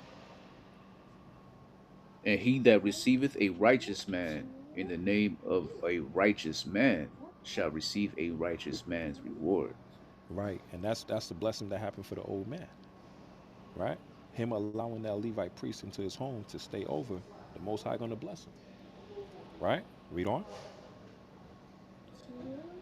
And whosoever shall give to drink unto one of these little ones a cup of cold water, only in the name of a disciple, Verily I say unto you, he shall in no wise lose his reward.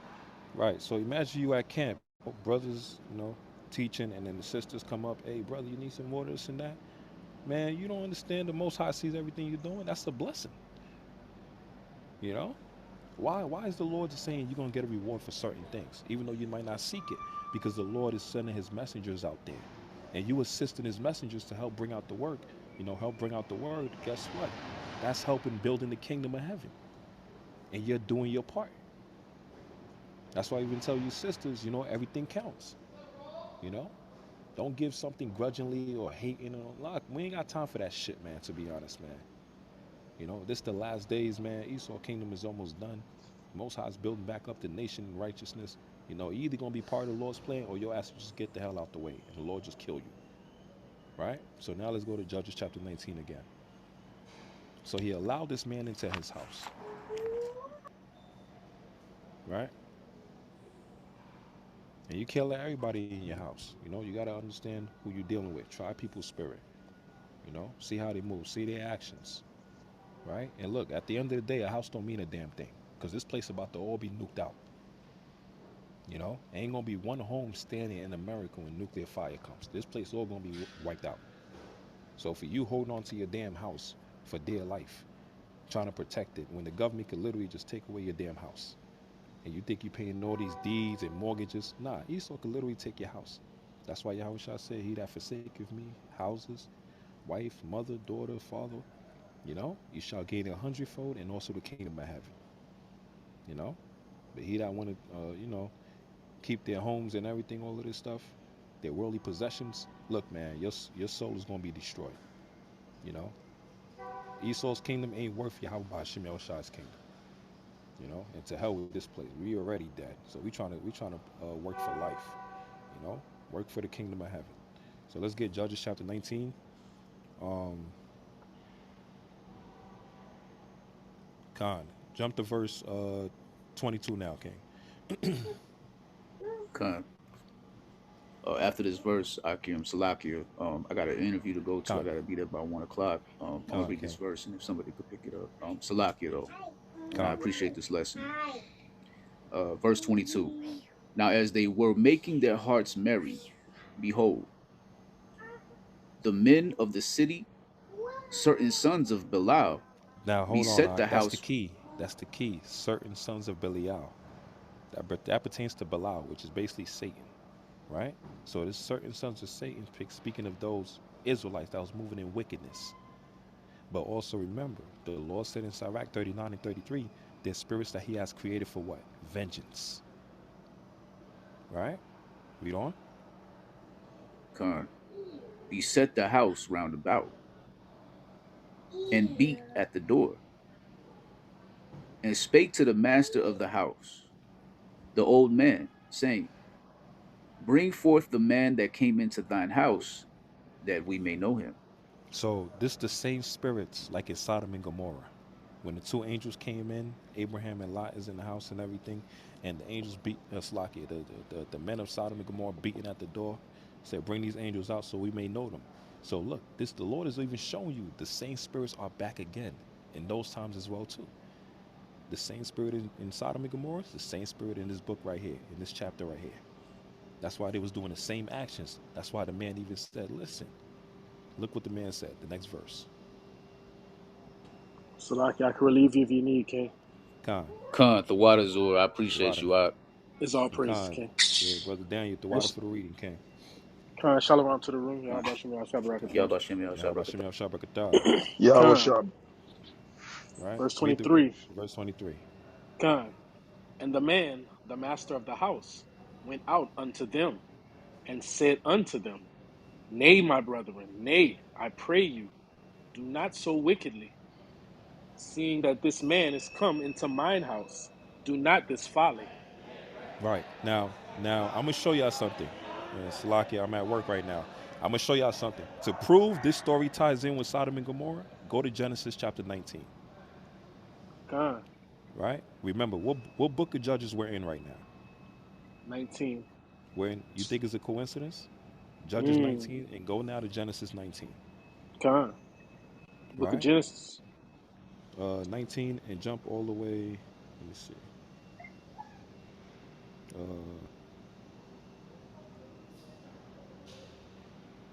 Here we go. Khan. Go to verse 7 now. Con, it's the book of Genesis, chapter 19. Slack it. And Go to verse 5. Go to verse 5. Matter of fact, go to verse 4. It's basically showing you what's happening. These two verse story ties in. Bring it out. verse 4. But before they lay down, the men of the city, even the men of Sodom, compassed the house around, Now both remember. old. Now remember. Didn't Benjamin do that? Con, They surrounded the house, right? And it says the Con. men of the city. So that means what? It was a big crowd. That's right. What is happening? The Lord is bringing judgment. But let's see who the judgment is being put upon. That's why you Con. sisters gotta get your asses in order, man. This ain't no game. Bring it out. Both old and young, all Both the old and young. people. That means what? Right? Old and Con, young. Old generation, young generation, they all come in the spirit of Satan. Belly out. Read on. all the people from every quarter. And they Read called on. unto Lot and said unto him, where are the men which came into thee this night? So the same thing that happened to the old Benjamite man is the same thing that happened to Lot. Right? Con, Read on. bring them out unto us, that we may know them. Now, go back to Judges chapter 19. Con, the book of Right? Judges. It's basically the same story, just in a different time period. Why? Because it's the same spirits. But the Lord gonna Con, use everybody. Everybody got a job to do. The Lord gonna use everybody, the righteous and also the wicked. Right? So now con. go to Judges chapter 19 You want me to pick back and up at 23 or a little bit before to that same language at 22?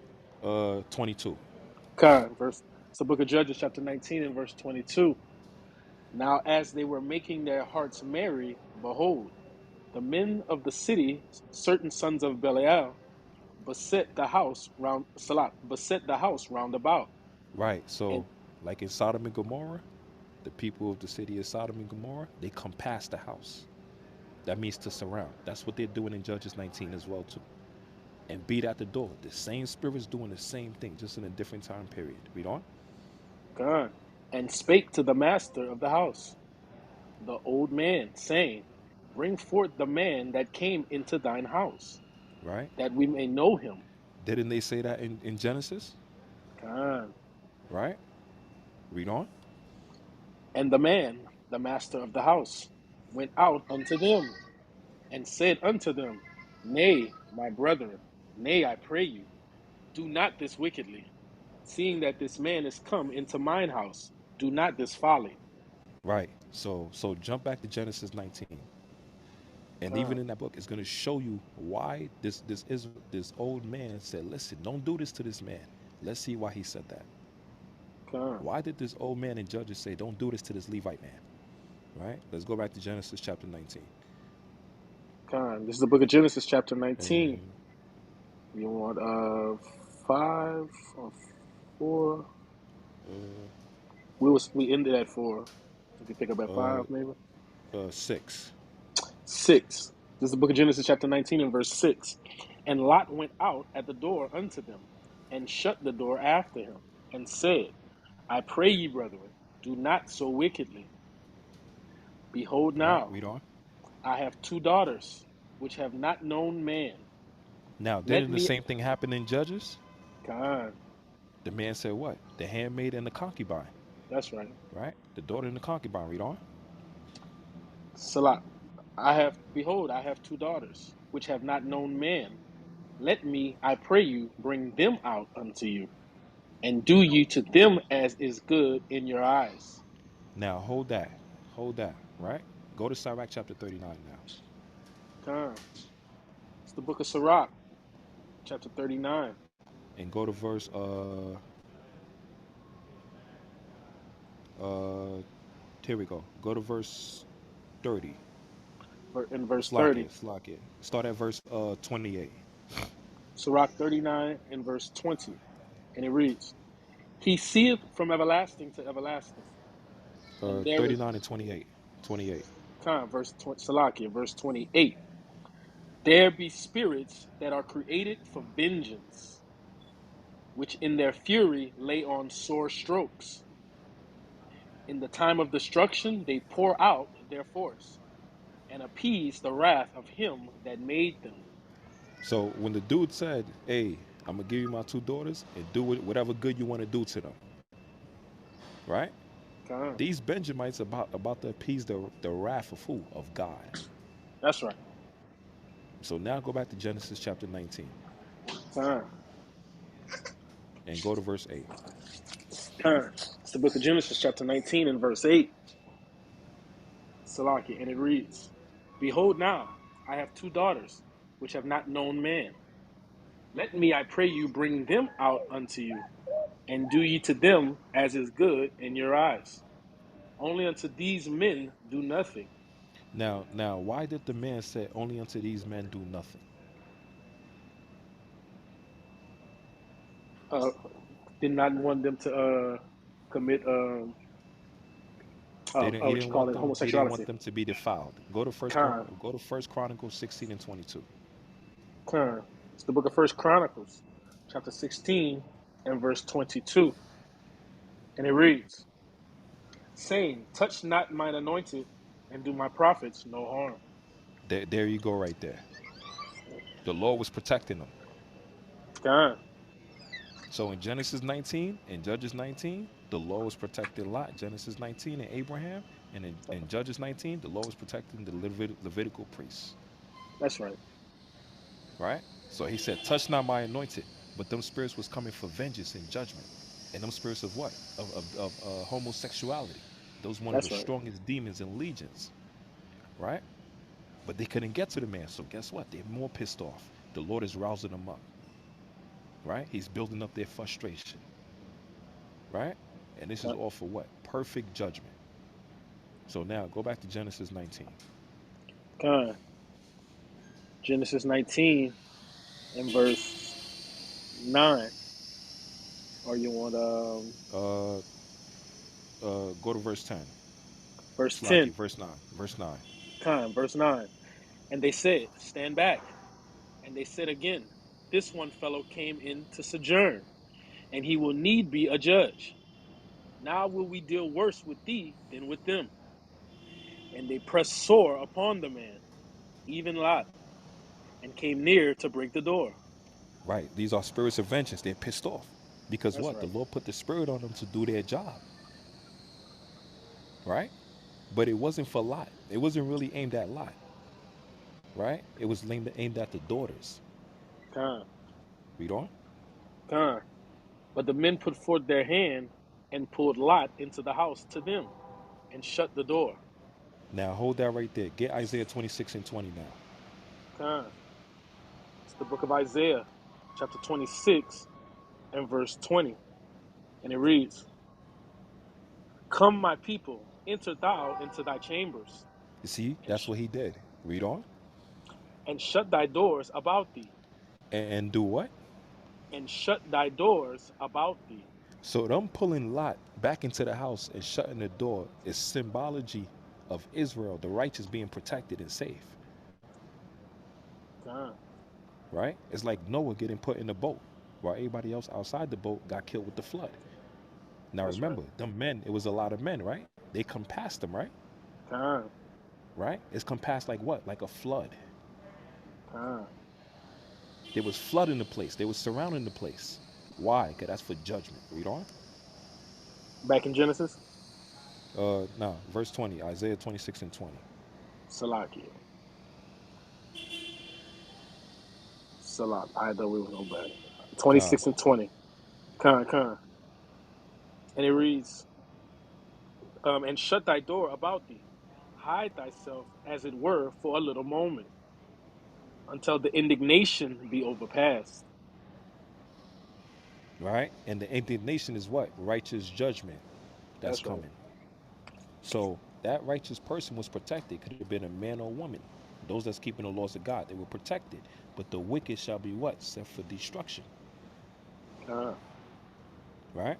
And now, just to wrap it up, let's go back to Judges chapter 19. Con, So Lot wife, we already know this term. Where they say what? Don't look back like who? Like Lot wife, con, right? Because of her action of turning back, basically turning back into the world, which is a symbology, she was what? Turned to a pillar of salt, destroyed, right? So let's go to Judges chapter 19. con. Um, You picking let's back see. up, or you want to go down further? Uh, You're picking up at 24. 24. That's where we left. Let's go to verse 24. Con, the book of Judges, chapter 19, and verse 24. Behold, here is my daughter, a maiden, and his concubine. Them I will bring out now, and humble ye them, and do with them what seemeth good unto you. But unto this man do not so vile a thing. But unto this man that's keeping the laws and the commandments, right? Con, Don't defile him. that's right. He's being protected by God. So in Judges 19, when they said, hey, let's go to this place, and then the dude said, nah, I don't think we should go there. The Lord was directing their steps the whole damn time. Hmm, The whole time. hmm, So for him to say, hey, let's go left, and he said, nah, we should go right, the Lord put it in their mind. They didn't even know it. He was directing their steps. Why? Because the Lord was going to set this woman up to bring judgment on her ass for the crime that she commit, not the man, because he didn't commit no crime. con, So he said unto him, and even had the old man to help him, because the Lord put the spirit on him to do that. Why? Because they didn't understand that was set for the table of judgment. Right? Now that's look right. what he said in verse 24. Here's my daughter, a maiden, and his concubine. Now remember, the concubine is the one that committed whoredom in verse 2, right? Con, Let's get this real quick. So what's happening right now is a trade-off, right? Let's get this real quick. Um, Here we go. Get Proverbs 21 and 18. con. It's the book of Proverbs, chapter 21, and verse 18. And it reads, the wicked shall be a ransom for the righteous. So you see what's happening? Con, Do you see what's happening? The same spirit that they had in Genesis 19. Hey, I'll give you my daughters, right? Why did he say I'll give you my daughters? Because Lot understood his daughters was wicked. that's What right. did his daughters do to Lot? What did they do to Lot? Got him drunk and raped him. They and did what? And raped them. Con, So you see what's funny? What the men try to do to Lot and the angels is what his damn daughters did to him, that's right. right? So guess what? The wicked shall be a ransom for the righteous. The concubine was wicked, she was playing the whore.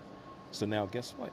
They protected the man that was keeping the commandments of God, the Levite priest, and gave it as a ransom the wicked ass of whore. That's Read right. on. Con. We back in Judges, or you want to continue in Verse 18. Con Salaki? Salaki, I had dropped it. It was Proverbs 21 and 18. 21. Salaki, bear with me. 21:18. The wicked shall be a ransom for the righteous, and the transgressor for the upright. You see that? So the Lord is making an exchange. The righteous will get protected and the wicked won't get their judgment. Sometimes, even if the man forgive that wicked woman for what she did, hey, the Most High probably said, hey, it's over. Your strikes is up already. That was probably 3 strikes, and you committed another offense, which is probably 4 strikes, and it's over now, right? So now let's Con, end it off with Judges chapter 19, con. right? Back, And the back. sister was, and sister was basically happened because I'm looking at the comment section as well too. Uh, let me see what she said. Right. It says women are the birth of humanity. We understand that, but guess what? The man is the one that carries the seed. That's right. So, sister, what's happening in your spirit? This the same thing that you was talking about you didn't want to get into. Now the Lord is exposing your spirit, sis. You know, with that feminist movement that shouldn't Shalakia, work in it. Right? Shalakia, Sis, the scripture's it's still not. coming out. mm, Right? So let me finish these scriptures. Let's get Judges chapter 19. Con. Back in the book of Judges, Right? chapter 19, and sh- sh- verse 25. wow. But the men would Bring it not out. hearken. But the men would not hearken to him. So the man took his concubine and brought her forth unto them, and they knew her and abused her all the night until the morning. And when the day Right? began to spring, All the night into the morning. So she wanted to be a whore, right? Hmm. And cheat with her husband with somebody else. So now the same pleasure she want to live in, right? All the night into the morning. Get First Timothy 5 and 6. Con. It's the book of First Timothy, chapter Shalaki, 5. Shalaki, King. I did not want this to go into that conversation. I Right, hold really on, didn't. sis. Hold on, sis. I'm I speaking just right didn't now. want it to I go into that. understand, sis. I'm speaking now. The scriptures is coming out. So you can't just cut off the words of God. All right? You just wait and mute your phone and just hold on. Right? No The book, interruption when the words of the Lord. There ain't no feelings in this. We're coming with the words of God. It is what it is. Bring it out. the book of First Timothy, chapter 5, and verse 6. But she that liveth in pleasure is dead while she liveth. So she became a whore, and now she wanted to live in pleasure. So now the Lord brought that judgment on her at a set time, and became dead while she liveth. Right? So now let's go back to Judges chapter 19. Con. Back to Judges 19 and 25. And it reads, but the men would not hearken to him, so the man took his concubine and brought her forth unto them. And they knew her and abused her all the night until the morning. And when the day began to spring, they let her go. Right? So 24/7, they did what they had to do. The spirit was a peace, spirit of vengeance. The Lord set that up. That was her judgment. Read on. And he's not Th- finished yet. Read on. Then came the woman in the dawning of the day, and fell down at the door of the man's house where her Lord was, till it was light. And that's the key right there. It says where her Lord was. You see that? So for the sisters, your husband is supposed to be your Lord. That's right. Your husband's supposed to be your Lord. That's First Corinthians 11:3. The head of every man is Christ, and the head of the woman is the man. Who's And Christ's when he Lord? fails to be Yahweh. your Lord, Right? Who's Christ's Lord? Yahweh. That's right. So the way the fashions of America, listen, all of that is changing. The Lord is putting everything back in his righteous order, and there will be order. Read on. And her Lord rose up in the morning and opened the doors of the house. So it didn't say the nigga rose in the morning, right? It didn't say the nigga ain't shit rose up in the morning or the bum ass nigga. It said her Lord rose up in the morning. And it's not speaking about Yahweh or Yahweh Shai. It's speaking about her husband who she committed adultery against. Read on. And opened the door of the house, and went out to go his way. And behold, the woman his concubine was fallen down at the door of the house, and her hands were upon the threshold. Right? Read on. And he said unto her, up, and let us be going. But none answered. Then the man took her up upon an ass, and the man rose up and gat him unto his place. So what basically happened to the woman, she was dead. That's what happened. She got raped to death. And guess what? The Lord is Con, going to bring those type of judgments today too. And the Lord said in First Peter 4:17, judgment starts in the house of the Lord first. that's That's right. twofold. It don't just mean people that's Israelites. It's like it, people that don't know that they're Israelites, right? But it's also talking about people that know that they're Israelites. Who you think the Lord gonna bring the judgment on? A Jake in the world that's wicked as hell, don't know what the hell is going on, or an Israelite brother and sister that know the truth now? Who you think That's the Lord right. gonna bring the judgment on first? Us. He gonna bring it on us first, right? That's why we saying you sisters better get in order, man. Keep these laws and commandments. You know, your husband is your Lord. It is what it is. You know, if you got a righteous man amongst you, you better be thanking God you got that. You know, and be in order. And we're not talking about follow a wicked man. We're not talking about that, right? Read on. Con. And when he was come into his house, he took a Into his knife. house, not her house, his house. And That's that's what right. Esau did today. Esau messed it up for the so-called black woman. She don't understand. You get in Section 8 and the man and you living in the house and you the head of the household. That's against nature. The man is supposed to be the head of the household. But Esau set that up as a scheme to destroy you. So you can help destroy your Israelite man. But guess what? Back in those times, the man was ruling the house. But everything is out of order today, right? So when the sister say she want to be an Israelite, she want to be in this truth. Guess what? If you got an apartment or the house, you the head of the household. That man is supposed to rule that house. So are you willing to give up your power If you really believe in this truth, the Lord gonna show you. Mm. We're gonna find out. Everything will be exposed. And people that say they're really in this truth, they want to keep the commandments, they really fear God, everything will be exposed. And we're gonna see if you just here just to ride the wave, just to be a trendsetter, just to have a good time, just to try to get a covering and you ain't keeping no damn laws and commandments. Everything will be exposed. Right? Read on. And when he was coming to his house, he took a knife and He laid took a hold, knife and laid hold on the concubine, right? And did what? uh and divided her And did together with what? her bone, and divided her And divided her. Read on. together with her bones into 12 pieces, and sent her into all the coasts of Israel. So now, what is this speaking about? This is a parable, right? Mm. He literally did that to her, but it's also figuratively speaking about what the Lord did to Israel. Uh, What did the Lord do to the nation of Israel? The Lord scattered the scattered nation them. of Israel all over the That's place. Why? Because we played the harlot. played the harlot. That's right.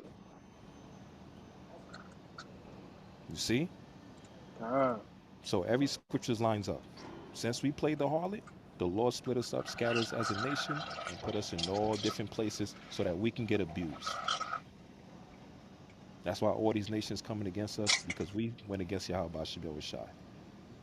uh, But did the Lord forget about the judgment on her? Nope. Even though the man tried to forgive, the Lord still brought that judgment. You know? So the uh, story was the righteous was protected, the wicked got their judgment, and guess what? That's gonna come again today. So you sisters, coming with the battle of the sexes, male versus female, drop that shit. We ain't got time for that. You're gonna build with the nation of Israel, or you just keep it moving, go get your ass back in the world and stop playing games. Because we ain't got time for that. Too many prophecies going on, and there's a life and death situation. The sisters that's sincere, the Lord's gonna make a way for you. Those that's faking the funk, when the bullshit, the Lord gonna destroy your ass. This ain't no time for games. And this ain't no open rebuke, bad and secret love. It is what it is. The truth shall set you free. It's the truth. So, you know, sis, that battle of the sexes, all of that, drop that spirit. We ain't got time for that shit. You know? And I could go more, one more precept. Yahweh Shai even told the sister. She was talking about blessed is the woman, the mother that your paps and all of this stuff. Basically trying to push the black woman is God doctrine. We ain't got time for uh, that. That's bullshit. She tried to push that on Yahweh Shai. Blessed is the woman that suck on the paps, the mother paps in it. Yahweh Shai, no. He said, no. Blessed is the man that keep the commandments of God. that's Blessed is right. the person that keep the commandments of God. So that battle of the sexes, drop that spirit. Repent if you got to. Fast, pray, whatever. We ain't got time for that. And keep order, you know? With that, I'll praise Yahweh by Shemel Shai. I yield the floor. All praise to the Most High. God, Shalom, God, brother. I appreciate that. I appreciate that, my brother. Appreciate that. Con. God. Hey, Shalom. so, hey, Ariel, if you're done, mute up real quick. There's a lot of background. Water King. Hey, Yeshai, were you going to say something? Nah. I was just gonna comment on that 12 chopped up into 12 pieces part, man. The spiritual 12 tribes, 144,000, man, scattered abroad. Damn, we gotta do better, y'all. Gotta do better. That I yeah. Right, right. I'm off. I'll be right with you. Um, this is why I always recommend brothers and sisters always go back and read the Old Testament and the Tanakh. Right there, you will see the real God that we serve, not what Esau has taught us today, not what Esau is pushing on us with these feminine Edomite devil Christ, so called. Right, because that's not the Christ that is in the Bible. Right, when you get into the judgments of how the Most High dealt with us as a nation, right, that will put a tremendous amount of fear in you that you wouldn't even think of doing anything wicked like that, right?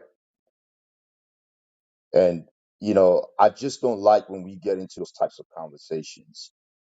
I kind of held my peace a little bit because I didn't want to go in, but all praises, Ariella came up and did the breakdown on it, and the edification came out, and that's what really matters. So sisters, brothers, let's not get into the dividing thing. We know that the man is the head of the woman, right? Nobody's oppressing you. It's just order. All right. This is the law. It's order. You understand? So when we bring up stories like this, let's stick to the point, right? Because that's the only way you're going to learn. You're not going to learn if we're sitting here teaching on a topic and you thinking about something to come back against what was brought out, right? That's that feminism spirit. You can say you don't have it, but it is. And I could see in the chat, you know what I'm saying, certain conversations that's being had when you're supposed to be humbling down and writing the scriptures that are being brought forth, right? Like Ariel always said, it's no time for this. You're not dealing with wicked niggas, man. We don't care that you're a damn woman and we're just going to let you sin and wobble in sin and be wicked and bring shame to our nation, right? We don't play those games. You're dealing with a different breed of men. You understand? And until our sisters understand that, right, you're going to be in the condition that you're in and the Most High is going to kill you in that wickedness. There's no time for that, Israel. No time at all for us to play. There's too many prophecies going on, man, right? Shootings every single day, all around the world, wars in different places, right? Just different things, and the Most High just moving things fast, and we over here still goofing off, right? You're gonna perish in that way of thought, man. And you got to be willing to take correction, right, and move forward, not making that same mistake. All right. You read in First Samuel 15 and 23, he says, "For rebellion is as a sin of witchcraft, man." Right? And stubbornness is as an iniquity and adultery. So if you're sitting over there, you don't want to listen to anything, you don't care, you're still trying to make your retarded point, right? That's wickedness, man. And we're not dealing with that in Israel. You're supposed to learn, pay attention so you can increase in wisdom. That's how this works. This applies to every single one of us, even me. I'm not exempted from this. Every one of us, we got to do better as a nation, right? But I'm gonna yield right now. Just I'm gonna let actually, Amar, before I come to you, I'm gonna let the sisters speak real quick. Sister Lynette, did you learn anything from what was brought out right now?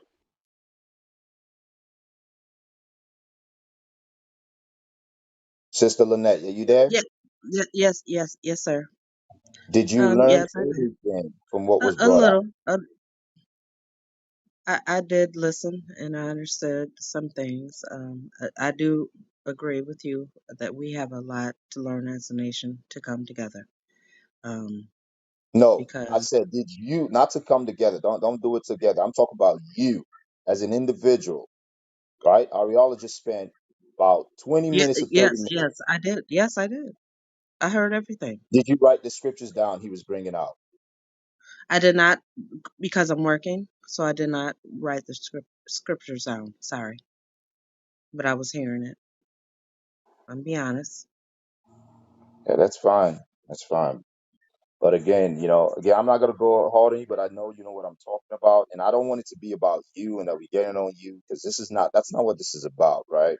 But again, when we have these rooms, right, when certain things happen, right, it's because that's how the Most High wants it to move, and hopefully somebody learns something through this. I was hoping that you were writing down the scriptures, right, because that was really for you to give you a little bit more understanding to help change your thought, right?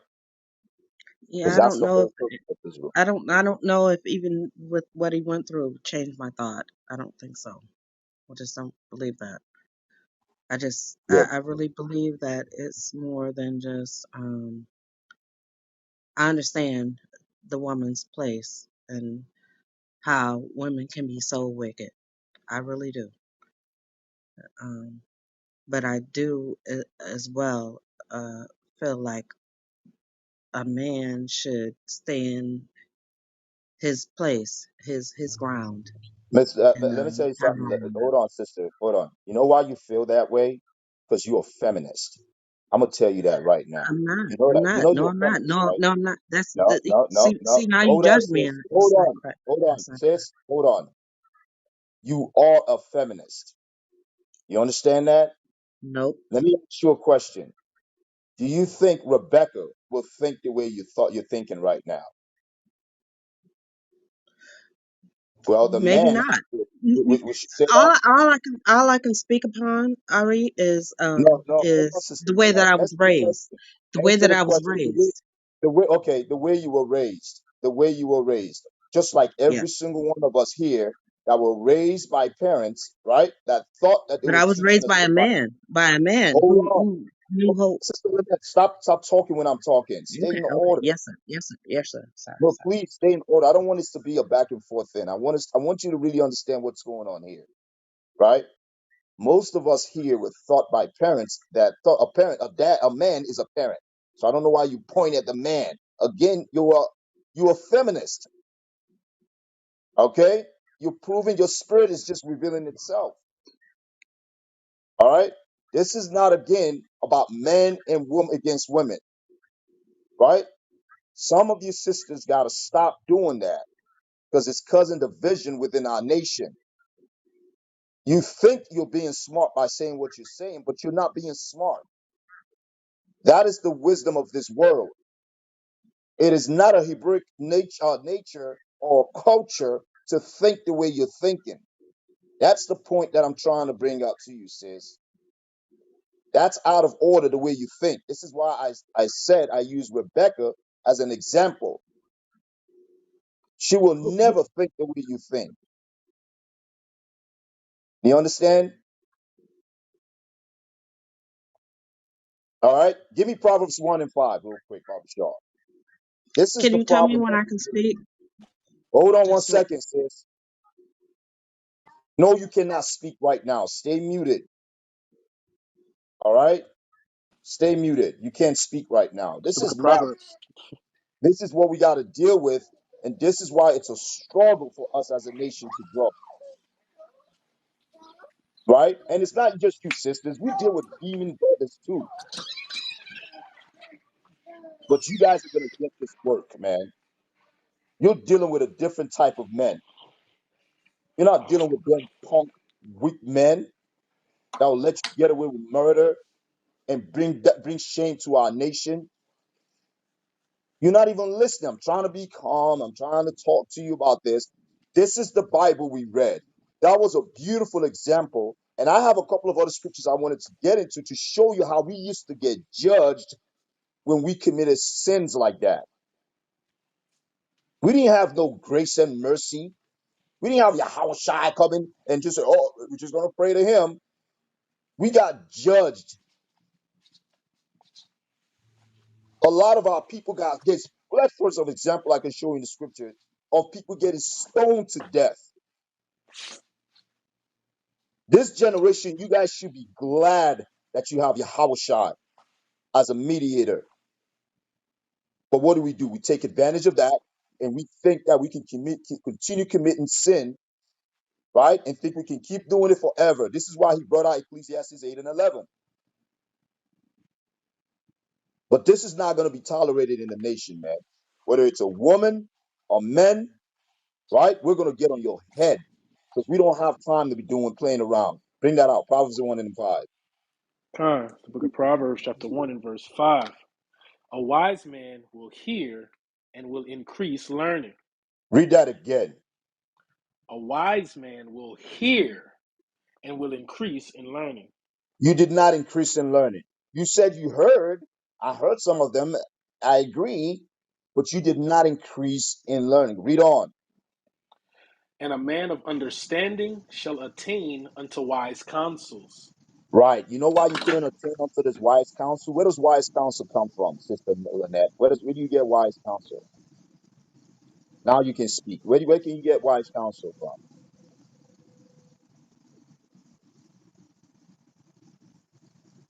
Sister Lynette, you can speak now. You can unmute your phone, your mic. Oh, I Where do didn't you know I get could wise? speak. I'm sorry. I didn't know I could Yes, speak. yeah. Now you don't need to be smart. Don't use No, sarcasm on me. I'm not. I'm really not. No, I'm no. really not. Okay. I What was information you get wise counsel from? okay. I'm gonna take a breath, and can we, you and I, Ari, Sister, because I'm we asking you a don't do it. We question. don't do this. We Where don't can do you get this. what? Listen, sis, where can you get wise counsel from? From reading and from other individuals. I mean, can we just take a pause for a second? Because Sister, you come here. don't tell me to take a pause. I'm asking you a simple question. Where can we get wise counsel from? Where do we go as the children of the Most High God to get wise counsel from? Well, I go to reading. I go to the Bible. Okay. Is that what Brother Ariel did? Did he read the Bible to you? Yeah. Okay. And you know what happened? I just asked you certain questions and you did not attain to the wise counsel that came from it. Because you should have been able to tell me every precept that was written down, right? And even elaborate on some of the points that he brought out. I don't expect you to say it word for word, but at least you can say, yep, this is what I got out of it. You're And I'm muffled. going You're to. muffled. I can't hear you. Can you hear me now? I hear better. Okay. You would have heard what he said, be able to write down the precepts that was brought out, and you could have been able to touch on certain topics, right? That's you being attaining to wise counsel, especially if the Okay. topic is dealing with you trying to correct you, right? So Okay. And listen, so sis, go ahead. we were discussing, talking about how, you know, we ventured from, trouble getting murdered, right? And how it was, part of a woman coming out of her marriage trying to be with another man. That's what I was talking about. And all I was trying to add was that, as yes, she was judged, that men as well have to have that same culpability. That's all I was saying. Oh my I, gosh. Yeah, hold on a second. literally. Oh, hold on. You see, you're still bringing that man into the picture. And again, this is how I know you're not listening, right? Because in that Okay, so it was story we're one person. reading, It was one person who committed adultery, or in two. that story we're reading, right? In Judges 19, right? Was it the Hmm. man? Was it the man that committed iniquity in that story, What I'm or the saying woman? though is, I wasn't talking Sister about Lynette, judges. I was talking about. no, we're talking about. Listen, we're not adding anything else or whatever you feel other men do or whatever you went through as a man did to you, whatever. I don't. We're not talking about that right now. We're talking in the scope of this story here in Judges 19. Who was in the wrong? Was it the man or the woman? The woman. Okay, so why are we making it about the man? Why are we doing that when we're dealing with this particular topic here No, in well, Judges I'm 19? saying that that was the initial conversation of this topic on this app. So we went into something else. And so, fine, if that's what you want to just put that on. All I was just talking about was that men as well as women have to take that culpability. They have to take You're that. still not listening. You're still not listening. You're still not How? listening. You're still, I'm gonna tell you how. We were talking about a particular topic, and it needs to stay with that. We're not gonna be playing this game where if we're talking about our sisters, we must add the man in there. That's the point. We don't have to do that. We could deal with the sister, Okay. and that's All right. it. All right. Okay? Because when we Mm-hmm. deal with the men, we deal with the men. Again, let's stop this behavior. You have to stop it. You understand? You got to stop it. When we dealing with our sisters, it's about them. That's it. There's no nobody else we're talking about. I won't comment no more. It's fine. Okay? Salakia, Salakia, Salakia. Yes. Go ahead, Yeshaya. Yeah. So how this all came about? We were talking. We had veered off from talking about. We had been getting on the men. And see, this is the thing. We had been getting on the men. No man came up and said, well, see, the women do this too, and the women got. No man said that. No man came and made it a man and woman thing, right? And so we had veered away from getting on the men because the subject went to Metro Boomin, his mother being killed by her boyfriend or husband at the time, and we didn't know the story. We didn't know that story. But then the story of LeBron and LeBron's mom and all these different things where it was like wicked women doing these different things, right? And then that's when I thought of the story. That's when I thought of the story of Judges and said, hey, this would be a good opportunity to bring out, this would be a good teaching less moment right here because we can compare it to what we're actually talking about right now. And at that point, it was not about men or women, man got to take responsibility for this or woman got to take. It was more about, okay, we're talking about wicked women right now. We're talking about promiscuous women and women who bring men into adulterous situations, because that is the story of the brother Trouble. The first story that we had up that was reportedly that was a domestic situation that he got caught in the middle of, right? So the woman knew she was dealing with a man and didn't tell. Maybe she didn't tell Trouble. Maybe she did. Maybe he was just an adulterous man. You know what I'm saying? But the point is, if the woman was moving in wickedness, we bringing this story out to show you what the judgment is for moving in wickedness. Now, Trouble, he ended up being the victim of that domestic situation, of that adulterous situation. But you know what I'm saying? It could go either way, because the scriptures say both the man and the woman shall be put to death, right? So this is the point. It never was about really just harping on the woman or the man. Because, like I said, we started out getting on the men. I know, Sean, before I even got on, I'm pretty sure that's all the brothers were talking about for an hour and a half before I even got on here was the men. You know what I'm saying? So when we get on each side, it's like it's really nobody should jump in there and try to throw it off. You know what I'm saying? Throw the subject off to the men. That's that shows something in your spirit, and brothers like us, we pick up on that. You know what I'm saying? We pick up on that. So really the only thing to do, if you misspoke or if something happens, is to just take the correction, really. Because it just gets worse and worse if you try to justify something that was off. You know what I'm saying? Like we're still human, even though we're in this truth. And we understand sometimes people still have certain worldly tendencies. You know what I'm saying? And honestly, I dealt in a way where I was just moving around it. I was just teaching a story. I wasn't even trying to give direct correction. You know what I'm saying? But the brothers saw something and they wanted to just direct it. You know what I'm saying? So that's really it. We're just doing our job at the end of the day. And regardless of whether, the message got across or not, the blood is off our hands. As the scriptures say, the blood is off our hands. So if a person does something that brings judgment to themselves after this, guess what? The blood is off our hands. You know what I'm saying? And I yield with that. Shalakia. I just want to say I accept correction. I won't comment again.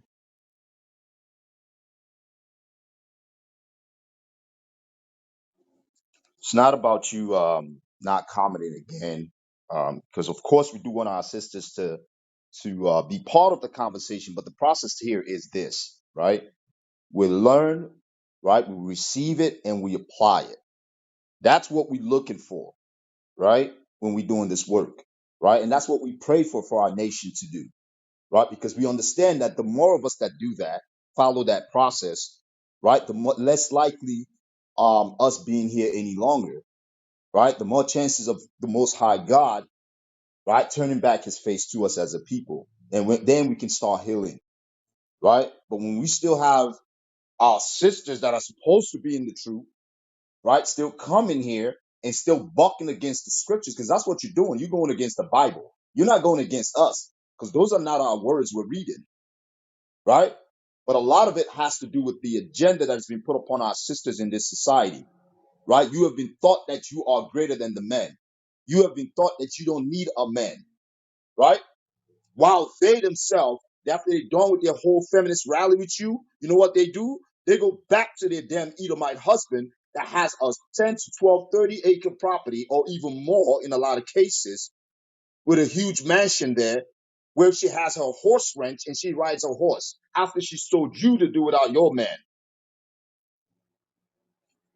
right? We got to be smart in this thing, man, right? We're the supplanter, not them. These are base men, man, that we're dealing with. But because we don't want to increase in wisdom and understanding and learn, right? We stay in the condition that we're in because of that. You understand? This is why I said when I see brothers, talk to them 2 years ago and turn around, talk to them again, they didn't even learn nothing. They still doing the same thing they did a couple of years back. So let's just be mindful of that, man, Israel. Because to be honest with you, it kind of frustrates me sometimes when I see certain people that come on stage and they saying the same thing, and it's like, man, are you learning anything? Like all we doing is it in vain? But we know it's not in vain. So let's just keep that in mind, please. If you guys are gonna do this, please do it in sincerity, man. Or just go back to the world. You're better off being in the world because you're bringing confusion in here, right?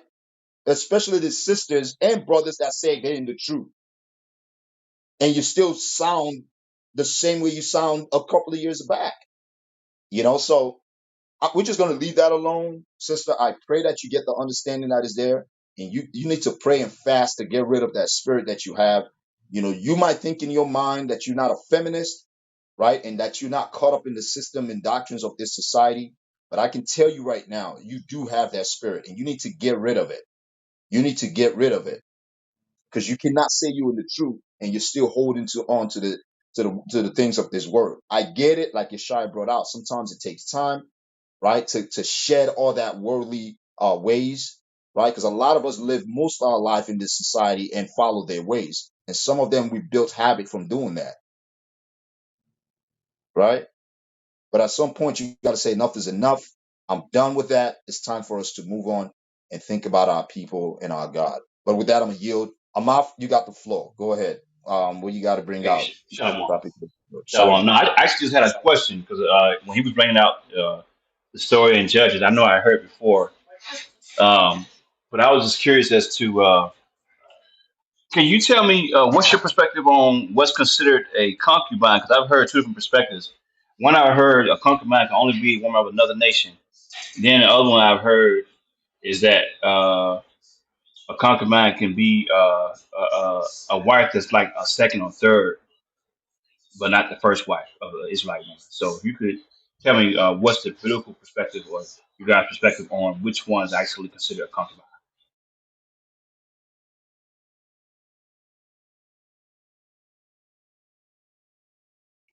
Amaf, when it's being used for the most part, what is it usually used by or for? Like, do you know? Usually, I would probably say, based on what I remember, it's I guess additional wives. can a concubine be a woman of your nation? Okay, now I know there's certain things that we're not allowed to do for our women of our nation. So if you're talking from that perspective, then I would have to say no. No, And a that you know what concubine cannot be. that You go ahead. go ahead. Oh no, real quick, I was just gonna say that always brings up a good question, a topic because people often refer to Solomon when he, First Kings 11, when he had wives and a list of different nations and stuff. But the question then becomes, it's a good question for me. I'm kind of still tossed up in the air about it. What was the sin that he committed? But the pattern that I see in Scripture is what pissed the Most High off with Israel and this repetitively over time was idolatry, not necessarily taking on extra women or even women of another nation. To my remembrance. So I mean, I could be wrong, but when Solomon, what I'm saying, had those 1,000 women, 300 of them was concubines. But the some of them concubines, or I can't remember if it and I apologize, I'm at work, but if it says which women turn his heart away, into idolatry. But some of those women, whether they were his wives or the concubines, some of them turned him into idolatry, and that's what pissed the Most High off. So I wanted Hold to, on. Who kind do of you get a think? perspective Hold on, Amaf. Who do you think did that? Who do you think turns his on that. heart, I turned mean, his wives? who did I think? I would probably say that probably the other women did it of the other nations.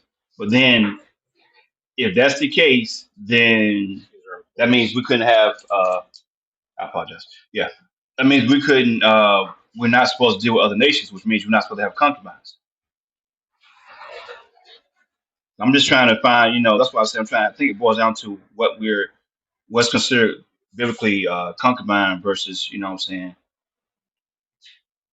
I know a wife is just a wife, but you know what I'm saying. And even like when it says taking on another wife, it says another wife. And actually, when you mentioned it with the Exodus, that scripture in Exodus, it says another wife. It doesn't say a concubine as a second or third wife. So I'm just trying to figure out because these terms are thrown around, and sometimes the context or I guess the titling of the woman can be a little misconstrued or a little confusing. But I want to kind of put it in perspective because, from my understanding, Solomon went off when he went into idolatry. That's what pissed Mosai off, not Okay. necessarily deal with the Okay. other women. Amaf, 1 second. 1 second. 1 second. All right. So let me say this real quick.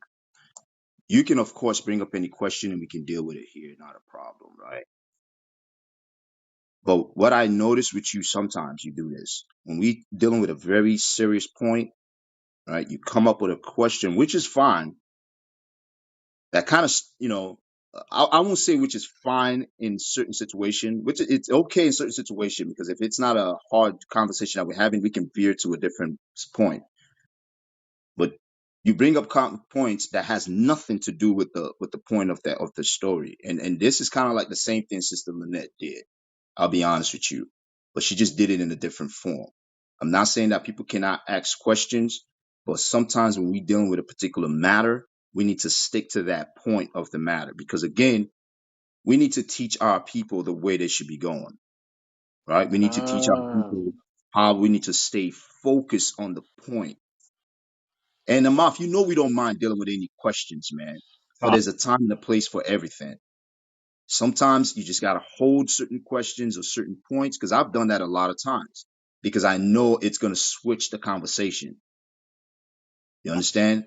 So you Yeah, have to I know. think the reason why they came out is because you know how you want to get a question out while you can remember while it's fresh in your mind. That's why I came out like that. So Yeah, my but apologies. Amaf, you can hit either me or any of the brothers on the back chat and just send that message and say, hey, yo, let's deal with this later because I do want to get a little bit more understanding on this point, right? And we could have gone into the Bible and see different examples and really get into it. Because topics like this and conversations like this, we have to kind of get, I mean, we can get right to the point, but we want to deal with different examples and we want to go through the law and everything to address when that can happen. You understand? When that process can Um, happen and what kind of concubine is it dealing with and with certain aspects. And you know what I'm talking about. This is in the law. Okay. But what it's going to do at this time, it's going to veer the whole conversation to a completely different point, and we're going to lose track of the story here. Because this is a very important point that Yeshai brought up by bringing out this scripture, right? Because again, it has to do with the topic, right? The point of concubine and when um, can a concubine be a concubine, that don't have nothing to do with this. We're talking about our nation, right? Or our people that we deal with, right? That are committing adultery, right? Or our sisters and brother within the nation committing those acts, right? So this is a great time for us to teach our people that we have to separate from those ways and those acts. Because what? It leads to our judgment, which can lead to our death and destruction. So let's keep things um, in conversation, in line with the topic and in line with the actual build at hand. All right. So that's all I'm saying, Amaf. And I do want to deal with you on that. So just send me on the back chat because I love going through the scriptures. Hit me on the back chat and maybe we can get a few brothers and we can chop it up with that. Or maybe a different time when we're not having any big topics here to talk about. But let me go back to the. Is it um, what? Hey, Amaf, was that all you had to say, King? Yeah, yeah. It was just a fresh question on my mind, man. You know how I do sometimes. I be just Right. it bring out topics on, man. So it's all good. I hit you on the back channel, brother. That's Yeah, lucky. hit me. Yeah, we've done this before. You know that. So I just kind of want us to stay on the topic because to me, I just really, when it comes to us really doing right to the best of our ability and actually being sincere in this thing, right? I take this very serious. I fear the Most High God, right? And I know most of us in this room do, right? And every day you should wake up to see how you can please Him every day.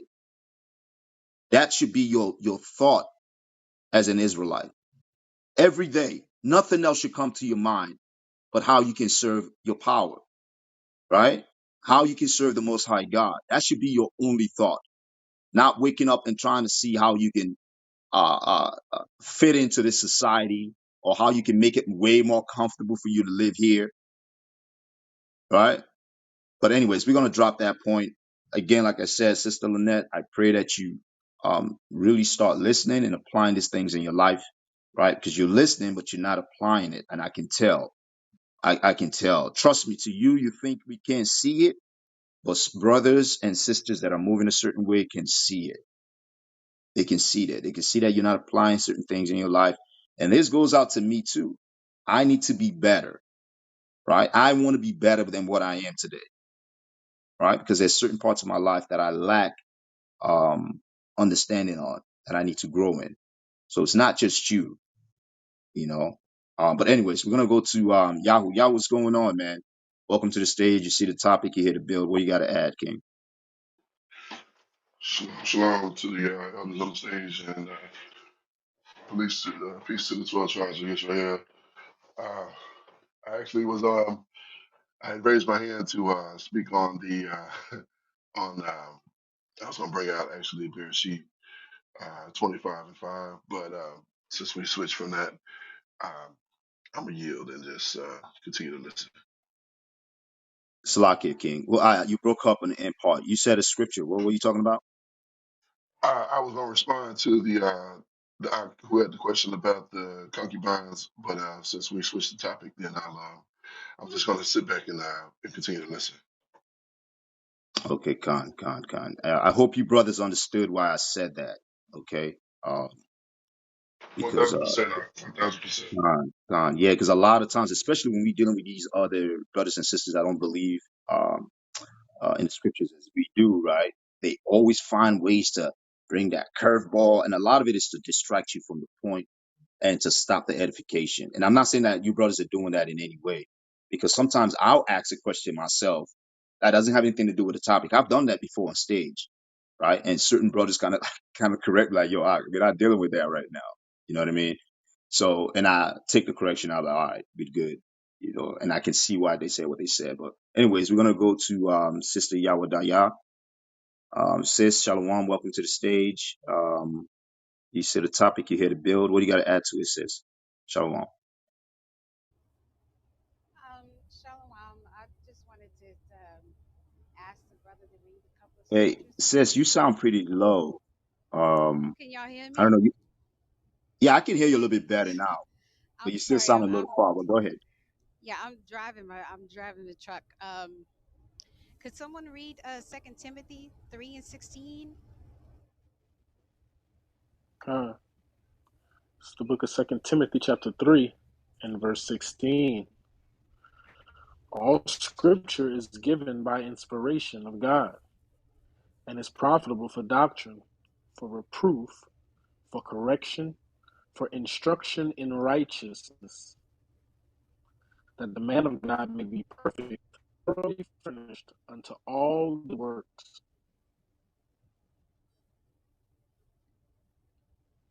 I Yes, got I a just red want to. bar. Could y'all hear Oh, me? yes, I heard you.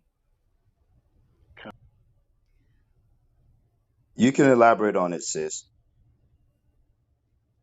Can y'all hear me? Yeah, Con, we hear we can you, hear you. sis. Yeah, you sound a little Okay. far, but we can hear you. Yes, all the scriptures that's in the Bible. There's a lot of prophecies in the Bible. There's also different experiences of different people, um, their actions and their judgments that came down from the Most High. Everything that we read in the Bible is there in place for us to learn. And sometimes we don't understand the judgments and everything. Sometimes it might seem a bit harsh in our standpoint. But the Most High, you, instead of trying to lean on your own understanding, when you read these different accounts of the judgments that the Most High laid down on some of these people, you should try to understand what the Most High is trying to tell us in these particular scriptures. Just like in Acts, when the Philip asked the Ethiopian eunuch, he asked him, "Do you understand what you're reading?" When he was reading Isaiah, he said, "No. How can I, unless some learned man teach me?" So instead of leaning on our own understanding, we should try to, like the other brother was saying, we should uh, uh, try to find out exactly what the Most High is trying to tell us in these scriptures by going to these learned men that the Most High is allowed to open their minds to understand the scriptures instead of leaning on our own understanding. Everything that's in the Bible is for us to learn. It's not all about us. We have to. The Bible is about the Most High and Yahweh Shai and what He expects from us. And yes, He wants us to keep His laws. And when we go off, the Most High allowed us to read different accounts of even the most faithful of His servants. And when they went off, He judged them. He didn't hide any of that from us. So we have to obey the Most High, and He's letting us know, if you do not, you will be judged. And that's all I wanted to say.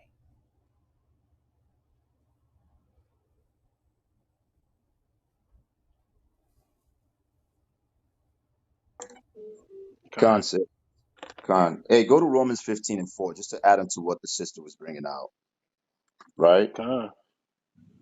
It's the Let's book just of add on. Romans. Yeah, bring it out. Salaki. You said 15:4, right? Yeah, right to the point.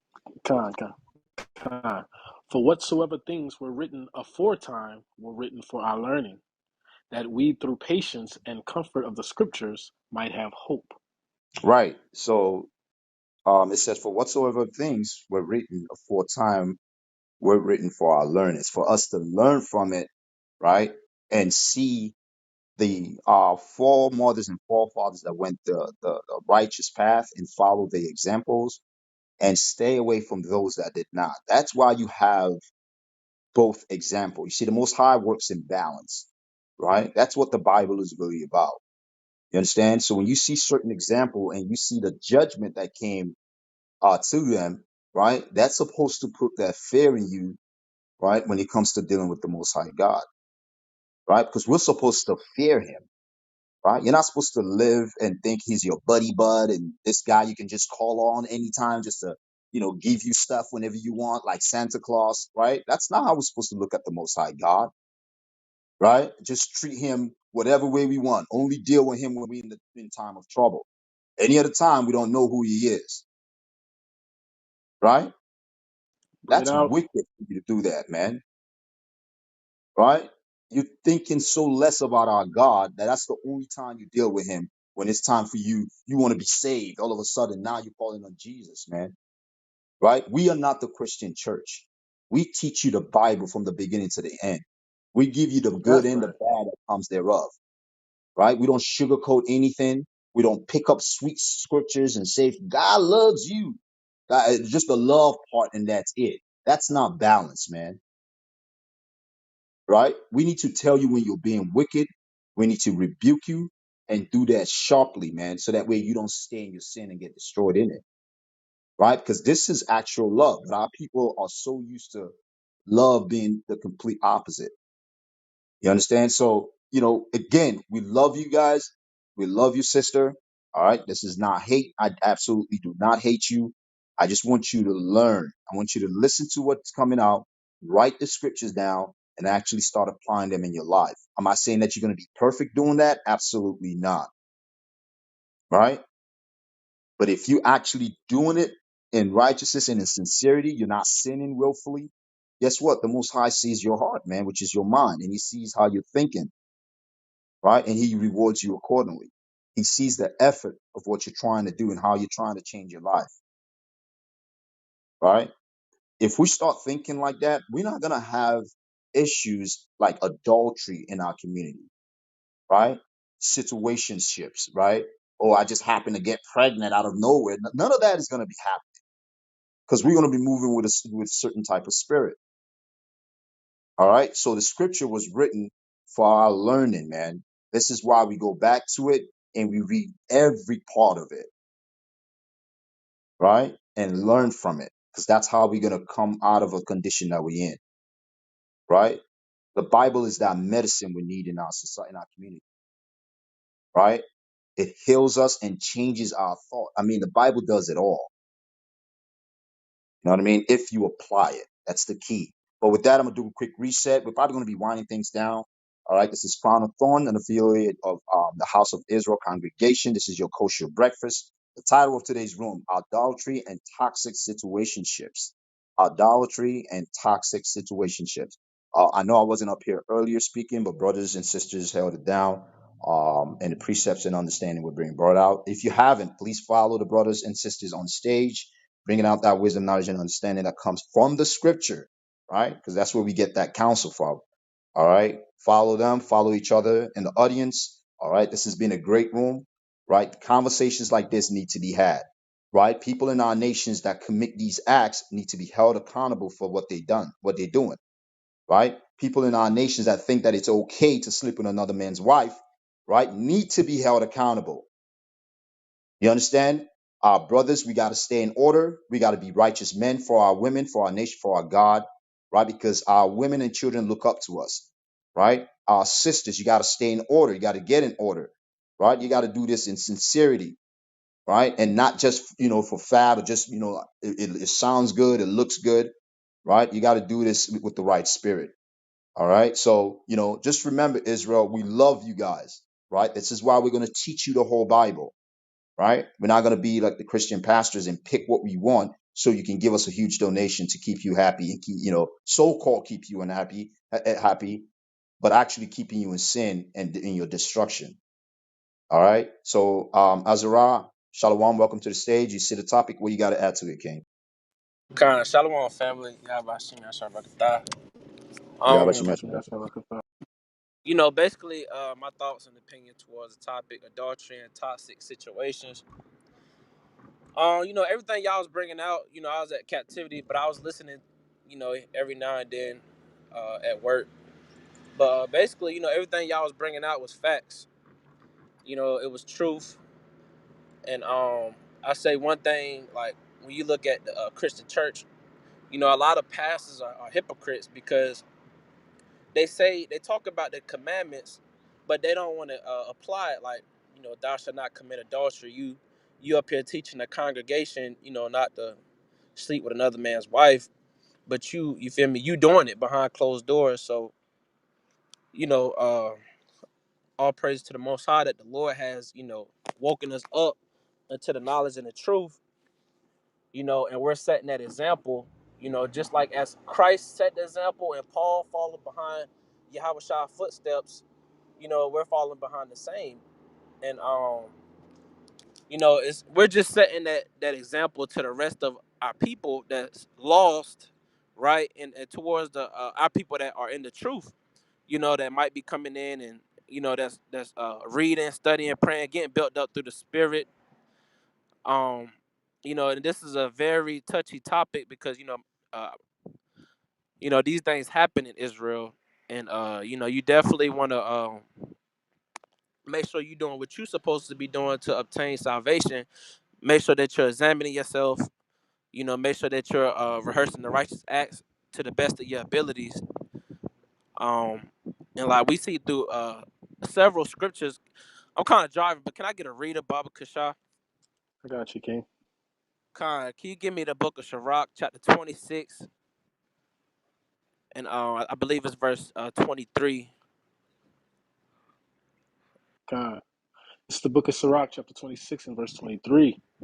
A wicked woman is given as a portion to a wicked man. See that? The Lord say a wicked woman is given to the portion of a wicked man. And this is the Lord just make it plain. Like it's a lot of toxic things that go on between, in our community that we have to work on.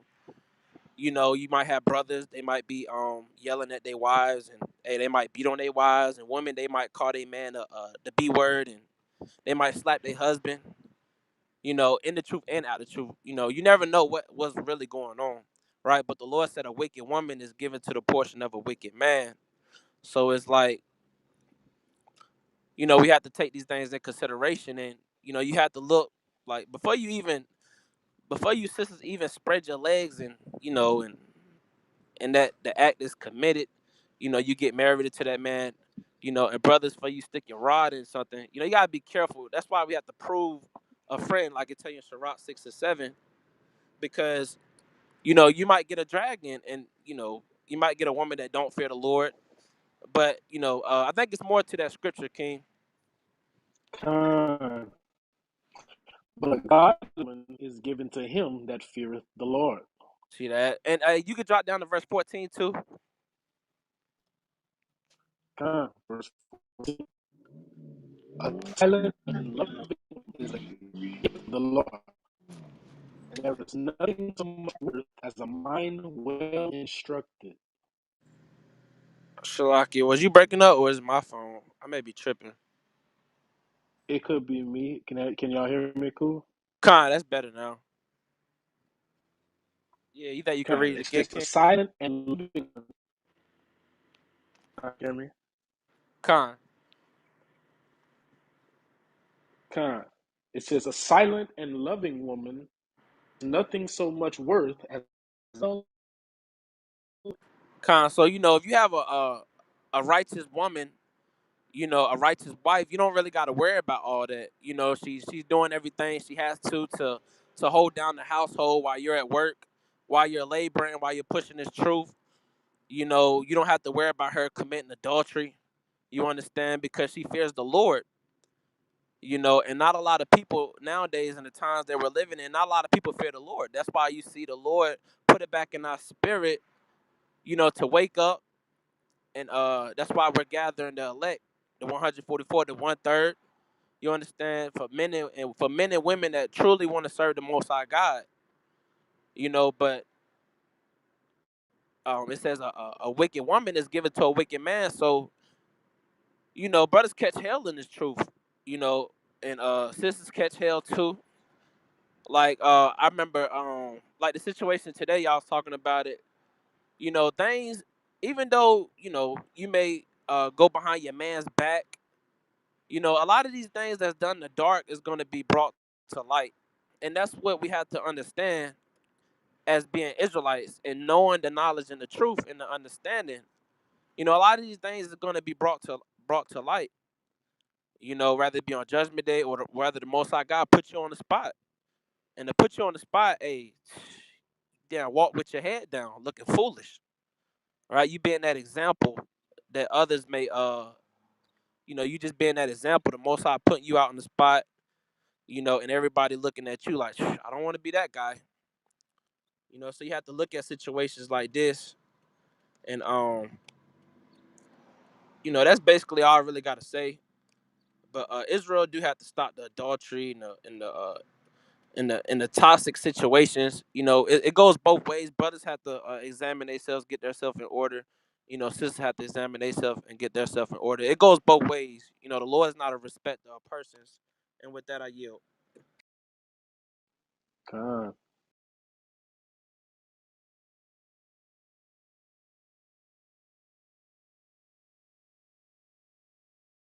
Con. Hey, what's going on, Jay? What's going on? Welcome to the stage. You see the topic, you're here to build. What do you got to add to it, King? Oh, I'm just trying to peep the scene right now, trying to figure out what y'all talking about. I appreciate that. Yeah, no problem, King. Yeah, the topic is adultery and toxic situationships. What do you think about that? What do you think about adultery in general? Well, coming from a broken home, I mean, it's the most bogus thing. I was just in a couple other rooms earlier today, and I was telling them, I was like, I've never been the type of guy that, try to have a woman on each arm or each appendage, shall I say. Um, so, like, that right there, I don't understand. I watched my dad do it to my mom. I watched my dad do it to my stepmom. So, I mean, that just don't fly with me. It's very, it's very toxic to say the least to all relationships. Because when young men grow up without their fathers, they tend to become more emotional, this and that, all these other things, all these negative qualities that women don't like. And when women grow up without a father, they tend to become, toxic in their own way. So in the end of the day, infidelity or adultery in general, just it's a bad thing. I mean, it's hard to get a grip on it nowadays though, because everybody do what they want, and when women, do what they want, it's kind of impossible to tell a woman, "Yo, you only talking to me." If you want to go mess with 30 dudes, go mess with 30 dudes, but don't expect somebody to take you serious. Um, but today's the climate we live in today just makes it very hard for men that are on the right side of things to tell women that are on the far left side of things to come back onto the right side. So, um, I'm landed. Okay, that's what's up. That's what's up. Just to give you a little insight. Okay, I don't know if you already know this, but this is a biblical platform. I don't know how long you've been in the room, um, but what we do is we teach the Bible to our people, right? The so-called blacks, Hispanics, and Native American. You ever heard of the Israelites, Jay? Yeah, I have. I heard you guys a couple times. Okay, all praises. What do you think, man, about it? I mean, not to be controversial, I feel like it's just a hard push in a different direction than what I guess we were taught. Well, what I was taught as a kid, when it came to like Christianity and stuff like that. Um, so I mean, it's a different side of things, but I feel like the message, all in all, is pretty much the same. So I have no gripes or issues with it. So I guess I'm kind of on board. I guess you could say. Oh, okay, cool. You said the message is the same. You mean like Christianity and what we teach? Like when I say Christianity, like modern day concept of Christianity, like the TD Jakes and all that. You think they're the same with what we teach? That I can't agree with because like I said, I'm not really into it 100%. I just kind of hear things back and forth. Correct me if I'm wrong, but the Black Israelites talk about how Jesus was black and Christianity says he was white. But in the end of the day, I think the color doesn't matter in a person. It's just like Martin Luther King said, it's the content of the person, it's the character of the person. So I mean, if the message is still the same, regardless if he's white or black, I mean, did you get the message? Right. All right. So I'm gonna bring up one scripture real quick, right? Yes, sir. And I want you to tell me what you think about this scripture. And that's just to add on to the point, like you just said. It doesn't matter if it's white, black, right? I just want to make sure I'm not misquoting you. That's what you said, correct? 100%, 100%.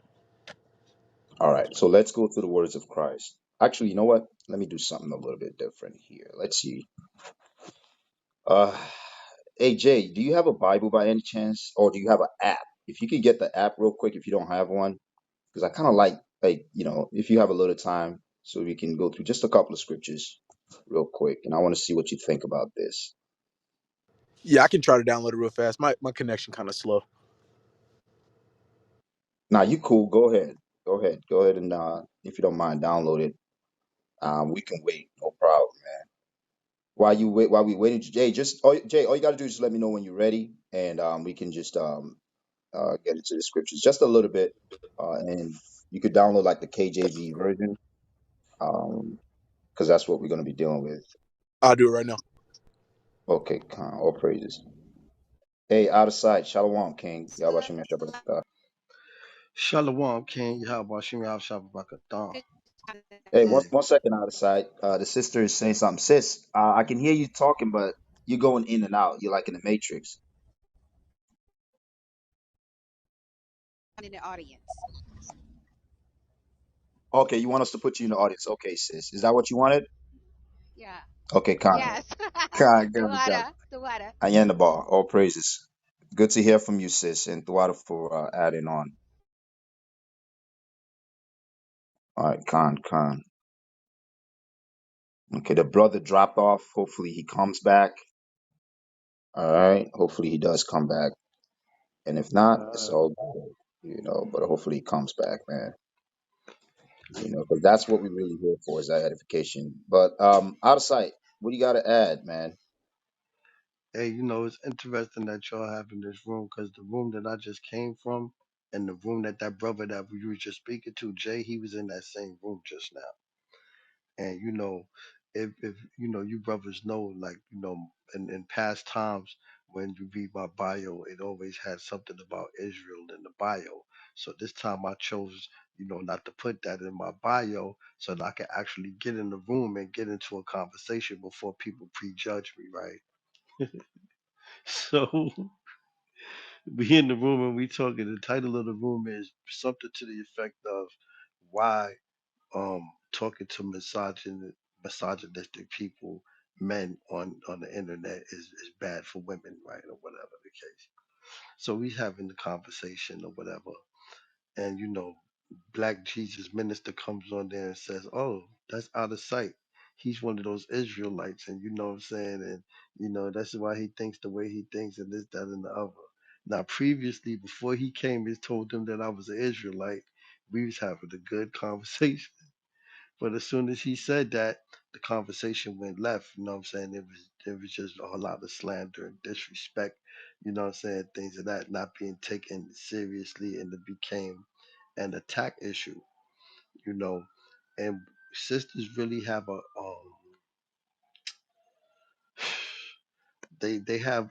they have this really, sisters that's not in the truth. They have this very very warped idea of our relationship and our thoughts on women. So it's when you have conversations like this about adultery, yeah, it's wrong to commit adultery. We understand that, but they would liken, a man having more than one wife. They would liken that to adultery in their mind, right? And these situations, I mean, we've definitely experienced these toxic situationships, what I'm saying, within Israel, you know, um, and it's sad because it puts such a it puts such a like a stigma on the relationships of Israelite men and Israelite women in this awakening. And you know what I'm saying? And it's sad because when our sisters do come out and say, yo, this is not something that we're experiencing, they say that we brainwash them or they call them pick me's and things of that nature. You know, those things happen in Israel. Adultery may happen in the body of Israel and during this awakening. And it's gonna be some toxic relationships as well.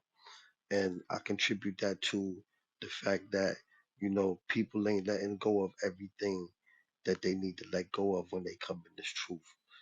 And for women especially, I believe it's harder for them because they feel like they have less, like more to lose in this kingdom than we do as men, because they get put on a pedestal in this kingdom, and they get to run shit in this kingdom.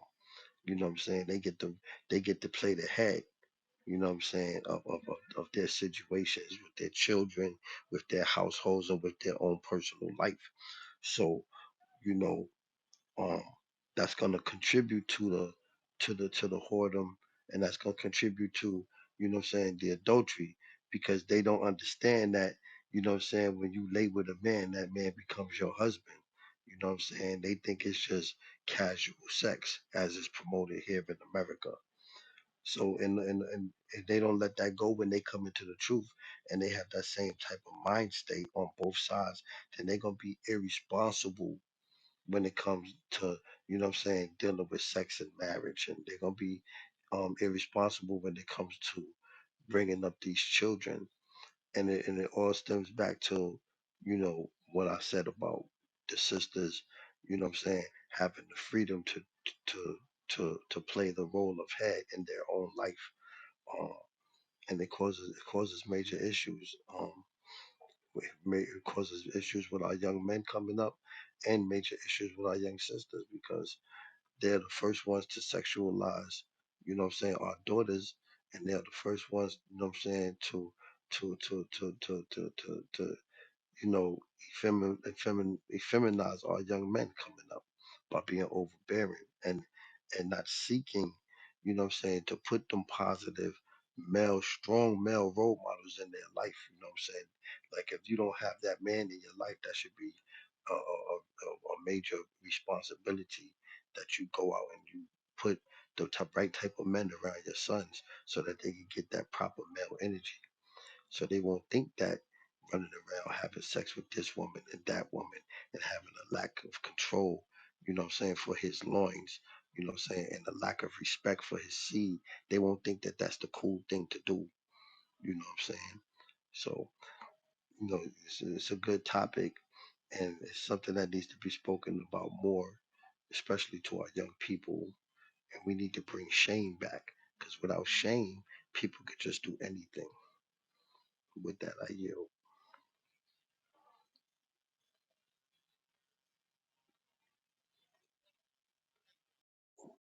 Khan out of sight. That's a great point, man. We need to bring back that shame, when it comes to dealing with our people that are choosing to live in sin, right? Because we can see that in the scriptures, because that's how they dealt with each other when they went off, right? And a lot of it was to put that fear on our people, so that way they will refrain from living a certain type of lifestyle, right? Let's go to a couple of examples real quick, just to add on to the point.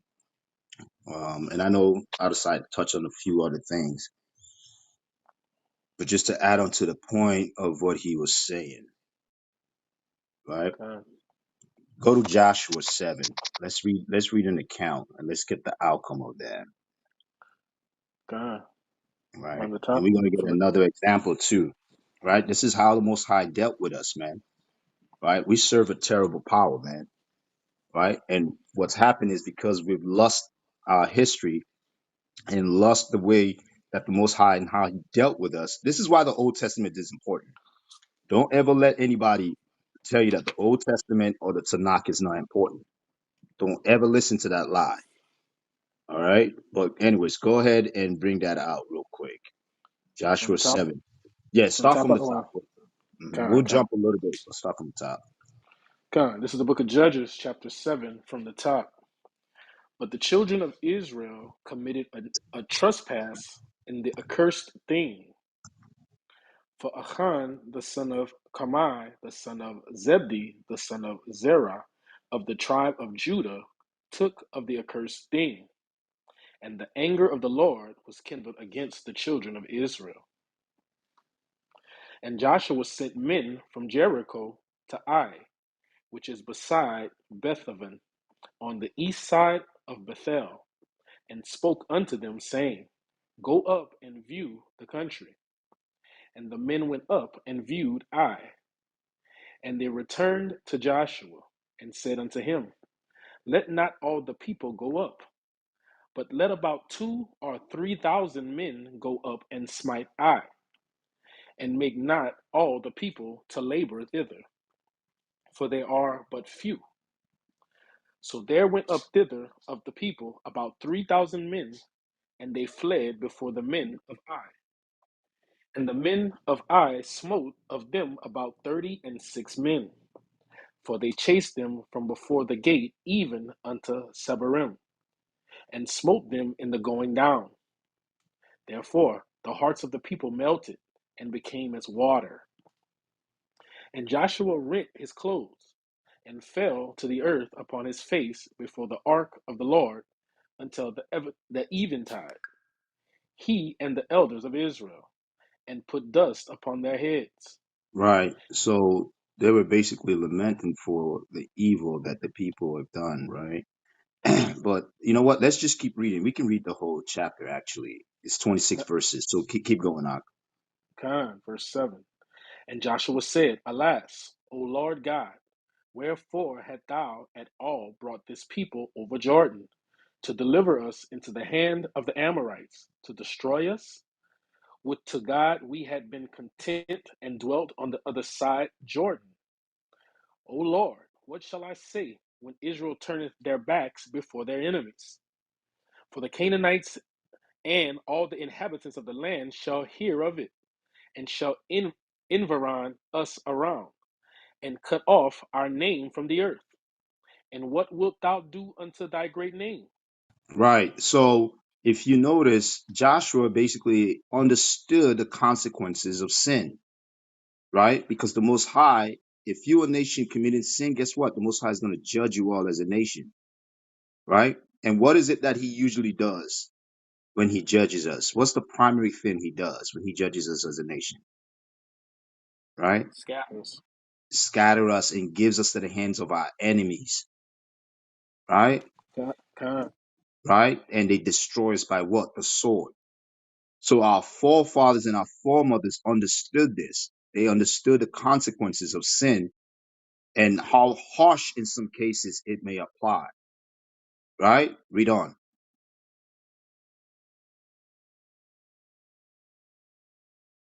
Cesar, read on, verse 10. Con. Salaki, okay? Verse 10. Why liest thou thus upon thy face? Israel had sinned, and they have also transgressed my covenant, which I commanded them. For they have even taken off, Salak, they have even taken of the accursed thing, and have also stolen and dissembled also, and they have put it even among their own stuff. Therefore, the children of Israel could not stand before their enemies, but turned their backs before their enemies, because they were accursed. Neither will I be with you any more, except ye destroy the accursed from among you. Up, sanctify the people, and say, sanctify yourselves against tomorrow. For thus said Yahweh God of Israel, there is an accursed thing in the midst of thee, O Israel. Thou canst not stand before thine enemies until ye take away the accursed thing from among you. Right. What is this verse talking about? Hold that. Go to Leviticus 11 and 44. Come, All right. We're supposed to be a holy people, right? We're not supposed to have anything that will profane us as a nation of people, right? We're gonna go right to the point and come right back to this. Leviticus 11:44. come. For I am the Lord your God. Ye shall therefore sanctify yourselves, and ye shall be holy, for Ye I am shall be holy. what? Ye shall be holy, for I am holy. Neither shall ye defile yourselves with any manner of creeping things that creepeth upon the earth. Right. We're supposed to be a set apart nation of people, holy, right? And not part of this system or do their ways or anything that will affiliate us with them.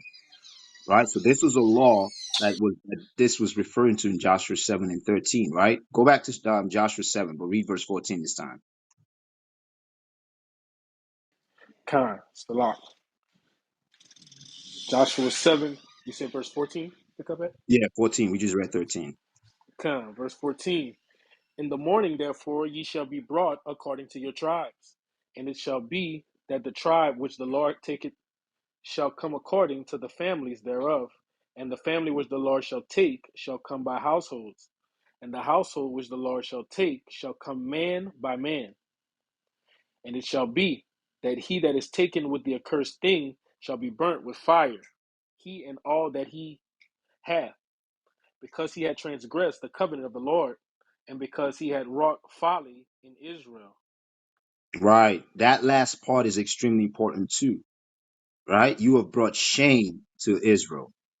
Right. Because what? You have transgressed the covenant. And that's exactly what our people are still doing till this day. Right. Still breaking God's laws, still breaking, still going against his way and think that they're not going to be held accountable for the wickedness that they've done. Right. Read on. Come, verse 16. So Joshua rose up early in the morning and brought Israel by their tribes. And the tribes of Judah was taken, and he brought the family of Judah. And he took the family of the Zerites, and he brought the family of the Zerites man by man. And Zebdi was taken, and he brought his household man by man. And Achan, the son of Carmi, the son of Zebdi, the son of Zerah, of the tribe of Judah, was taken. And Joshua said unto Achan, my son, give, I pray thee, glory to Yahweh power of Israel. and make confession unto him, and tell me now what thou hast done. Hide it not from me. And Achan answered Joshua and said, Indeed, I have sinned against Yahweh, power of Israel, and thus have I done. When I saw among the spoils a goodly Babylonian garment, and 200 shekels of silver, and a wedge of gold of 50 shekels weight, then I coveted them and You took see them. that? Hold that. You see that? What did he do? I coveted them and took them. Read And on. behold, they are hid in the earth in the midst of my tent, and the silver under it. So Joshua sent messengers, and they ran unto the tent, and behold, it was hid in his tent, and the silver under it. And they took them out of the midst of the tent, and brought them unto Joshua, and unto all the children of Israel, and laid them out before Yahweh. Right. So even you confessing your sin, and this is why we tell people we don't teach willful sin. We don't teach, oh, you can sin and just run to God and ask for forgiveness. And because what? The Most High can still hold you accountable for that, right? Con, And nobody knows what the weight of that judgment is going to be. We don't know. It could be a slap on the wrist where you just maybe, bump your foot, or it can be the ultimate judgment, which is death, man. Right? But read that's on. right. Let's see what the outcome is. Con. And Joshua and all Israel with him took Achan the son of Zerah, and the silver, and the garment, and the wedge of gold, and his sons, and his daughters, and his oxen, and his asses, and his sheep, and his tent, and all that he had, and they brought them unto the valley of Achor. And Joshua said, Why hast thou troubled us? For Yahweh shall trouble thee this day. And all Israel stoned him with stones, What and did they burned, do? they stoned him with stones, Read on. and burned them with fire, after they had stoned them with stones. And they raised over him a great heap of stones unto this day. So Yahweh turned from the fierceness of his anger, wherefore the name of that place was called the Valley of Achor unto this day. Right. It appeased, right, him that made it. Right? So this man stoned him. That was judgment on him. Right? Now it says, so the Lord turned from the fierceness of his anger. So until that was done, the Most High's anger was still kindled among them. All right. So this is how the Most High dealt with us. This is the God you serve. All right. You're not serving a God that just lets you run amok and bring shame to his name and think that you're not going to get some level of judgment. Right. He determines what judgment you get. We don't determine that. Right. But you still have to play your part and ask for forgiveness in Christ being that mediator. And this is why I'm so grateful that I live in the times that I live in now. Right. But does that mean I take advantage of it? Right. And say, you know what? I can sin willfully. I got no Levites here, right, to prosecute me and judge the matter, or I got no brothers and sisters to do that. Well, no brothers to do that. I can sit and just be wicked, right, and nothing's going to come of it. Guess what? The Most High still has the power, and He determines the judgment at the end of the day. You understand? Let's go to Deuteronomy 21 and 18. Let's get another example of that. There are tons of examples in the Bible on how we used to get judged. Right?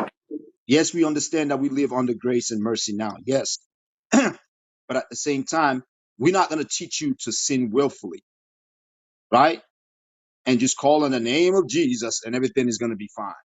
Because that's a lie, right? That's us condoling you sinning and being wicked, right? And that's those types of situation in that thought process is what's going to cause adultery in our community, right? And toxic situationships, man, right? When you're dealing with people you have absolutely no idea dealing with, you're not supposed to be dealing with, right?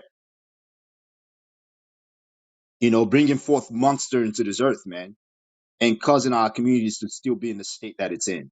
But go ahead, Deuteronomy 21 and verse 18. Khan. Salaki, I don't want after this. I'm gonna have to step out for just a Oh few yeah, minutes. Con. Yeah, we're gonna wind things down anyways. I Khan, appreciate you Khan, reading Khan. that. Is all love, King. This is Deuteronomy 21 and 18, and it reads: If a man have a stubborn and rebellious son, which will not obey the voice of his father or the voice of his mother, and that, when they have chastised him, will not hearken unto them, then shall his father and his mother lay hold on him, and bring him unto the elders of the city, and unto the gate of his place. And they shall say to the elders of the city, This our son is stubborn and rebellious. He will not obey our voice. He is a glutton and a drunkard.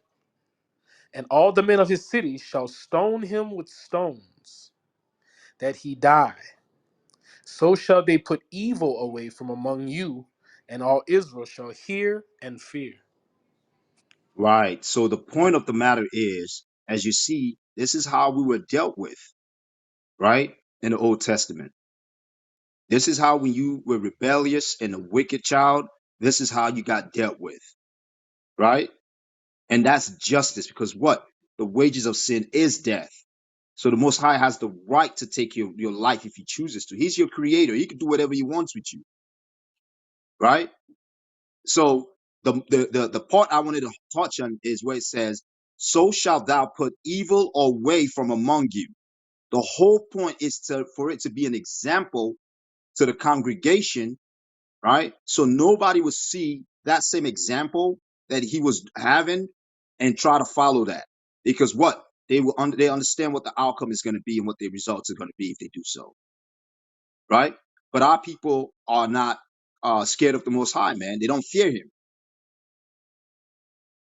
right? It says, "And all Israel shall hear and fear." That's the whole point, all right? So some of us need to start reading the Old Testament and really see how the Most High dealt with our people, right? Most High was not playing, man. Because if you have that fear of the Most High God, guess what? You're going to carry yourself a certain way. You're not going to sin willfully because you understand what the outcome of that is going to be, man. Right? We understand that Yahweh Shai came on the scene was the greatest thing that could have happened to us as a people, right? To bring back the lost sheep of the house of Israel. Not only that, to be um, that gracious lamb that was slain for us, man, for our sins, right? To be that righteous mediator, right? So we can, be able to reach back to the Heavenly Father. So these are things that we need to talk about, when we live in our lives and committing all these acts and think that we're not going to be held accountable for it. You understand? But Brother Tazor, yeah, I appreciate you reading.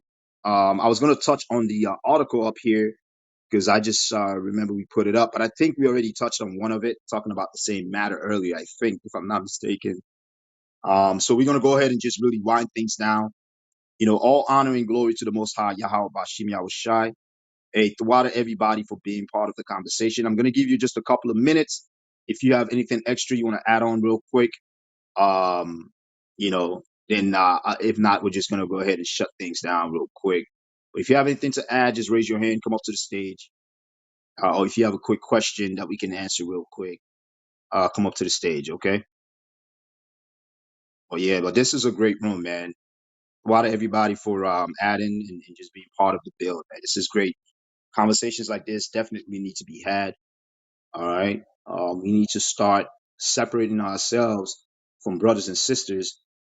Think that it's okay to have dysfunctional relationship, right? To commit adultery or any sexual immorality, man.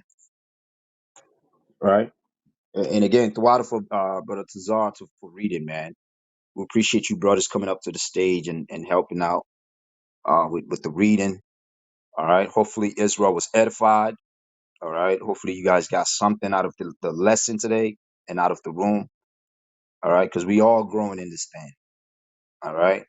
But we have to start holding each other accountable because a lot of times that's really what's going to help us and get us out of the mind state that we in, man. Right. You don't love your brother or your sister if you're not correcting them in righteousness. If you allow them to do whatever they want, that's not love. All right. Hey, Odd, what's going on? Shalom, welcome to the stage. You see the topic, you hear the build. What you got to add to it, King? Shalom, no, I ain't want to add nothing. I just wanted to, I had a question about, the scripture earlier. You said, if I had a quick question, I'd raise my hand. Yeah, you got something like real quick we can address because I gotta head out. I'm about to shut it down. Yeah. Yeah, I wanted to know, like, it was about the guy that went and, got the concubine, like, when she played the whore. Like, I was taught, like, when you supposed to put her away, while he try to go reconcile with her. Right.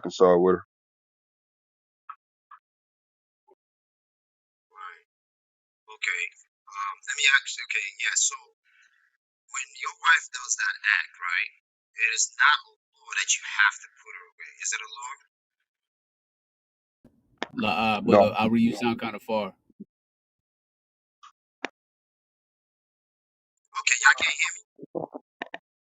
You sound kind of muffled, like if you in a tunnel. All right. I'll be right back. I'll be right back. So what Brother Ari is saying is that it's not like you it wasn't he's a Levite, so he deal with the law. Um, it didn't say that he must divorce her. That's what he's trying to get at. But he was trying to reconcile with her. But she was gone for 4 months. Now, as far as that's a good question too, because should she have been put to death? Sure, but that's exactly what ended up happening anyway. Um, who's here? Yeshaya, are you there? Con. Yeah, that's suggestions in Corinthians by Paul that you don't take her back to keep the whoredom out of Israel, right? But that's not law. But also yes, if a man decides to if he decides to reconcile her back in, he can do so. But the scriptures do suggest that he does not do that, based upon the fact that she could bring disease to the man because she's been out sleeping with who, and then also that man may have other wives, and then that could bring something back into Israel that the Most High doesn't want, and back in Israel. So that is that would be why you know he would have to weigh his decisions with wisdom. With that, I yield. All right. Go to Matthew real quick. Daniel, you back? You have something to add? Go ahead, Daniel. Khan Salaki, I'm driving right now, but just real quick, we saw the example that Yahushua gave us when they asked him what he would have been done to that woman that they were going to stone. He told her to go and sin no more, showed her mercy. We also see the case where the woman at the well, who is an Israelite, by the way, she told her you had 5 husbands. So it's definitely an unfortunate situation that any man has to be in.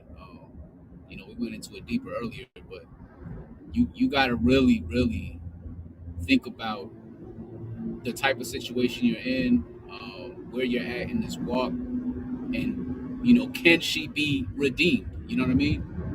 Period. Think about, I hate how these Christians always be like, yo, what would Jesus do? You know what I'm saying? Because they have no idea what he would do. But us as Israelite men, we need to make sure that we operate the way Yahweh Shai taught us to, man. He left us a lot of lessons in this book on how to operate and to deal with our people. What's that scripture that say, how can you forgive? How can you expect your father to forgive you if you can't even forgive your brother? I'm paraphrasing, but it's just one of those things, man, where it's like, damn, can you find it in yourself to forgive your wife for doing that? It's hard. It is a hard thing. But some men love their wives, man. I have a wife of 20 years, 4 kids. Boy, ain't no way she's gonna be chastised like crazy. And the Lord is gonna deal with her mightily if that ever happened. But I was raised up by a single mother, and I'm not going to do that to my children. You know what I'm saying? Like, I don't want to raise my family in the manner that I was raised. I want to do better, and I need to raise her up and try to help her redeem her soul so that she has a chance. But that's just some men, man. That's just how it is. You can call me a simp, you can call me weak, whatever it is, but I love my wife, yo. Now, if it was a situation where, like in Joshua, where we somewhere and we trying to do better, and somebody is keeping everybody from getting redemption, then yeah, you gotta go. But right now, we all striving on a daily basis to work out our own salvation with fear and trembling. And sometimes you gotta help pull these brothers and sisters out of the pit, man. That's one of the hardest things to do. And I believe the Most High will look down on you with favor if you're willing to sacrifice to do that. To sacrifice that jealousy, to sacrifice that spirit inside you that's telling you, yo, put this woman away because you're allowed to. You know what I mean? So, like the brothers always say, man, use wisdom. I'm gonna leave it there. Salakia. God. And you got to remember, it wasn't so from the beginning. Like the whole concept of divorce wasn't even um, supposed to even happen, right? When you read in from Genesis and how you're supposed to become one flesh, right? That whole mindset of divorce was, remember, your house. You know what? Let's just go to the scripture in Matthew's 19, and we're gonna start at the third verse. I believe it's in, because that talks about, because of the hardness of the hearts of the people, right?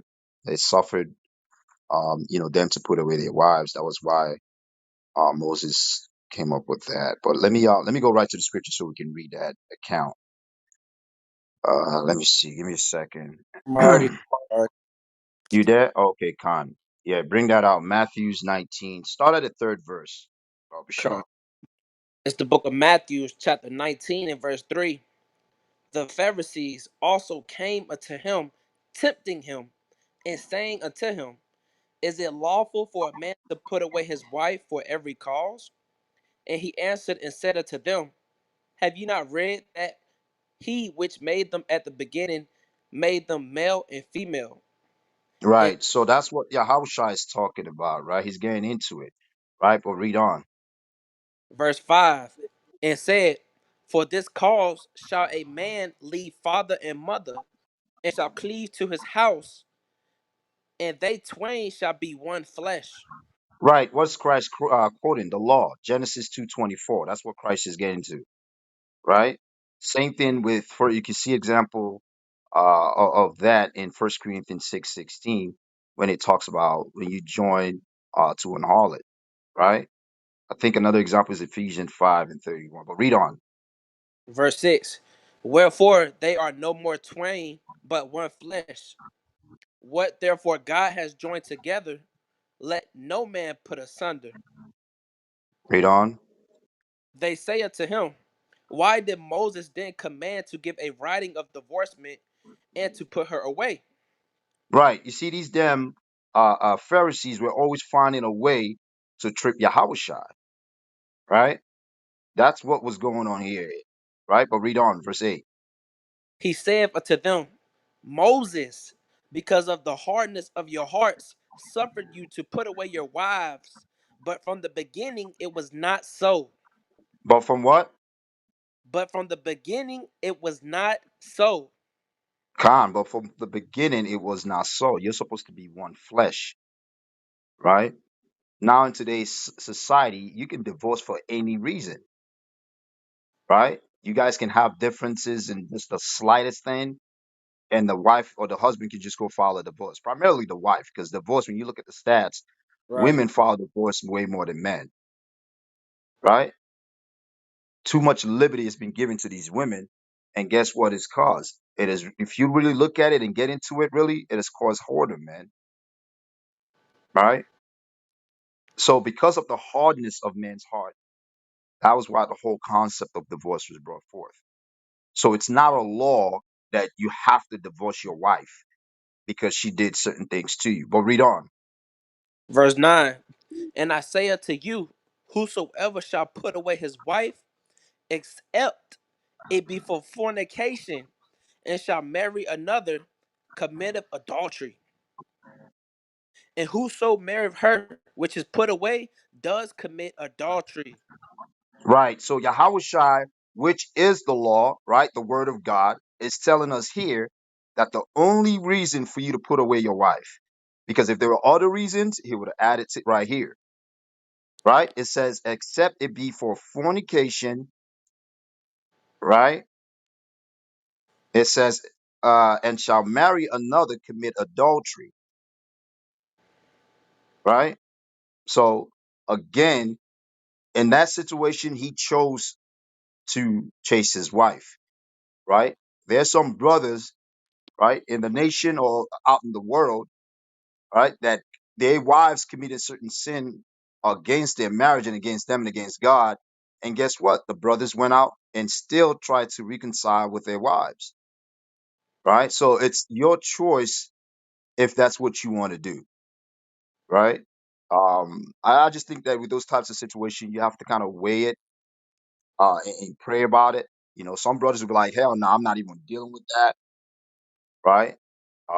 If she didn't even see the wrong in what she did and she just made that decision, right? I'm going to give her that bill of divorce and move on with my life.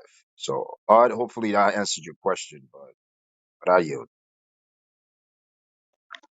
Yeah, Con, that's all I had. Cause I thought it was a law, but yeah, that's it, bro. Yeah, you know, obviously there's a law against what they did. You understand? Um, if you kind of any immoral sex act, if you commit any of that in any form, guess what? Right? The Most High can judge you for that, right? Because what? If that's a sin, and we again, like we said earlier, the wages of sin is death, right? But the Most High determines the final judgment that will come upon you for that act that you committed, right? And we saw in the law that that's a sin unto death, right? When you basically play the part of a whore, you understand, or a harlot, guess what? You can get judged for that. But Israel, throughout everybody for joining the room. Again, if anybody has any other questions, and brother Ud, we can always get into it. You can come to the chill room. We can dive into it a little bit more. Um, but like this room, we deal with questions also. But I kind of like this room to really stay on topic. We know it doesn't do that all the time. A lot of times we veer to different types of conversations depending who's on stage. But I kind of like when we stay on topic, and I just appreciate everybody for just joining. um, the room. All honor and glory to the Most High. Anybody on stage have anything to add on before we kind of shut things down? And again, shalom to everybody that just came to the room. We're kind of wrapping things up now. It was a great, great, great room. You can check out the replay at a later time. Does anybody else have anything to add? Or we good? Kwame Asharala, we got next. God, God, God. Hey, Macab, you there? Ariala, Yeshaya, out of sight. Well, yeah, they probably stepped away. But anyways, Hold on. What uh, happened? What happened now? yeah, Khan, did you have anything to say before we shut things down, King? Man, keep the commandments, keep the faith, and don't be scared to tell the devil he the devil to his goddamn face. Go ahead, you got it. God. Good. Khan. All right, Israel. Brothers are probably going to set up another room. Just check out for the other rooms, Sons of Thunder, God for His Gang, Ram Gadal, and the other brothers. When they set up rooms, I'm sure one of them probably might set up rooms sometime this evening. Make sure you tune in to that. All right. Or we might have chill rooms later in the day. But on to the next one. Komi Asha'ala Israel. Remember, we still got next. Keep enduring to the end. Matthew 24:13. And again, throughout everybody for joining in. On to the next one. Komi Asha'ala Shalom. Shalom, Israel. Shalom.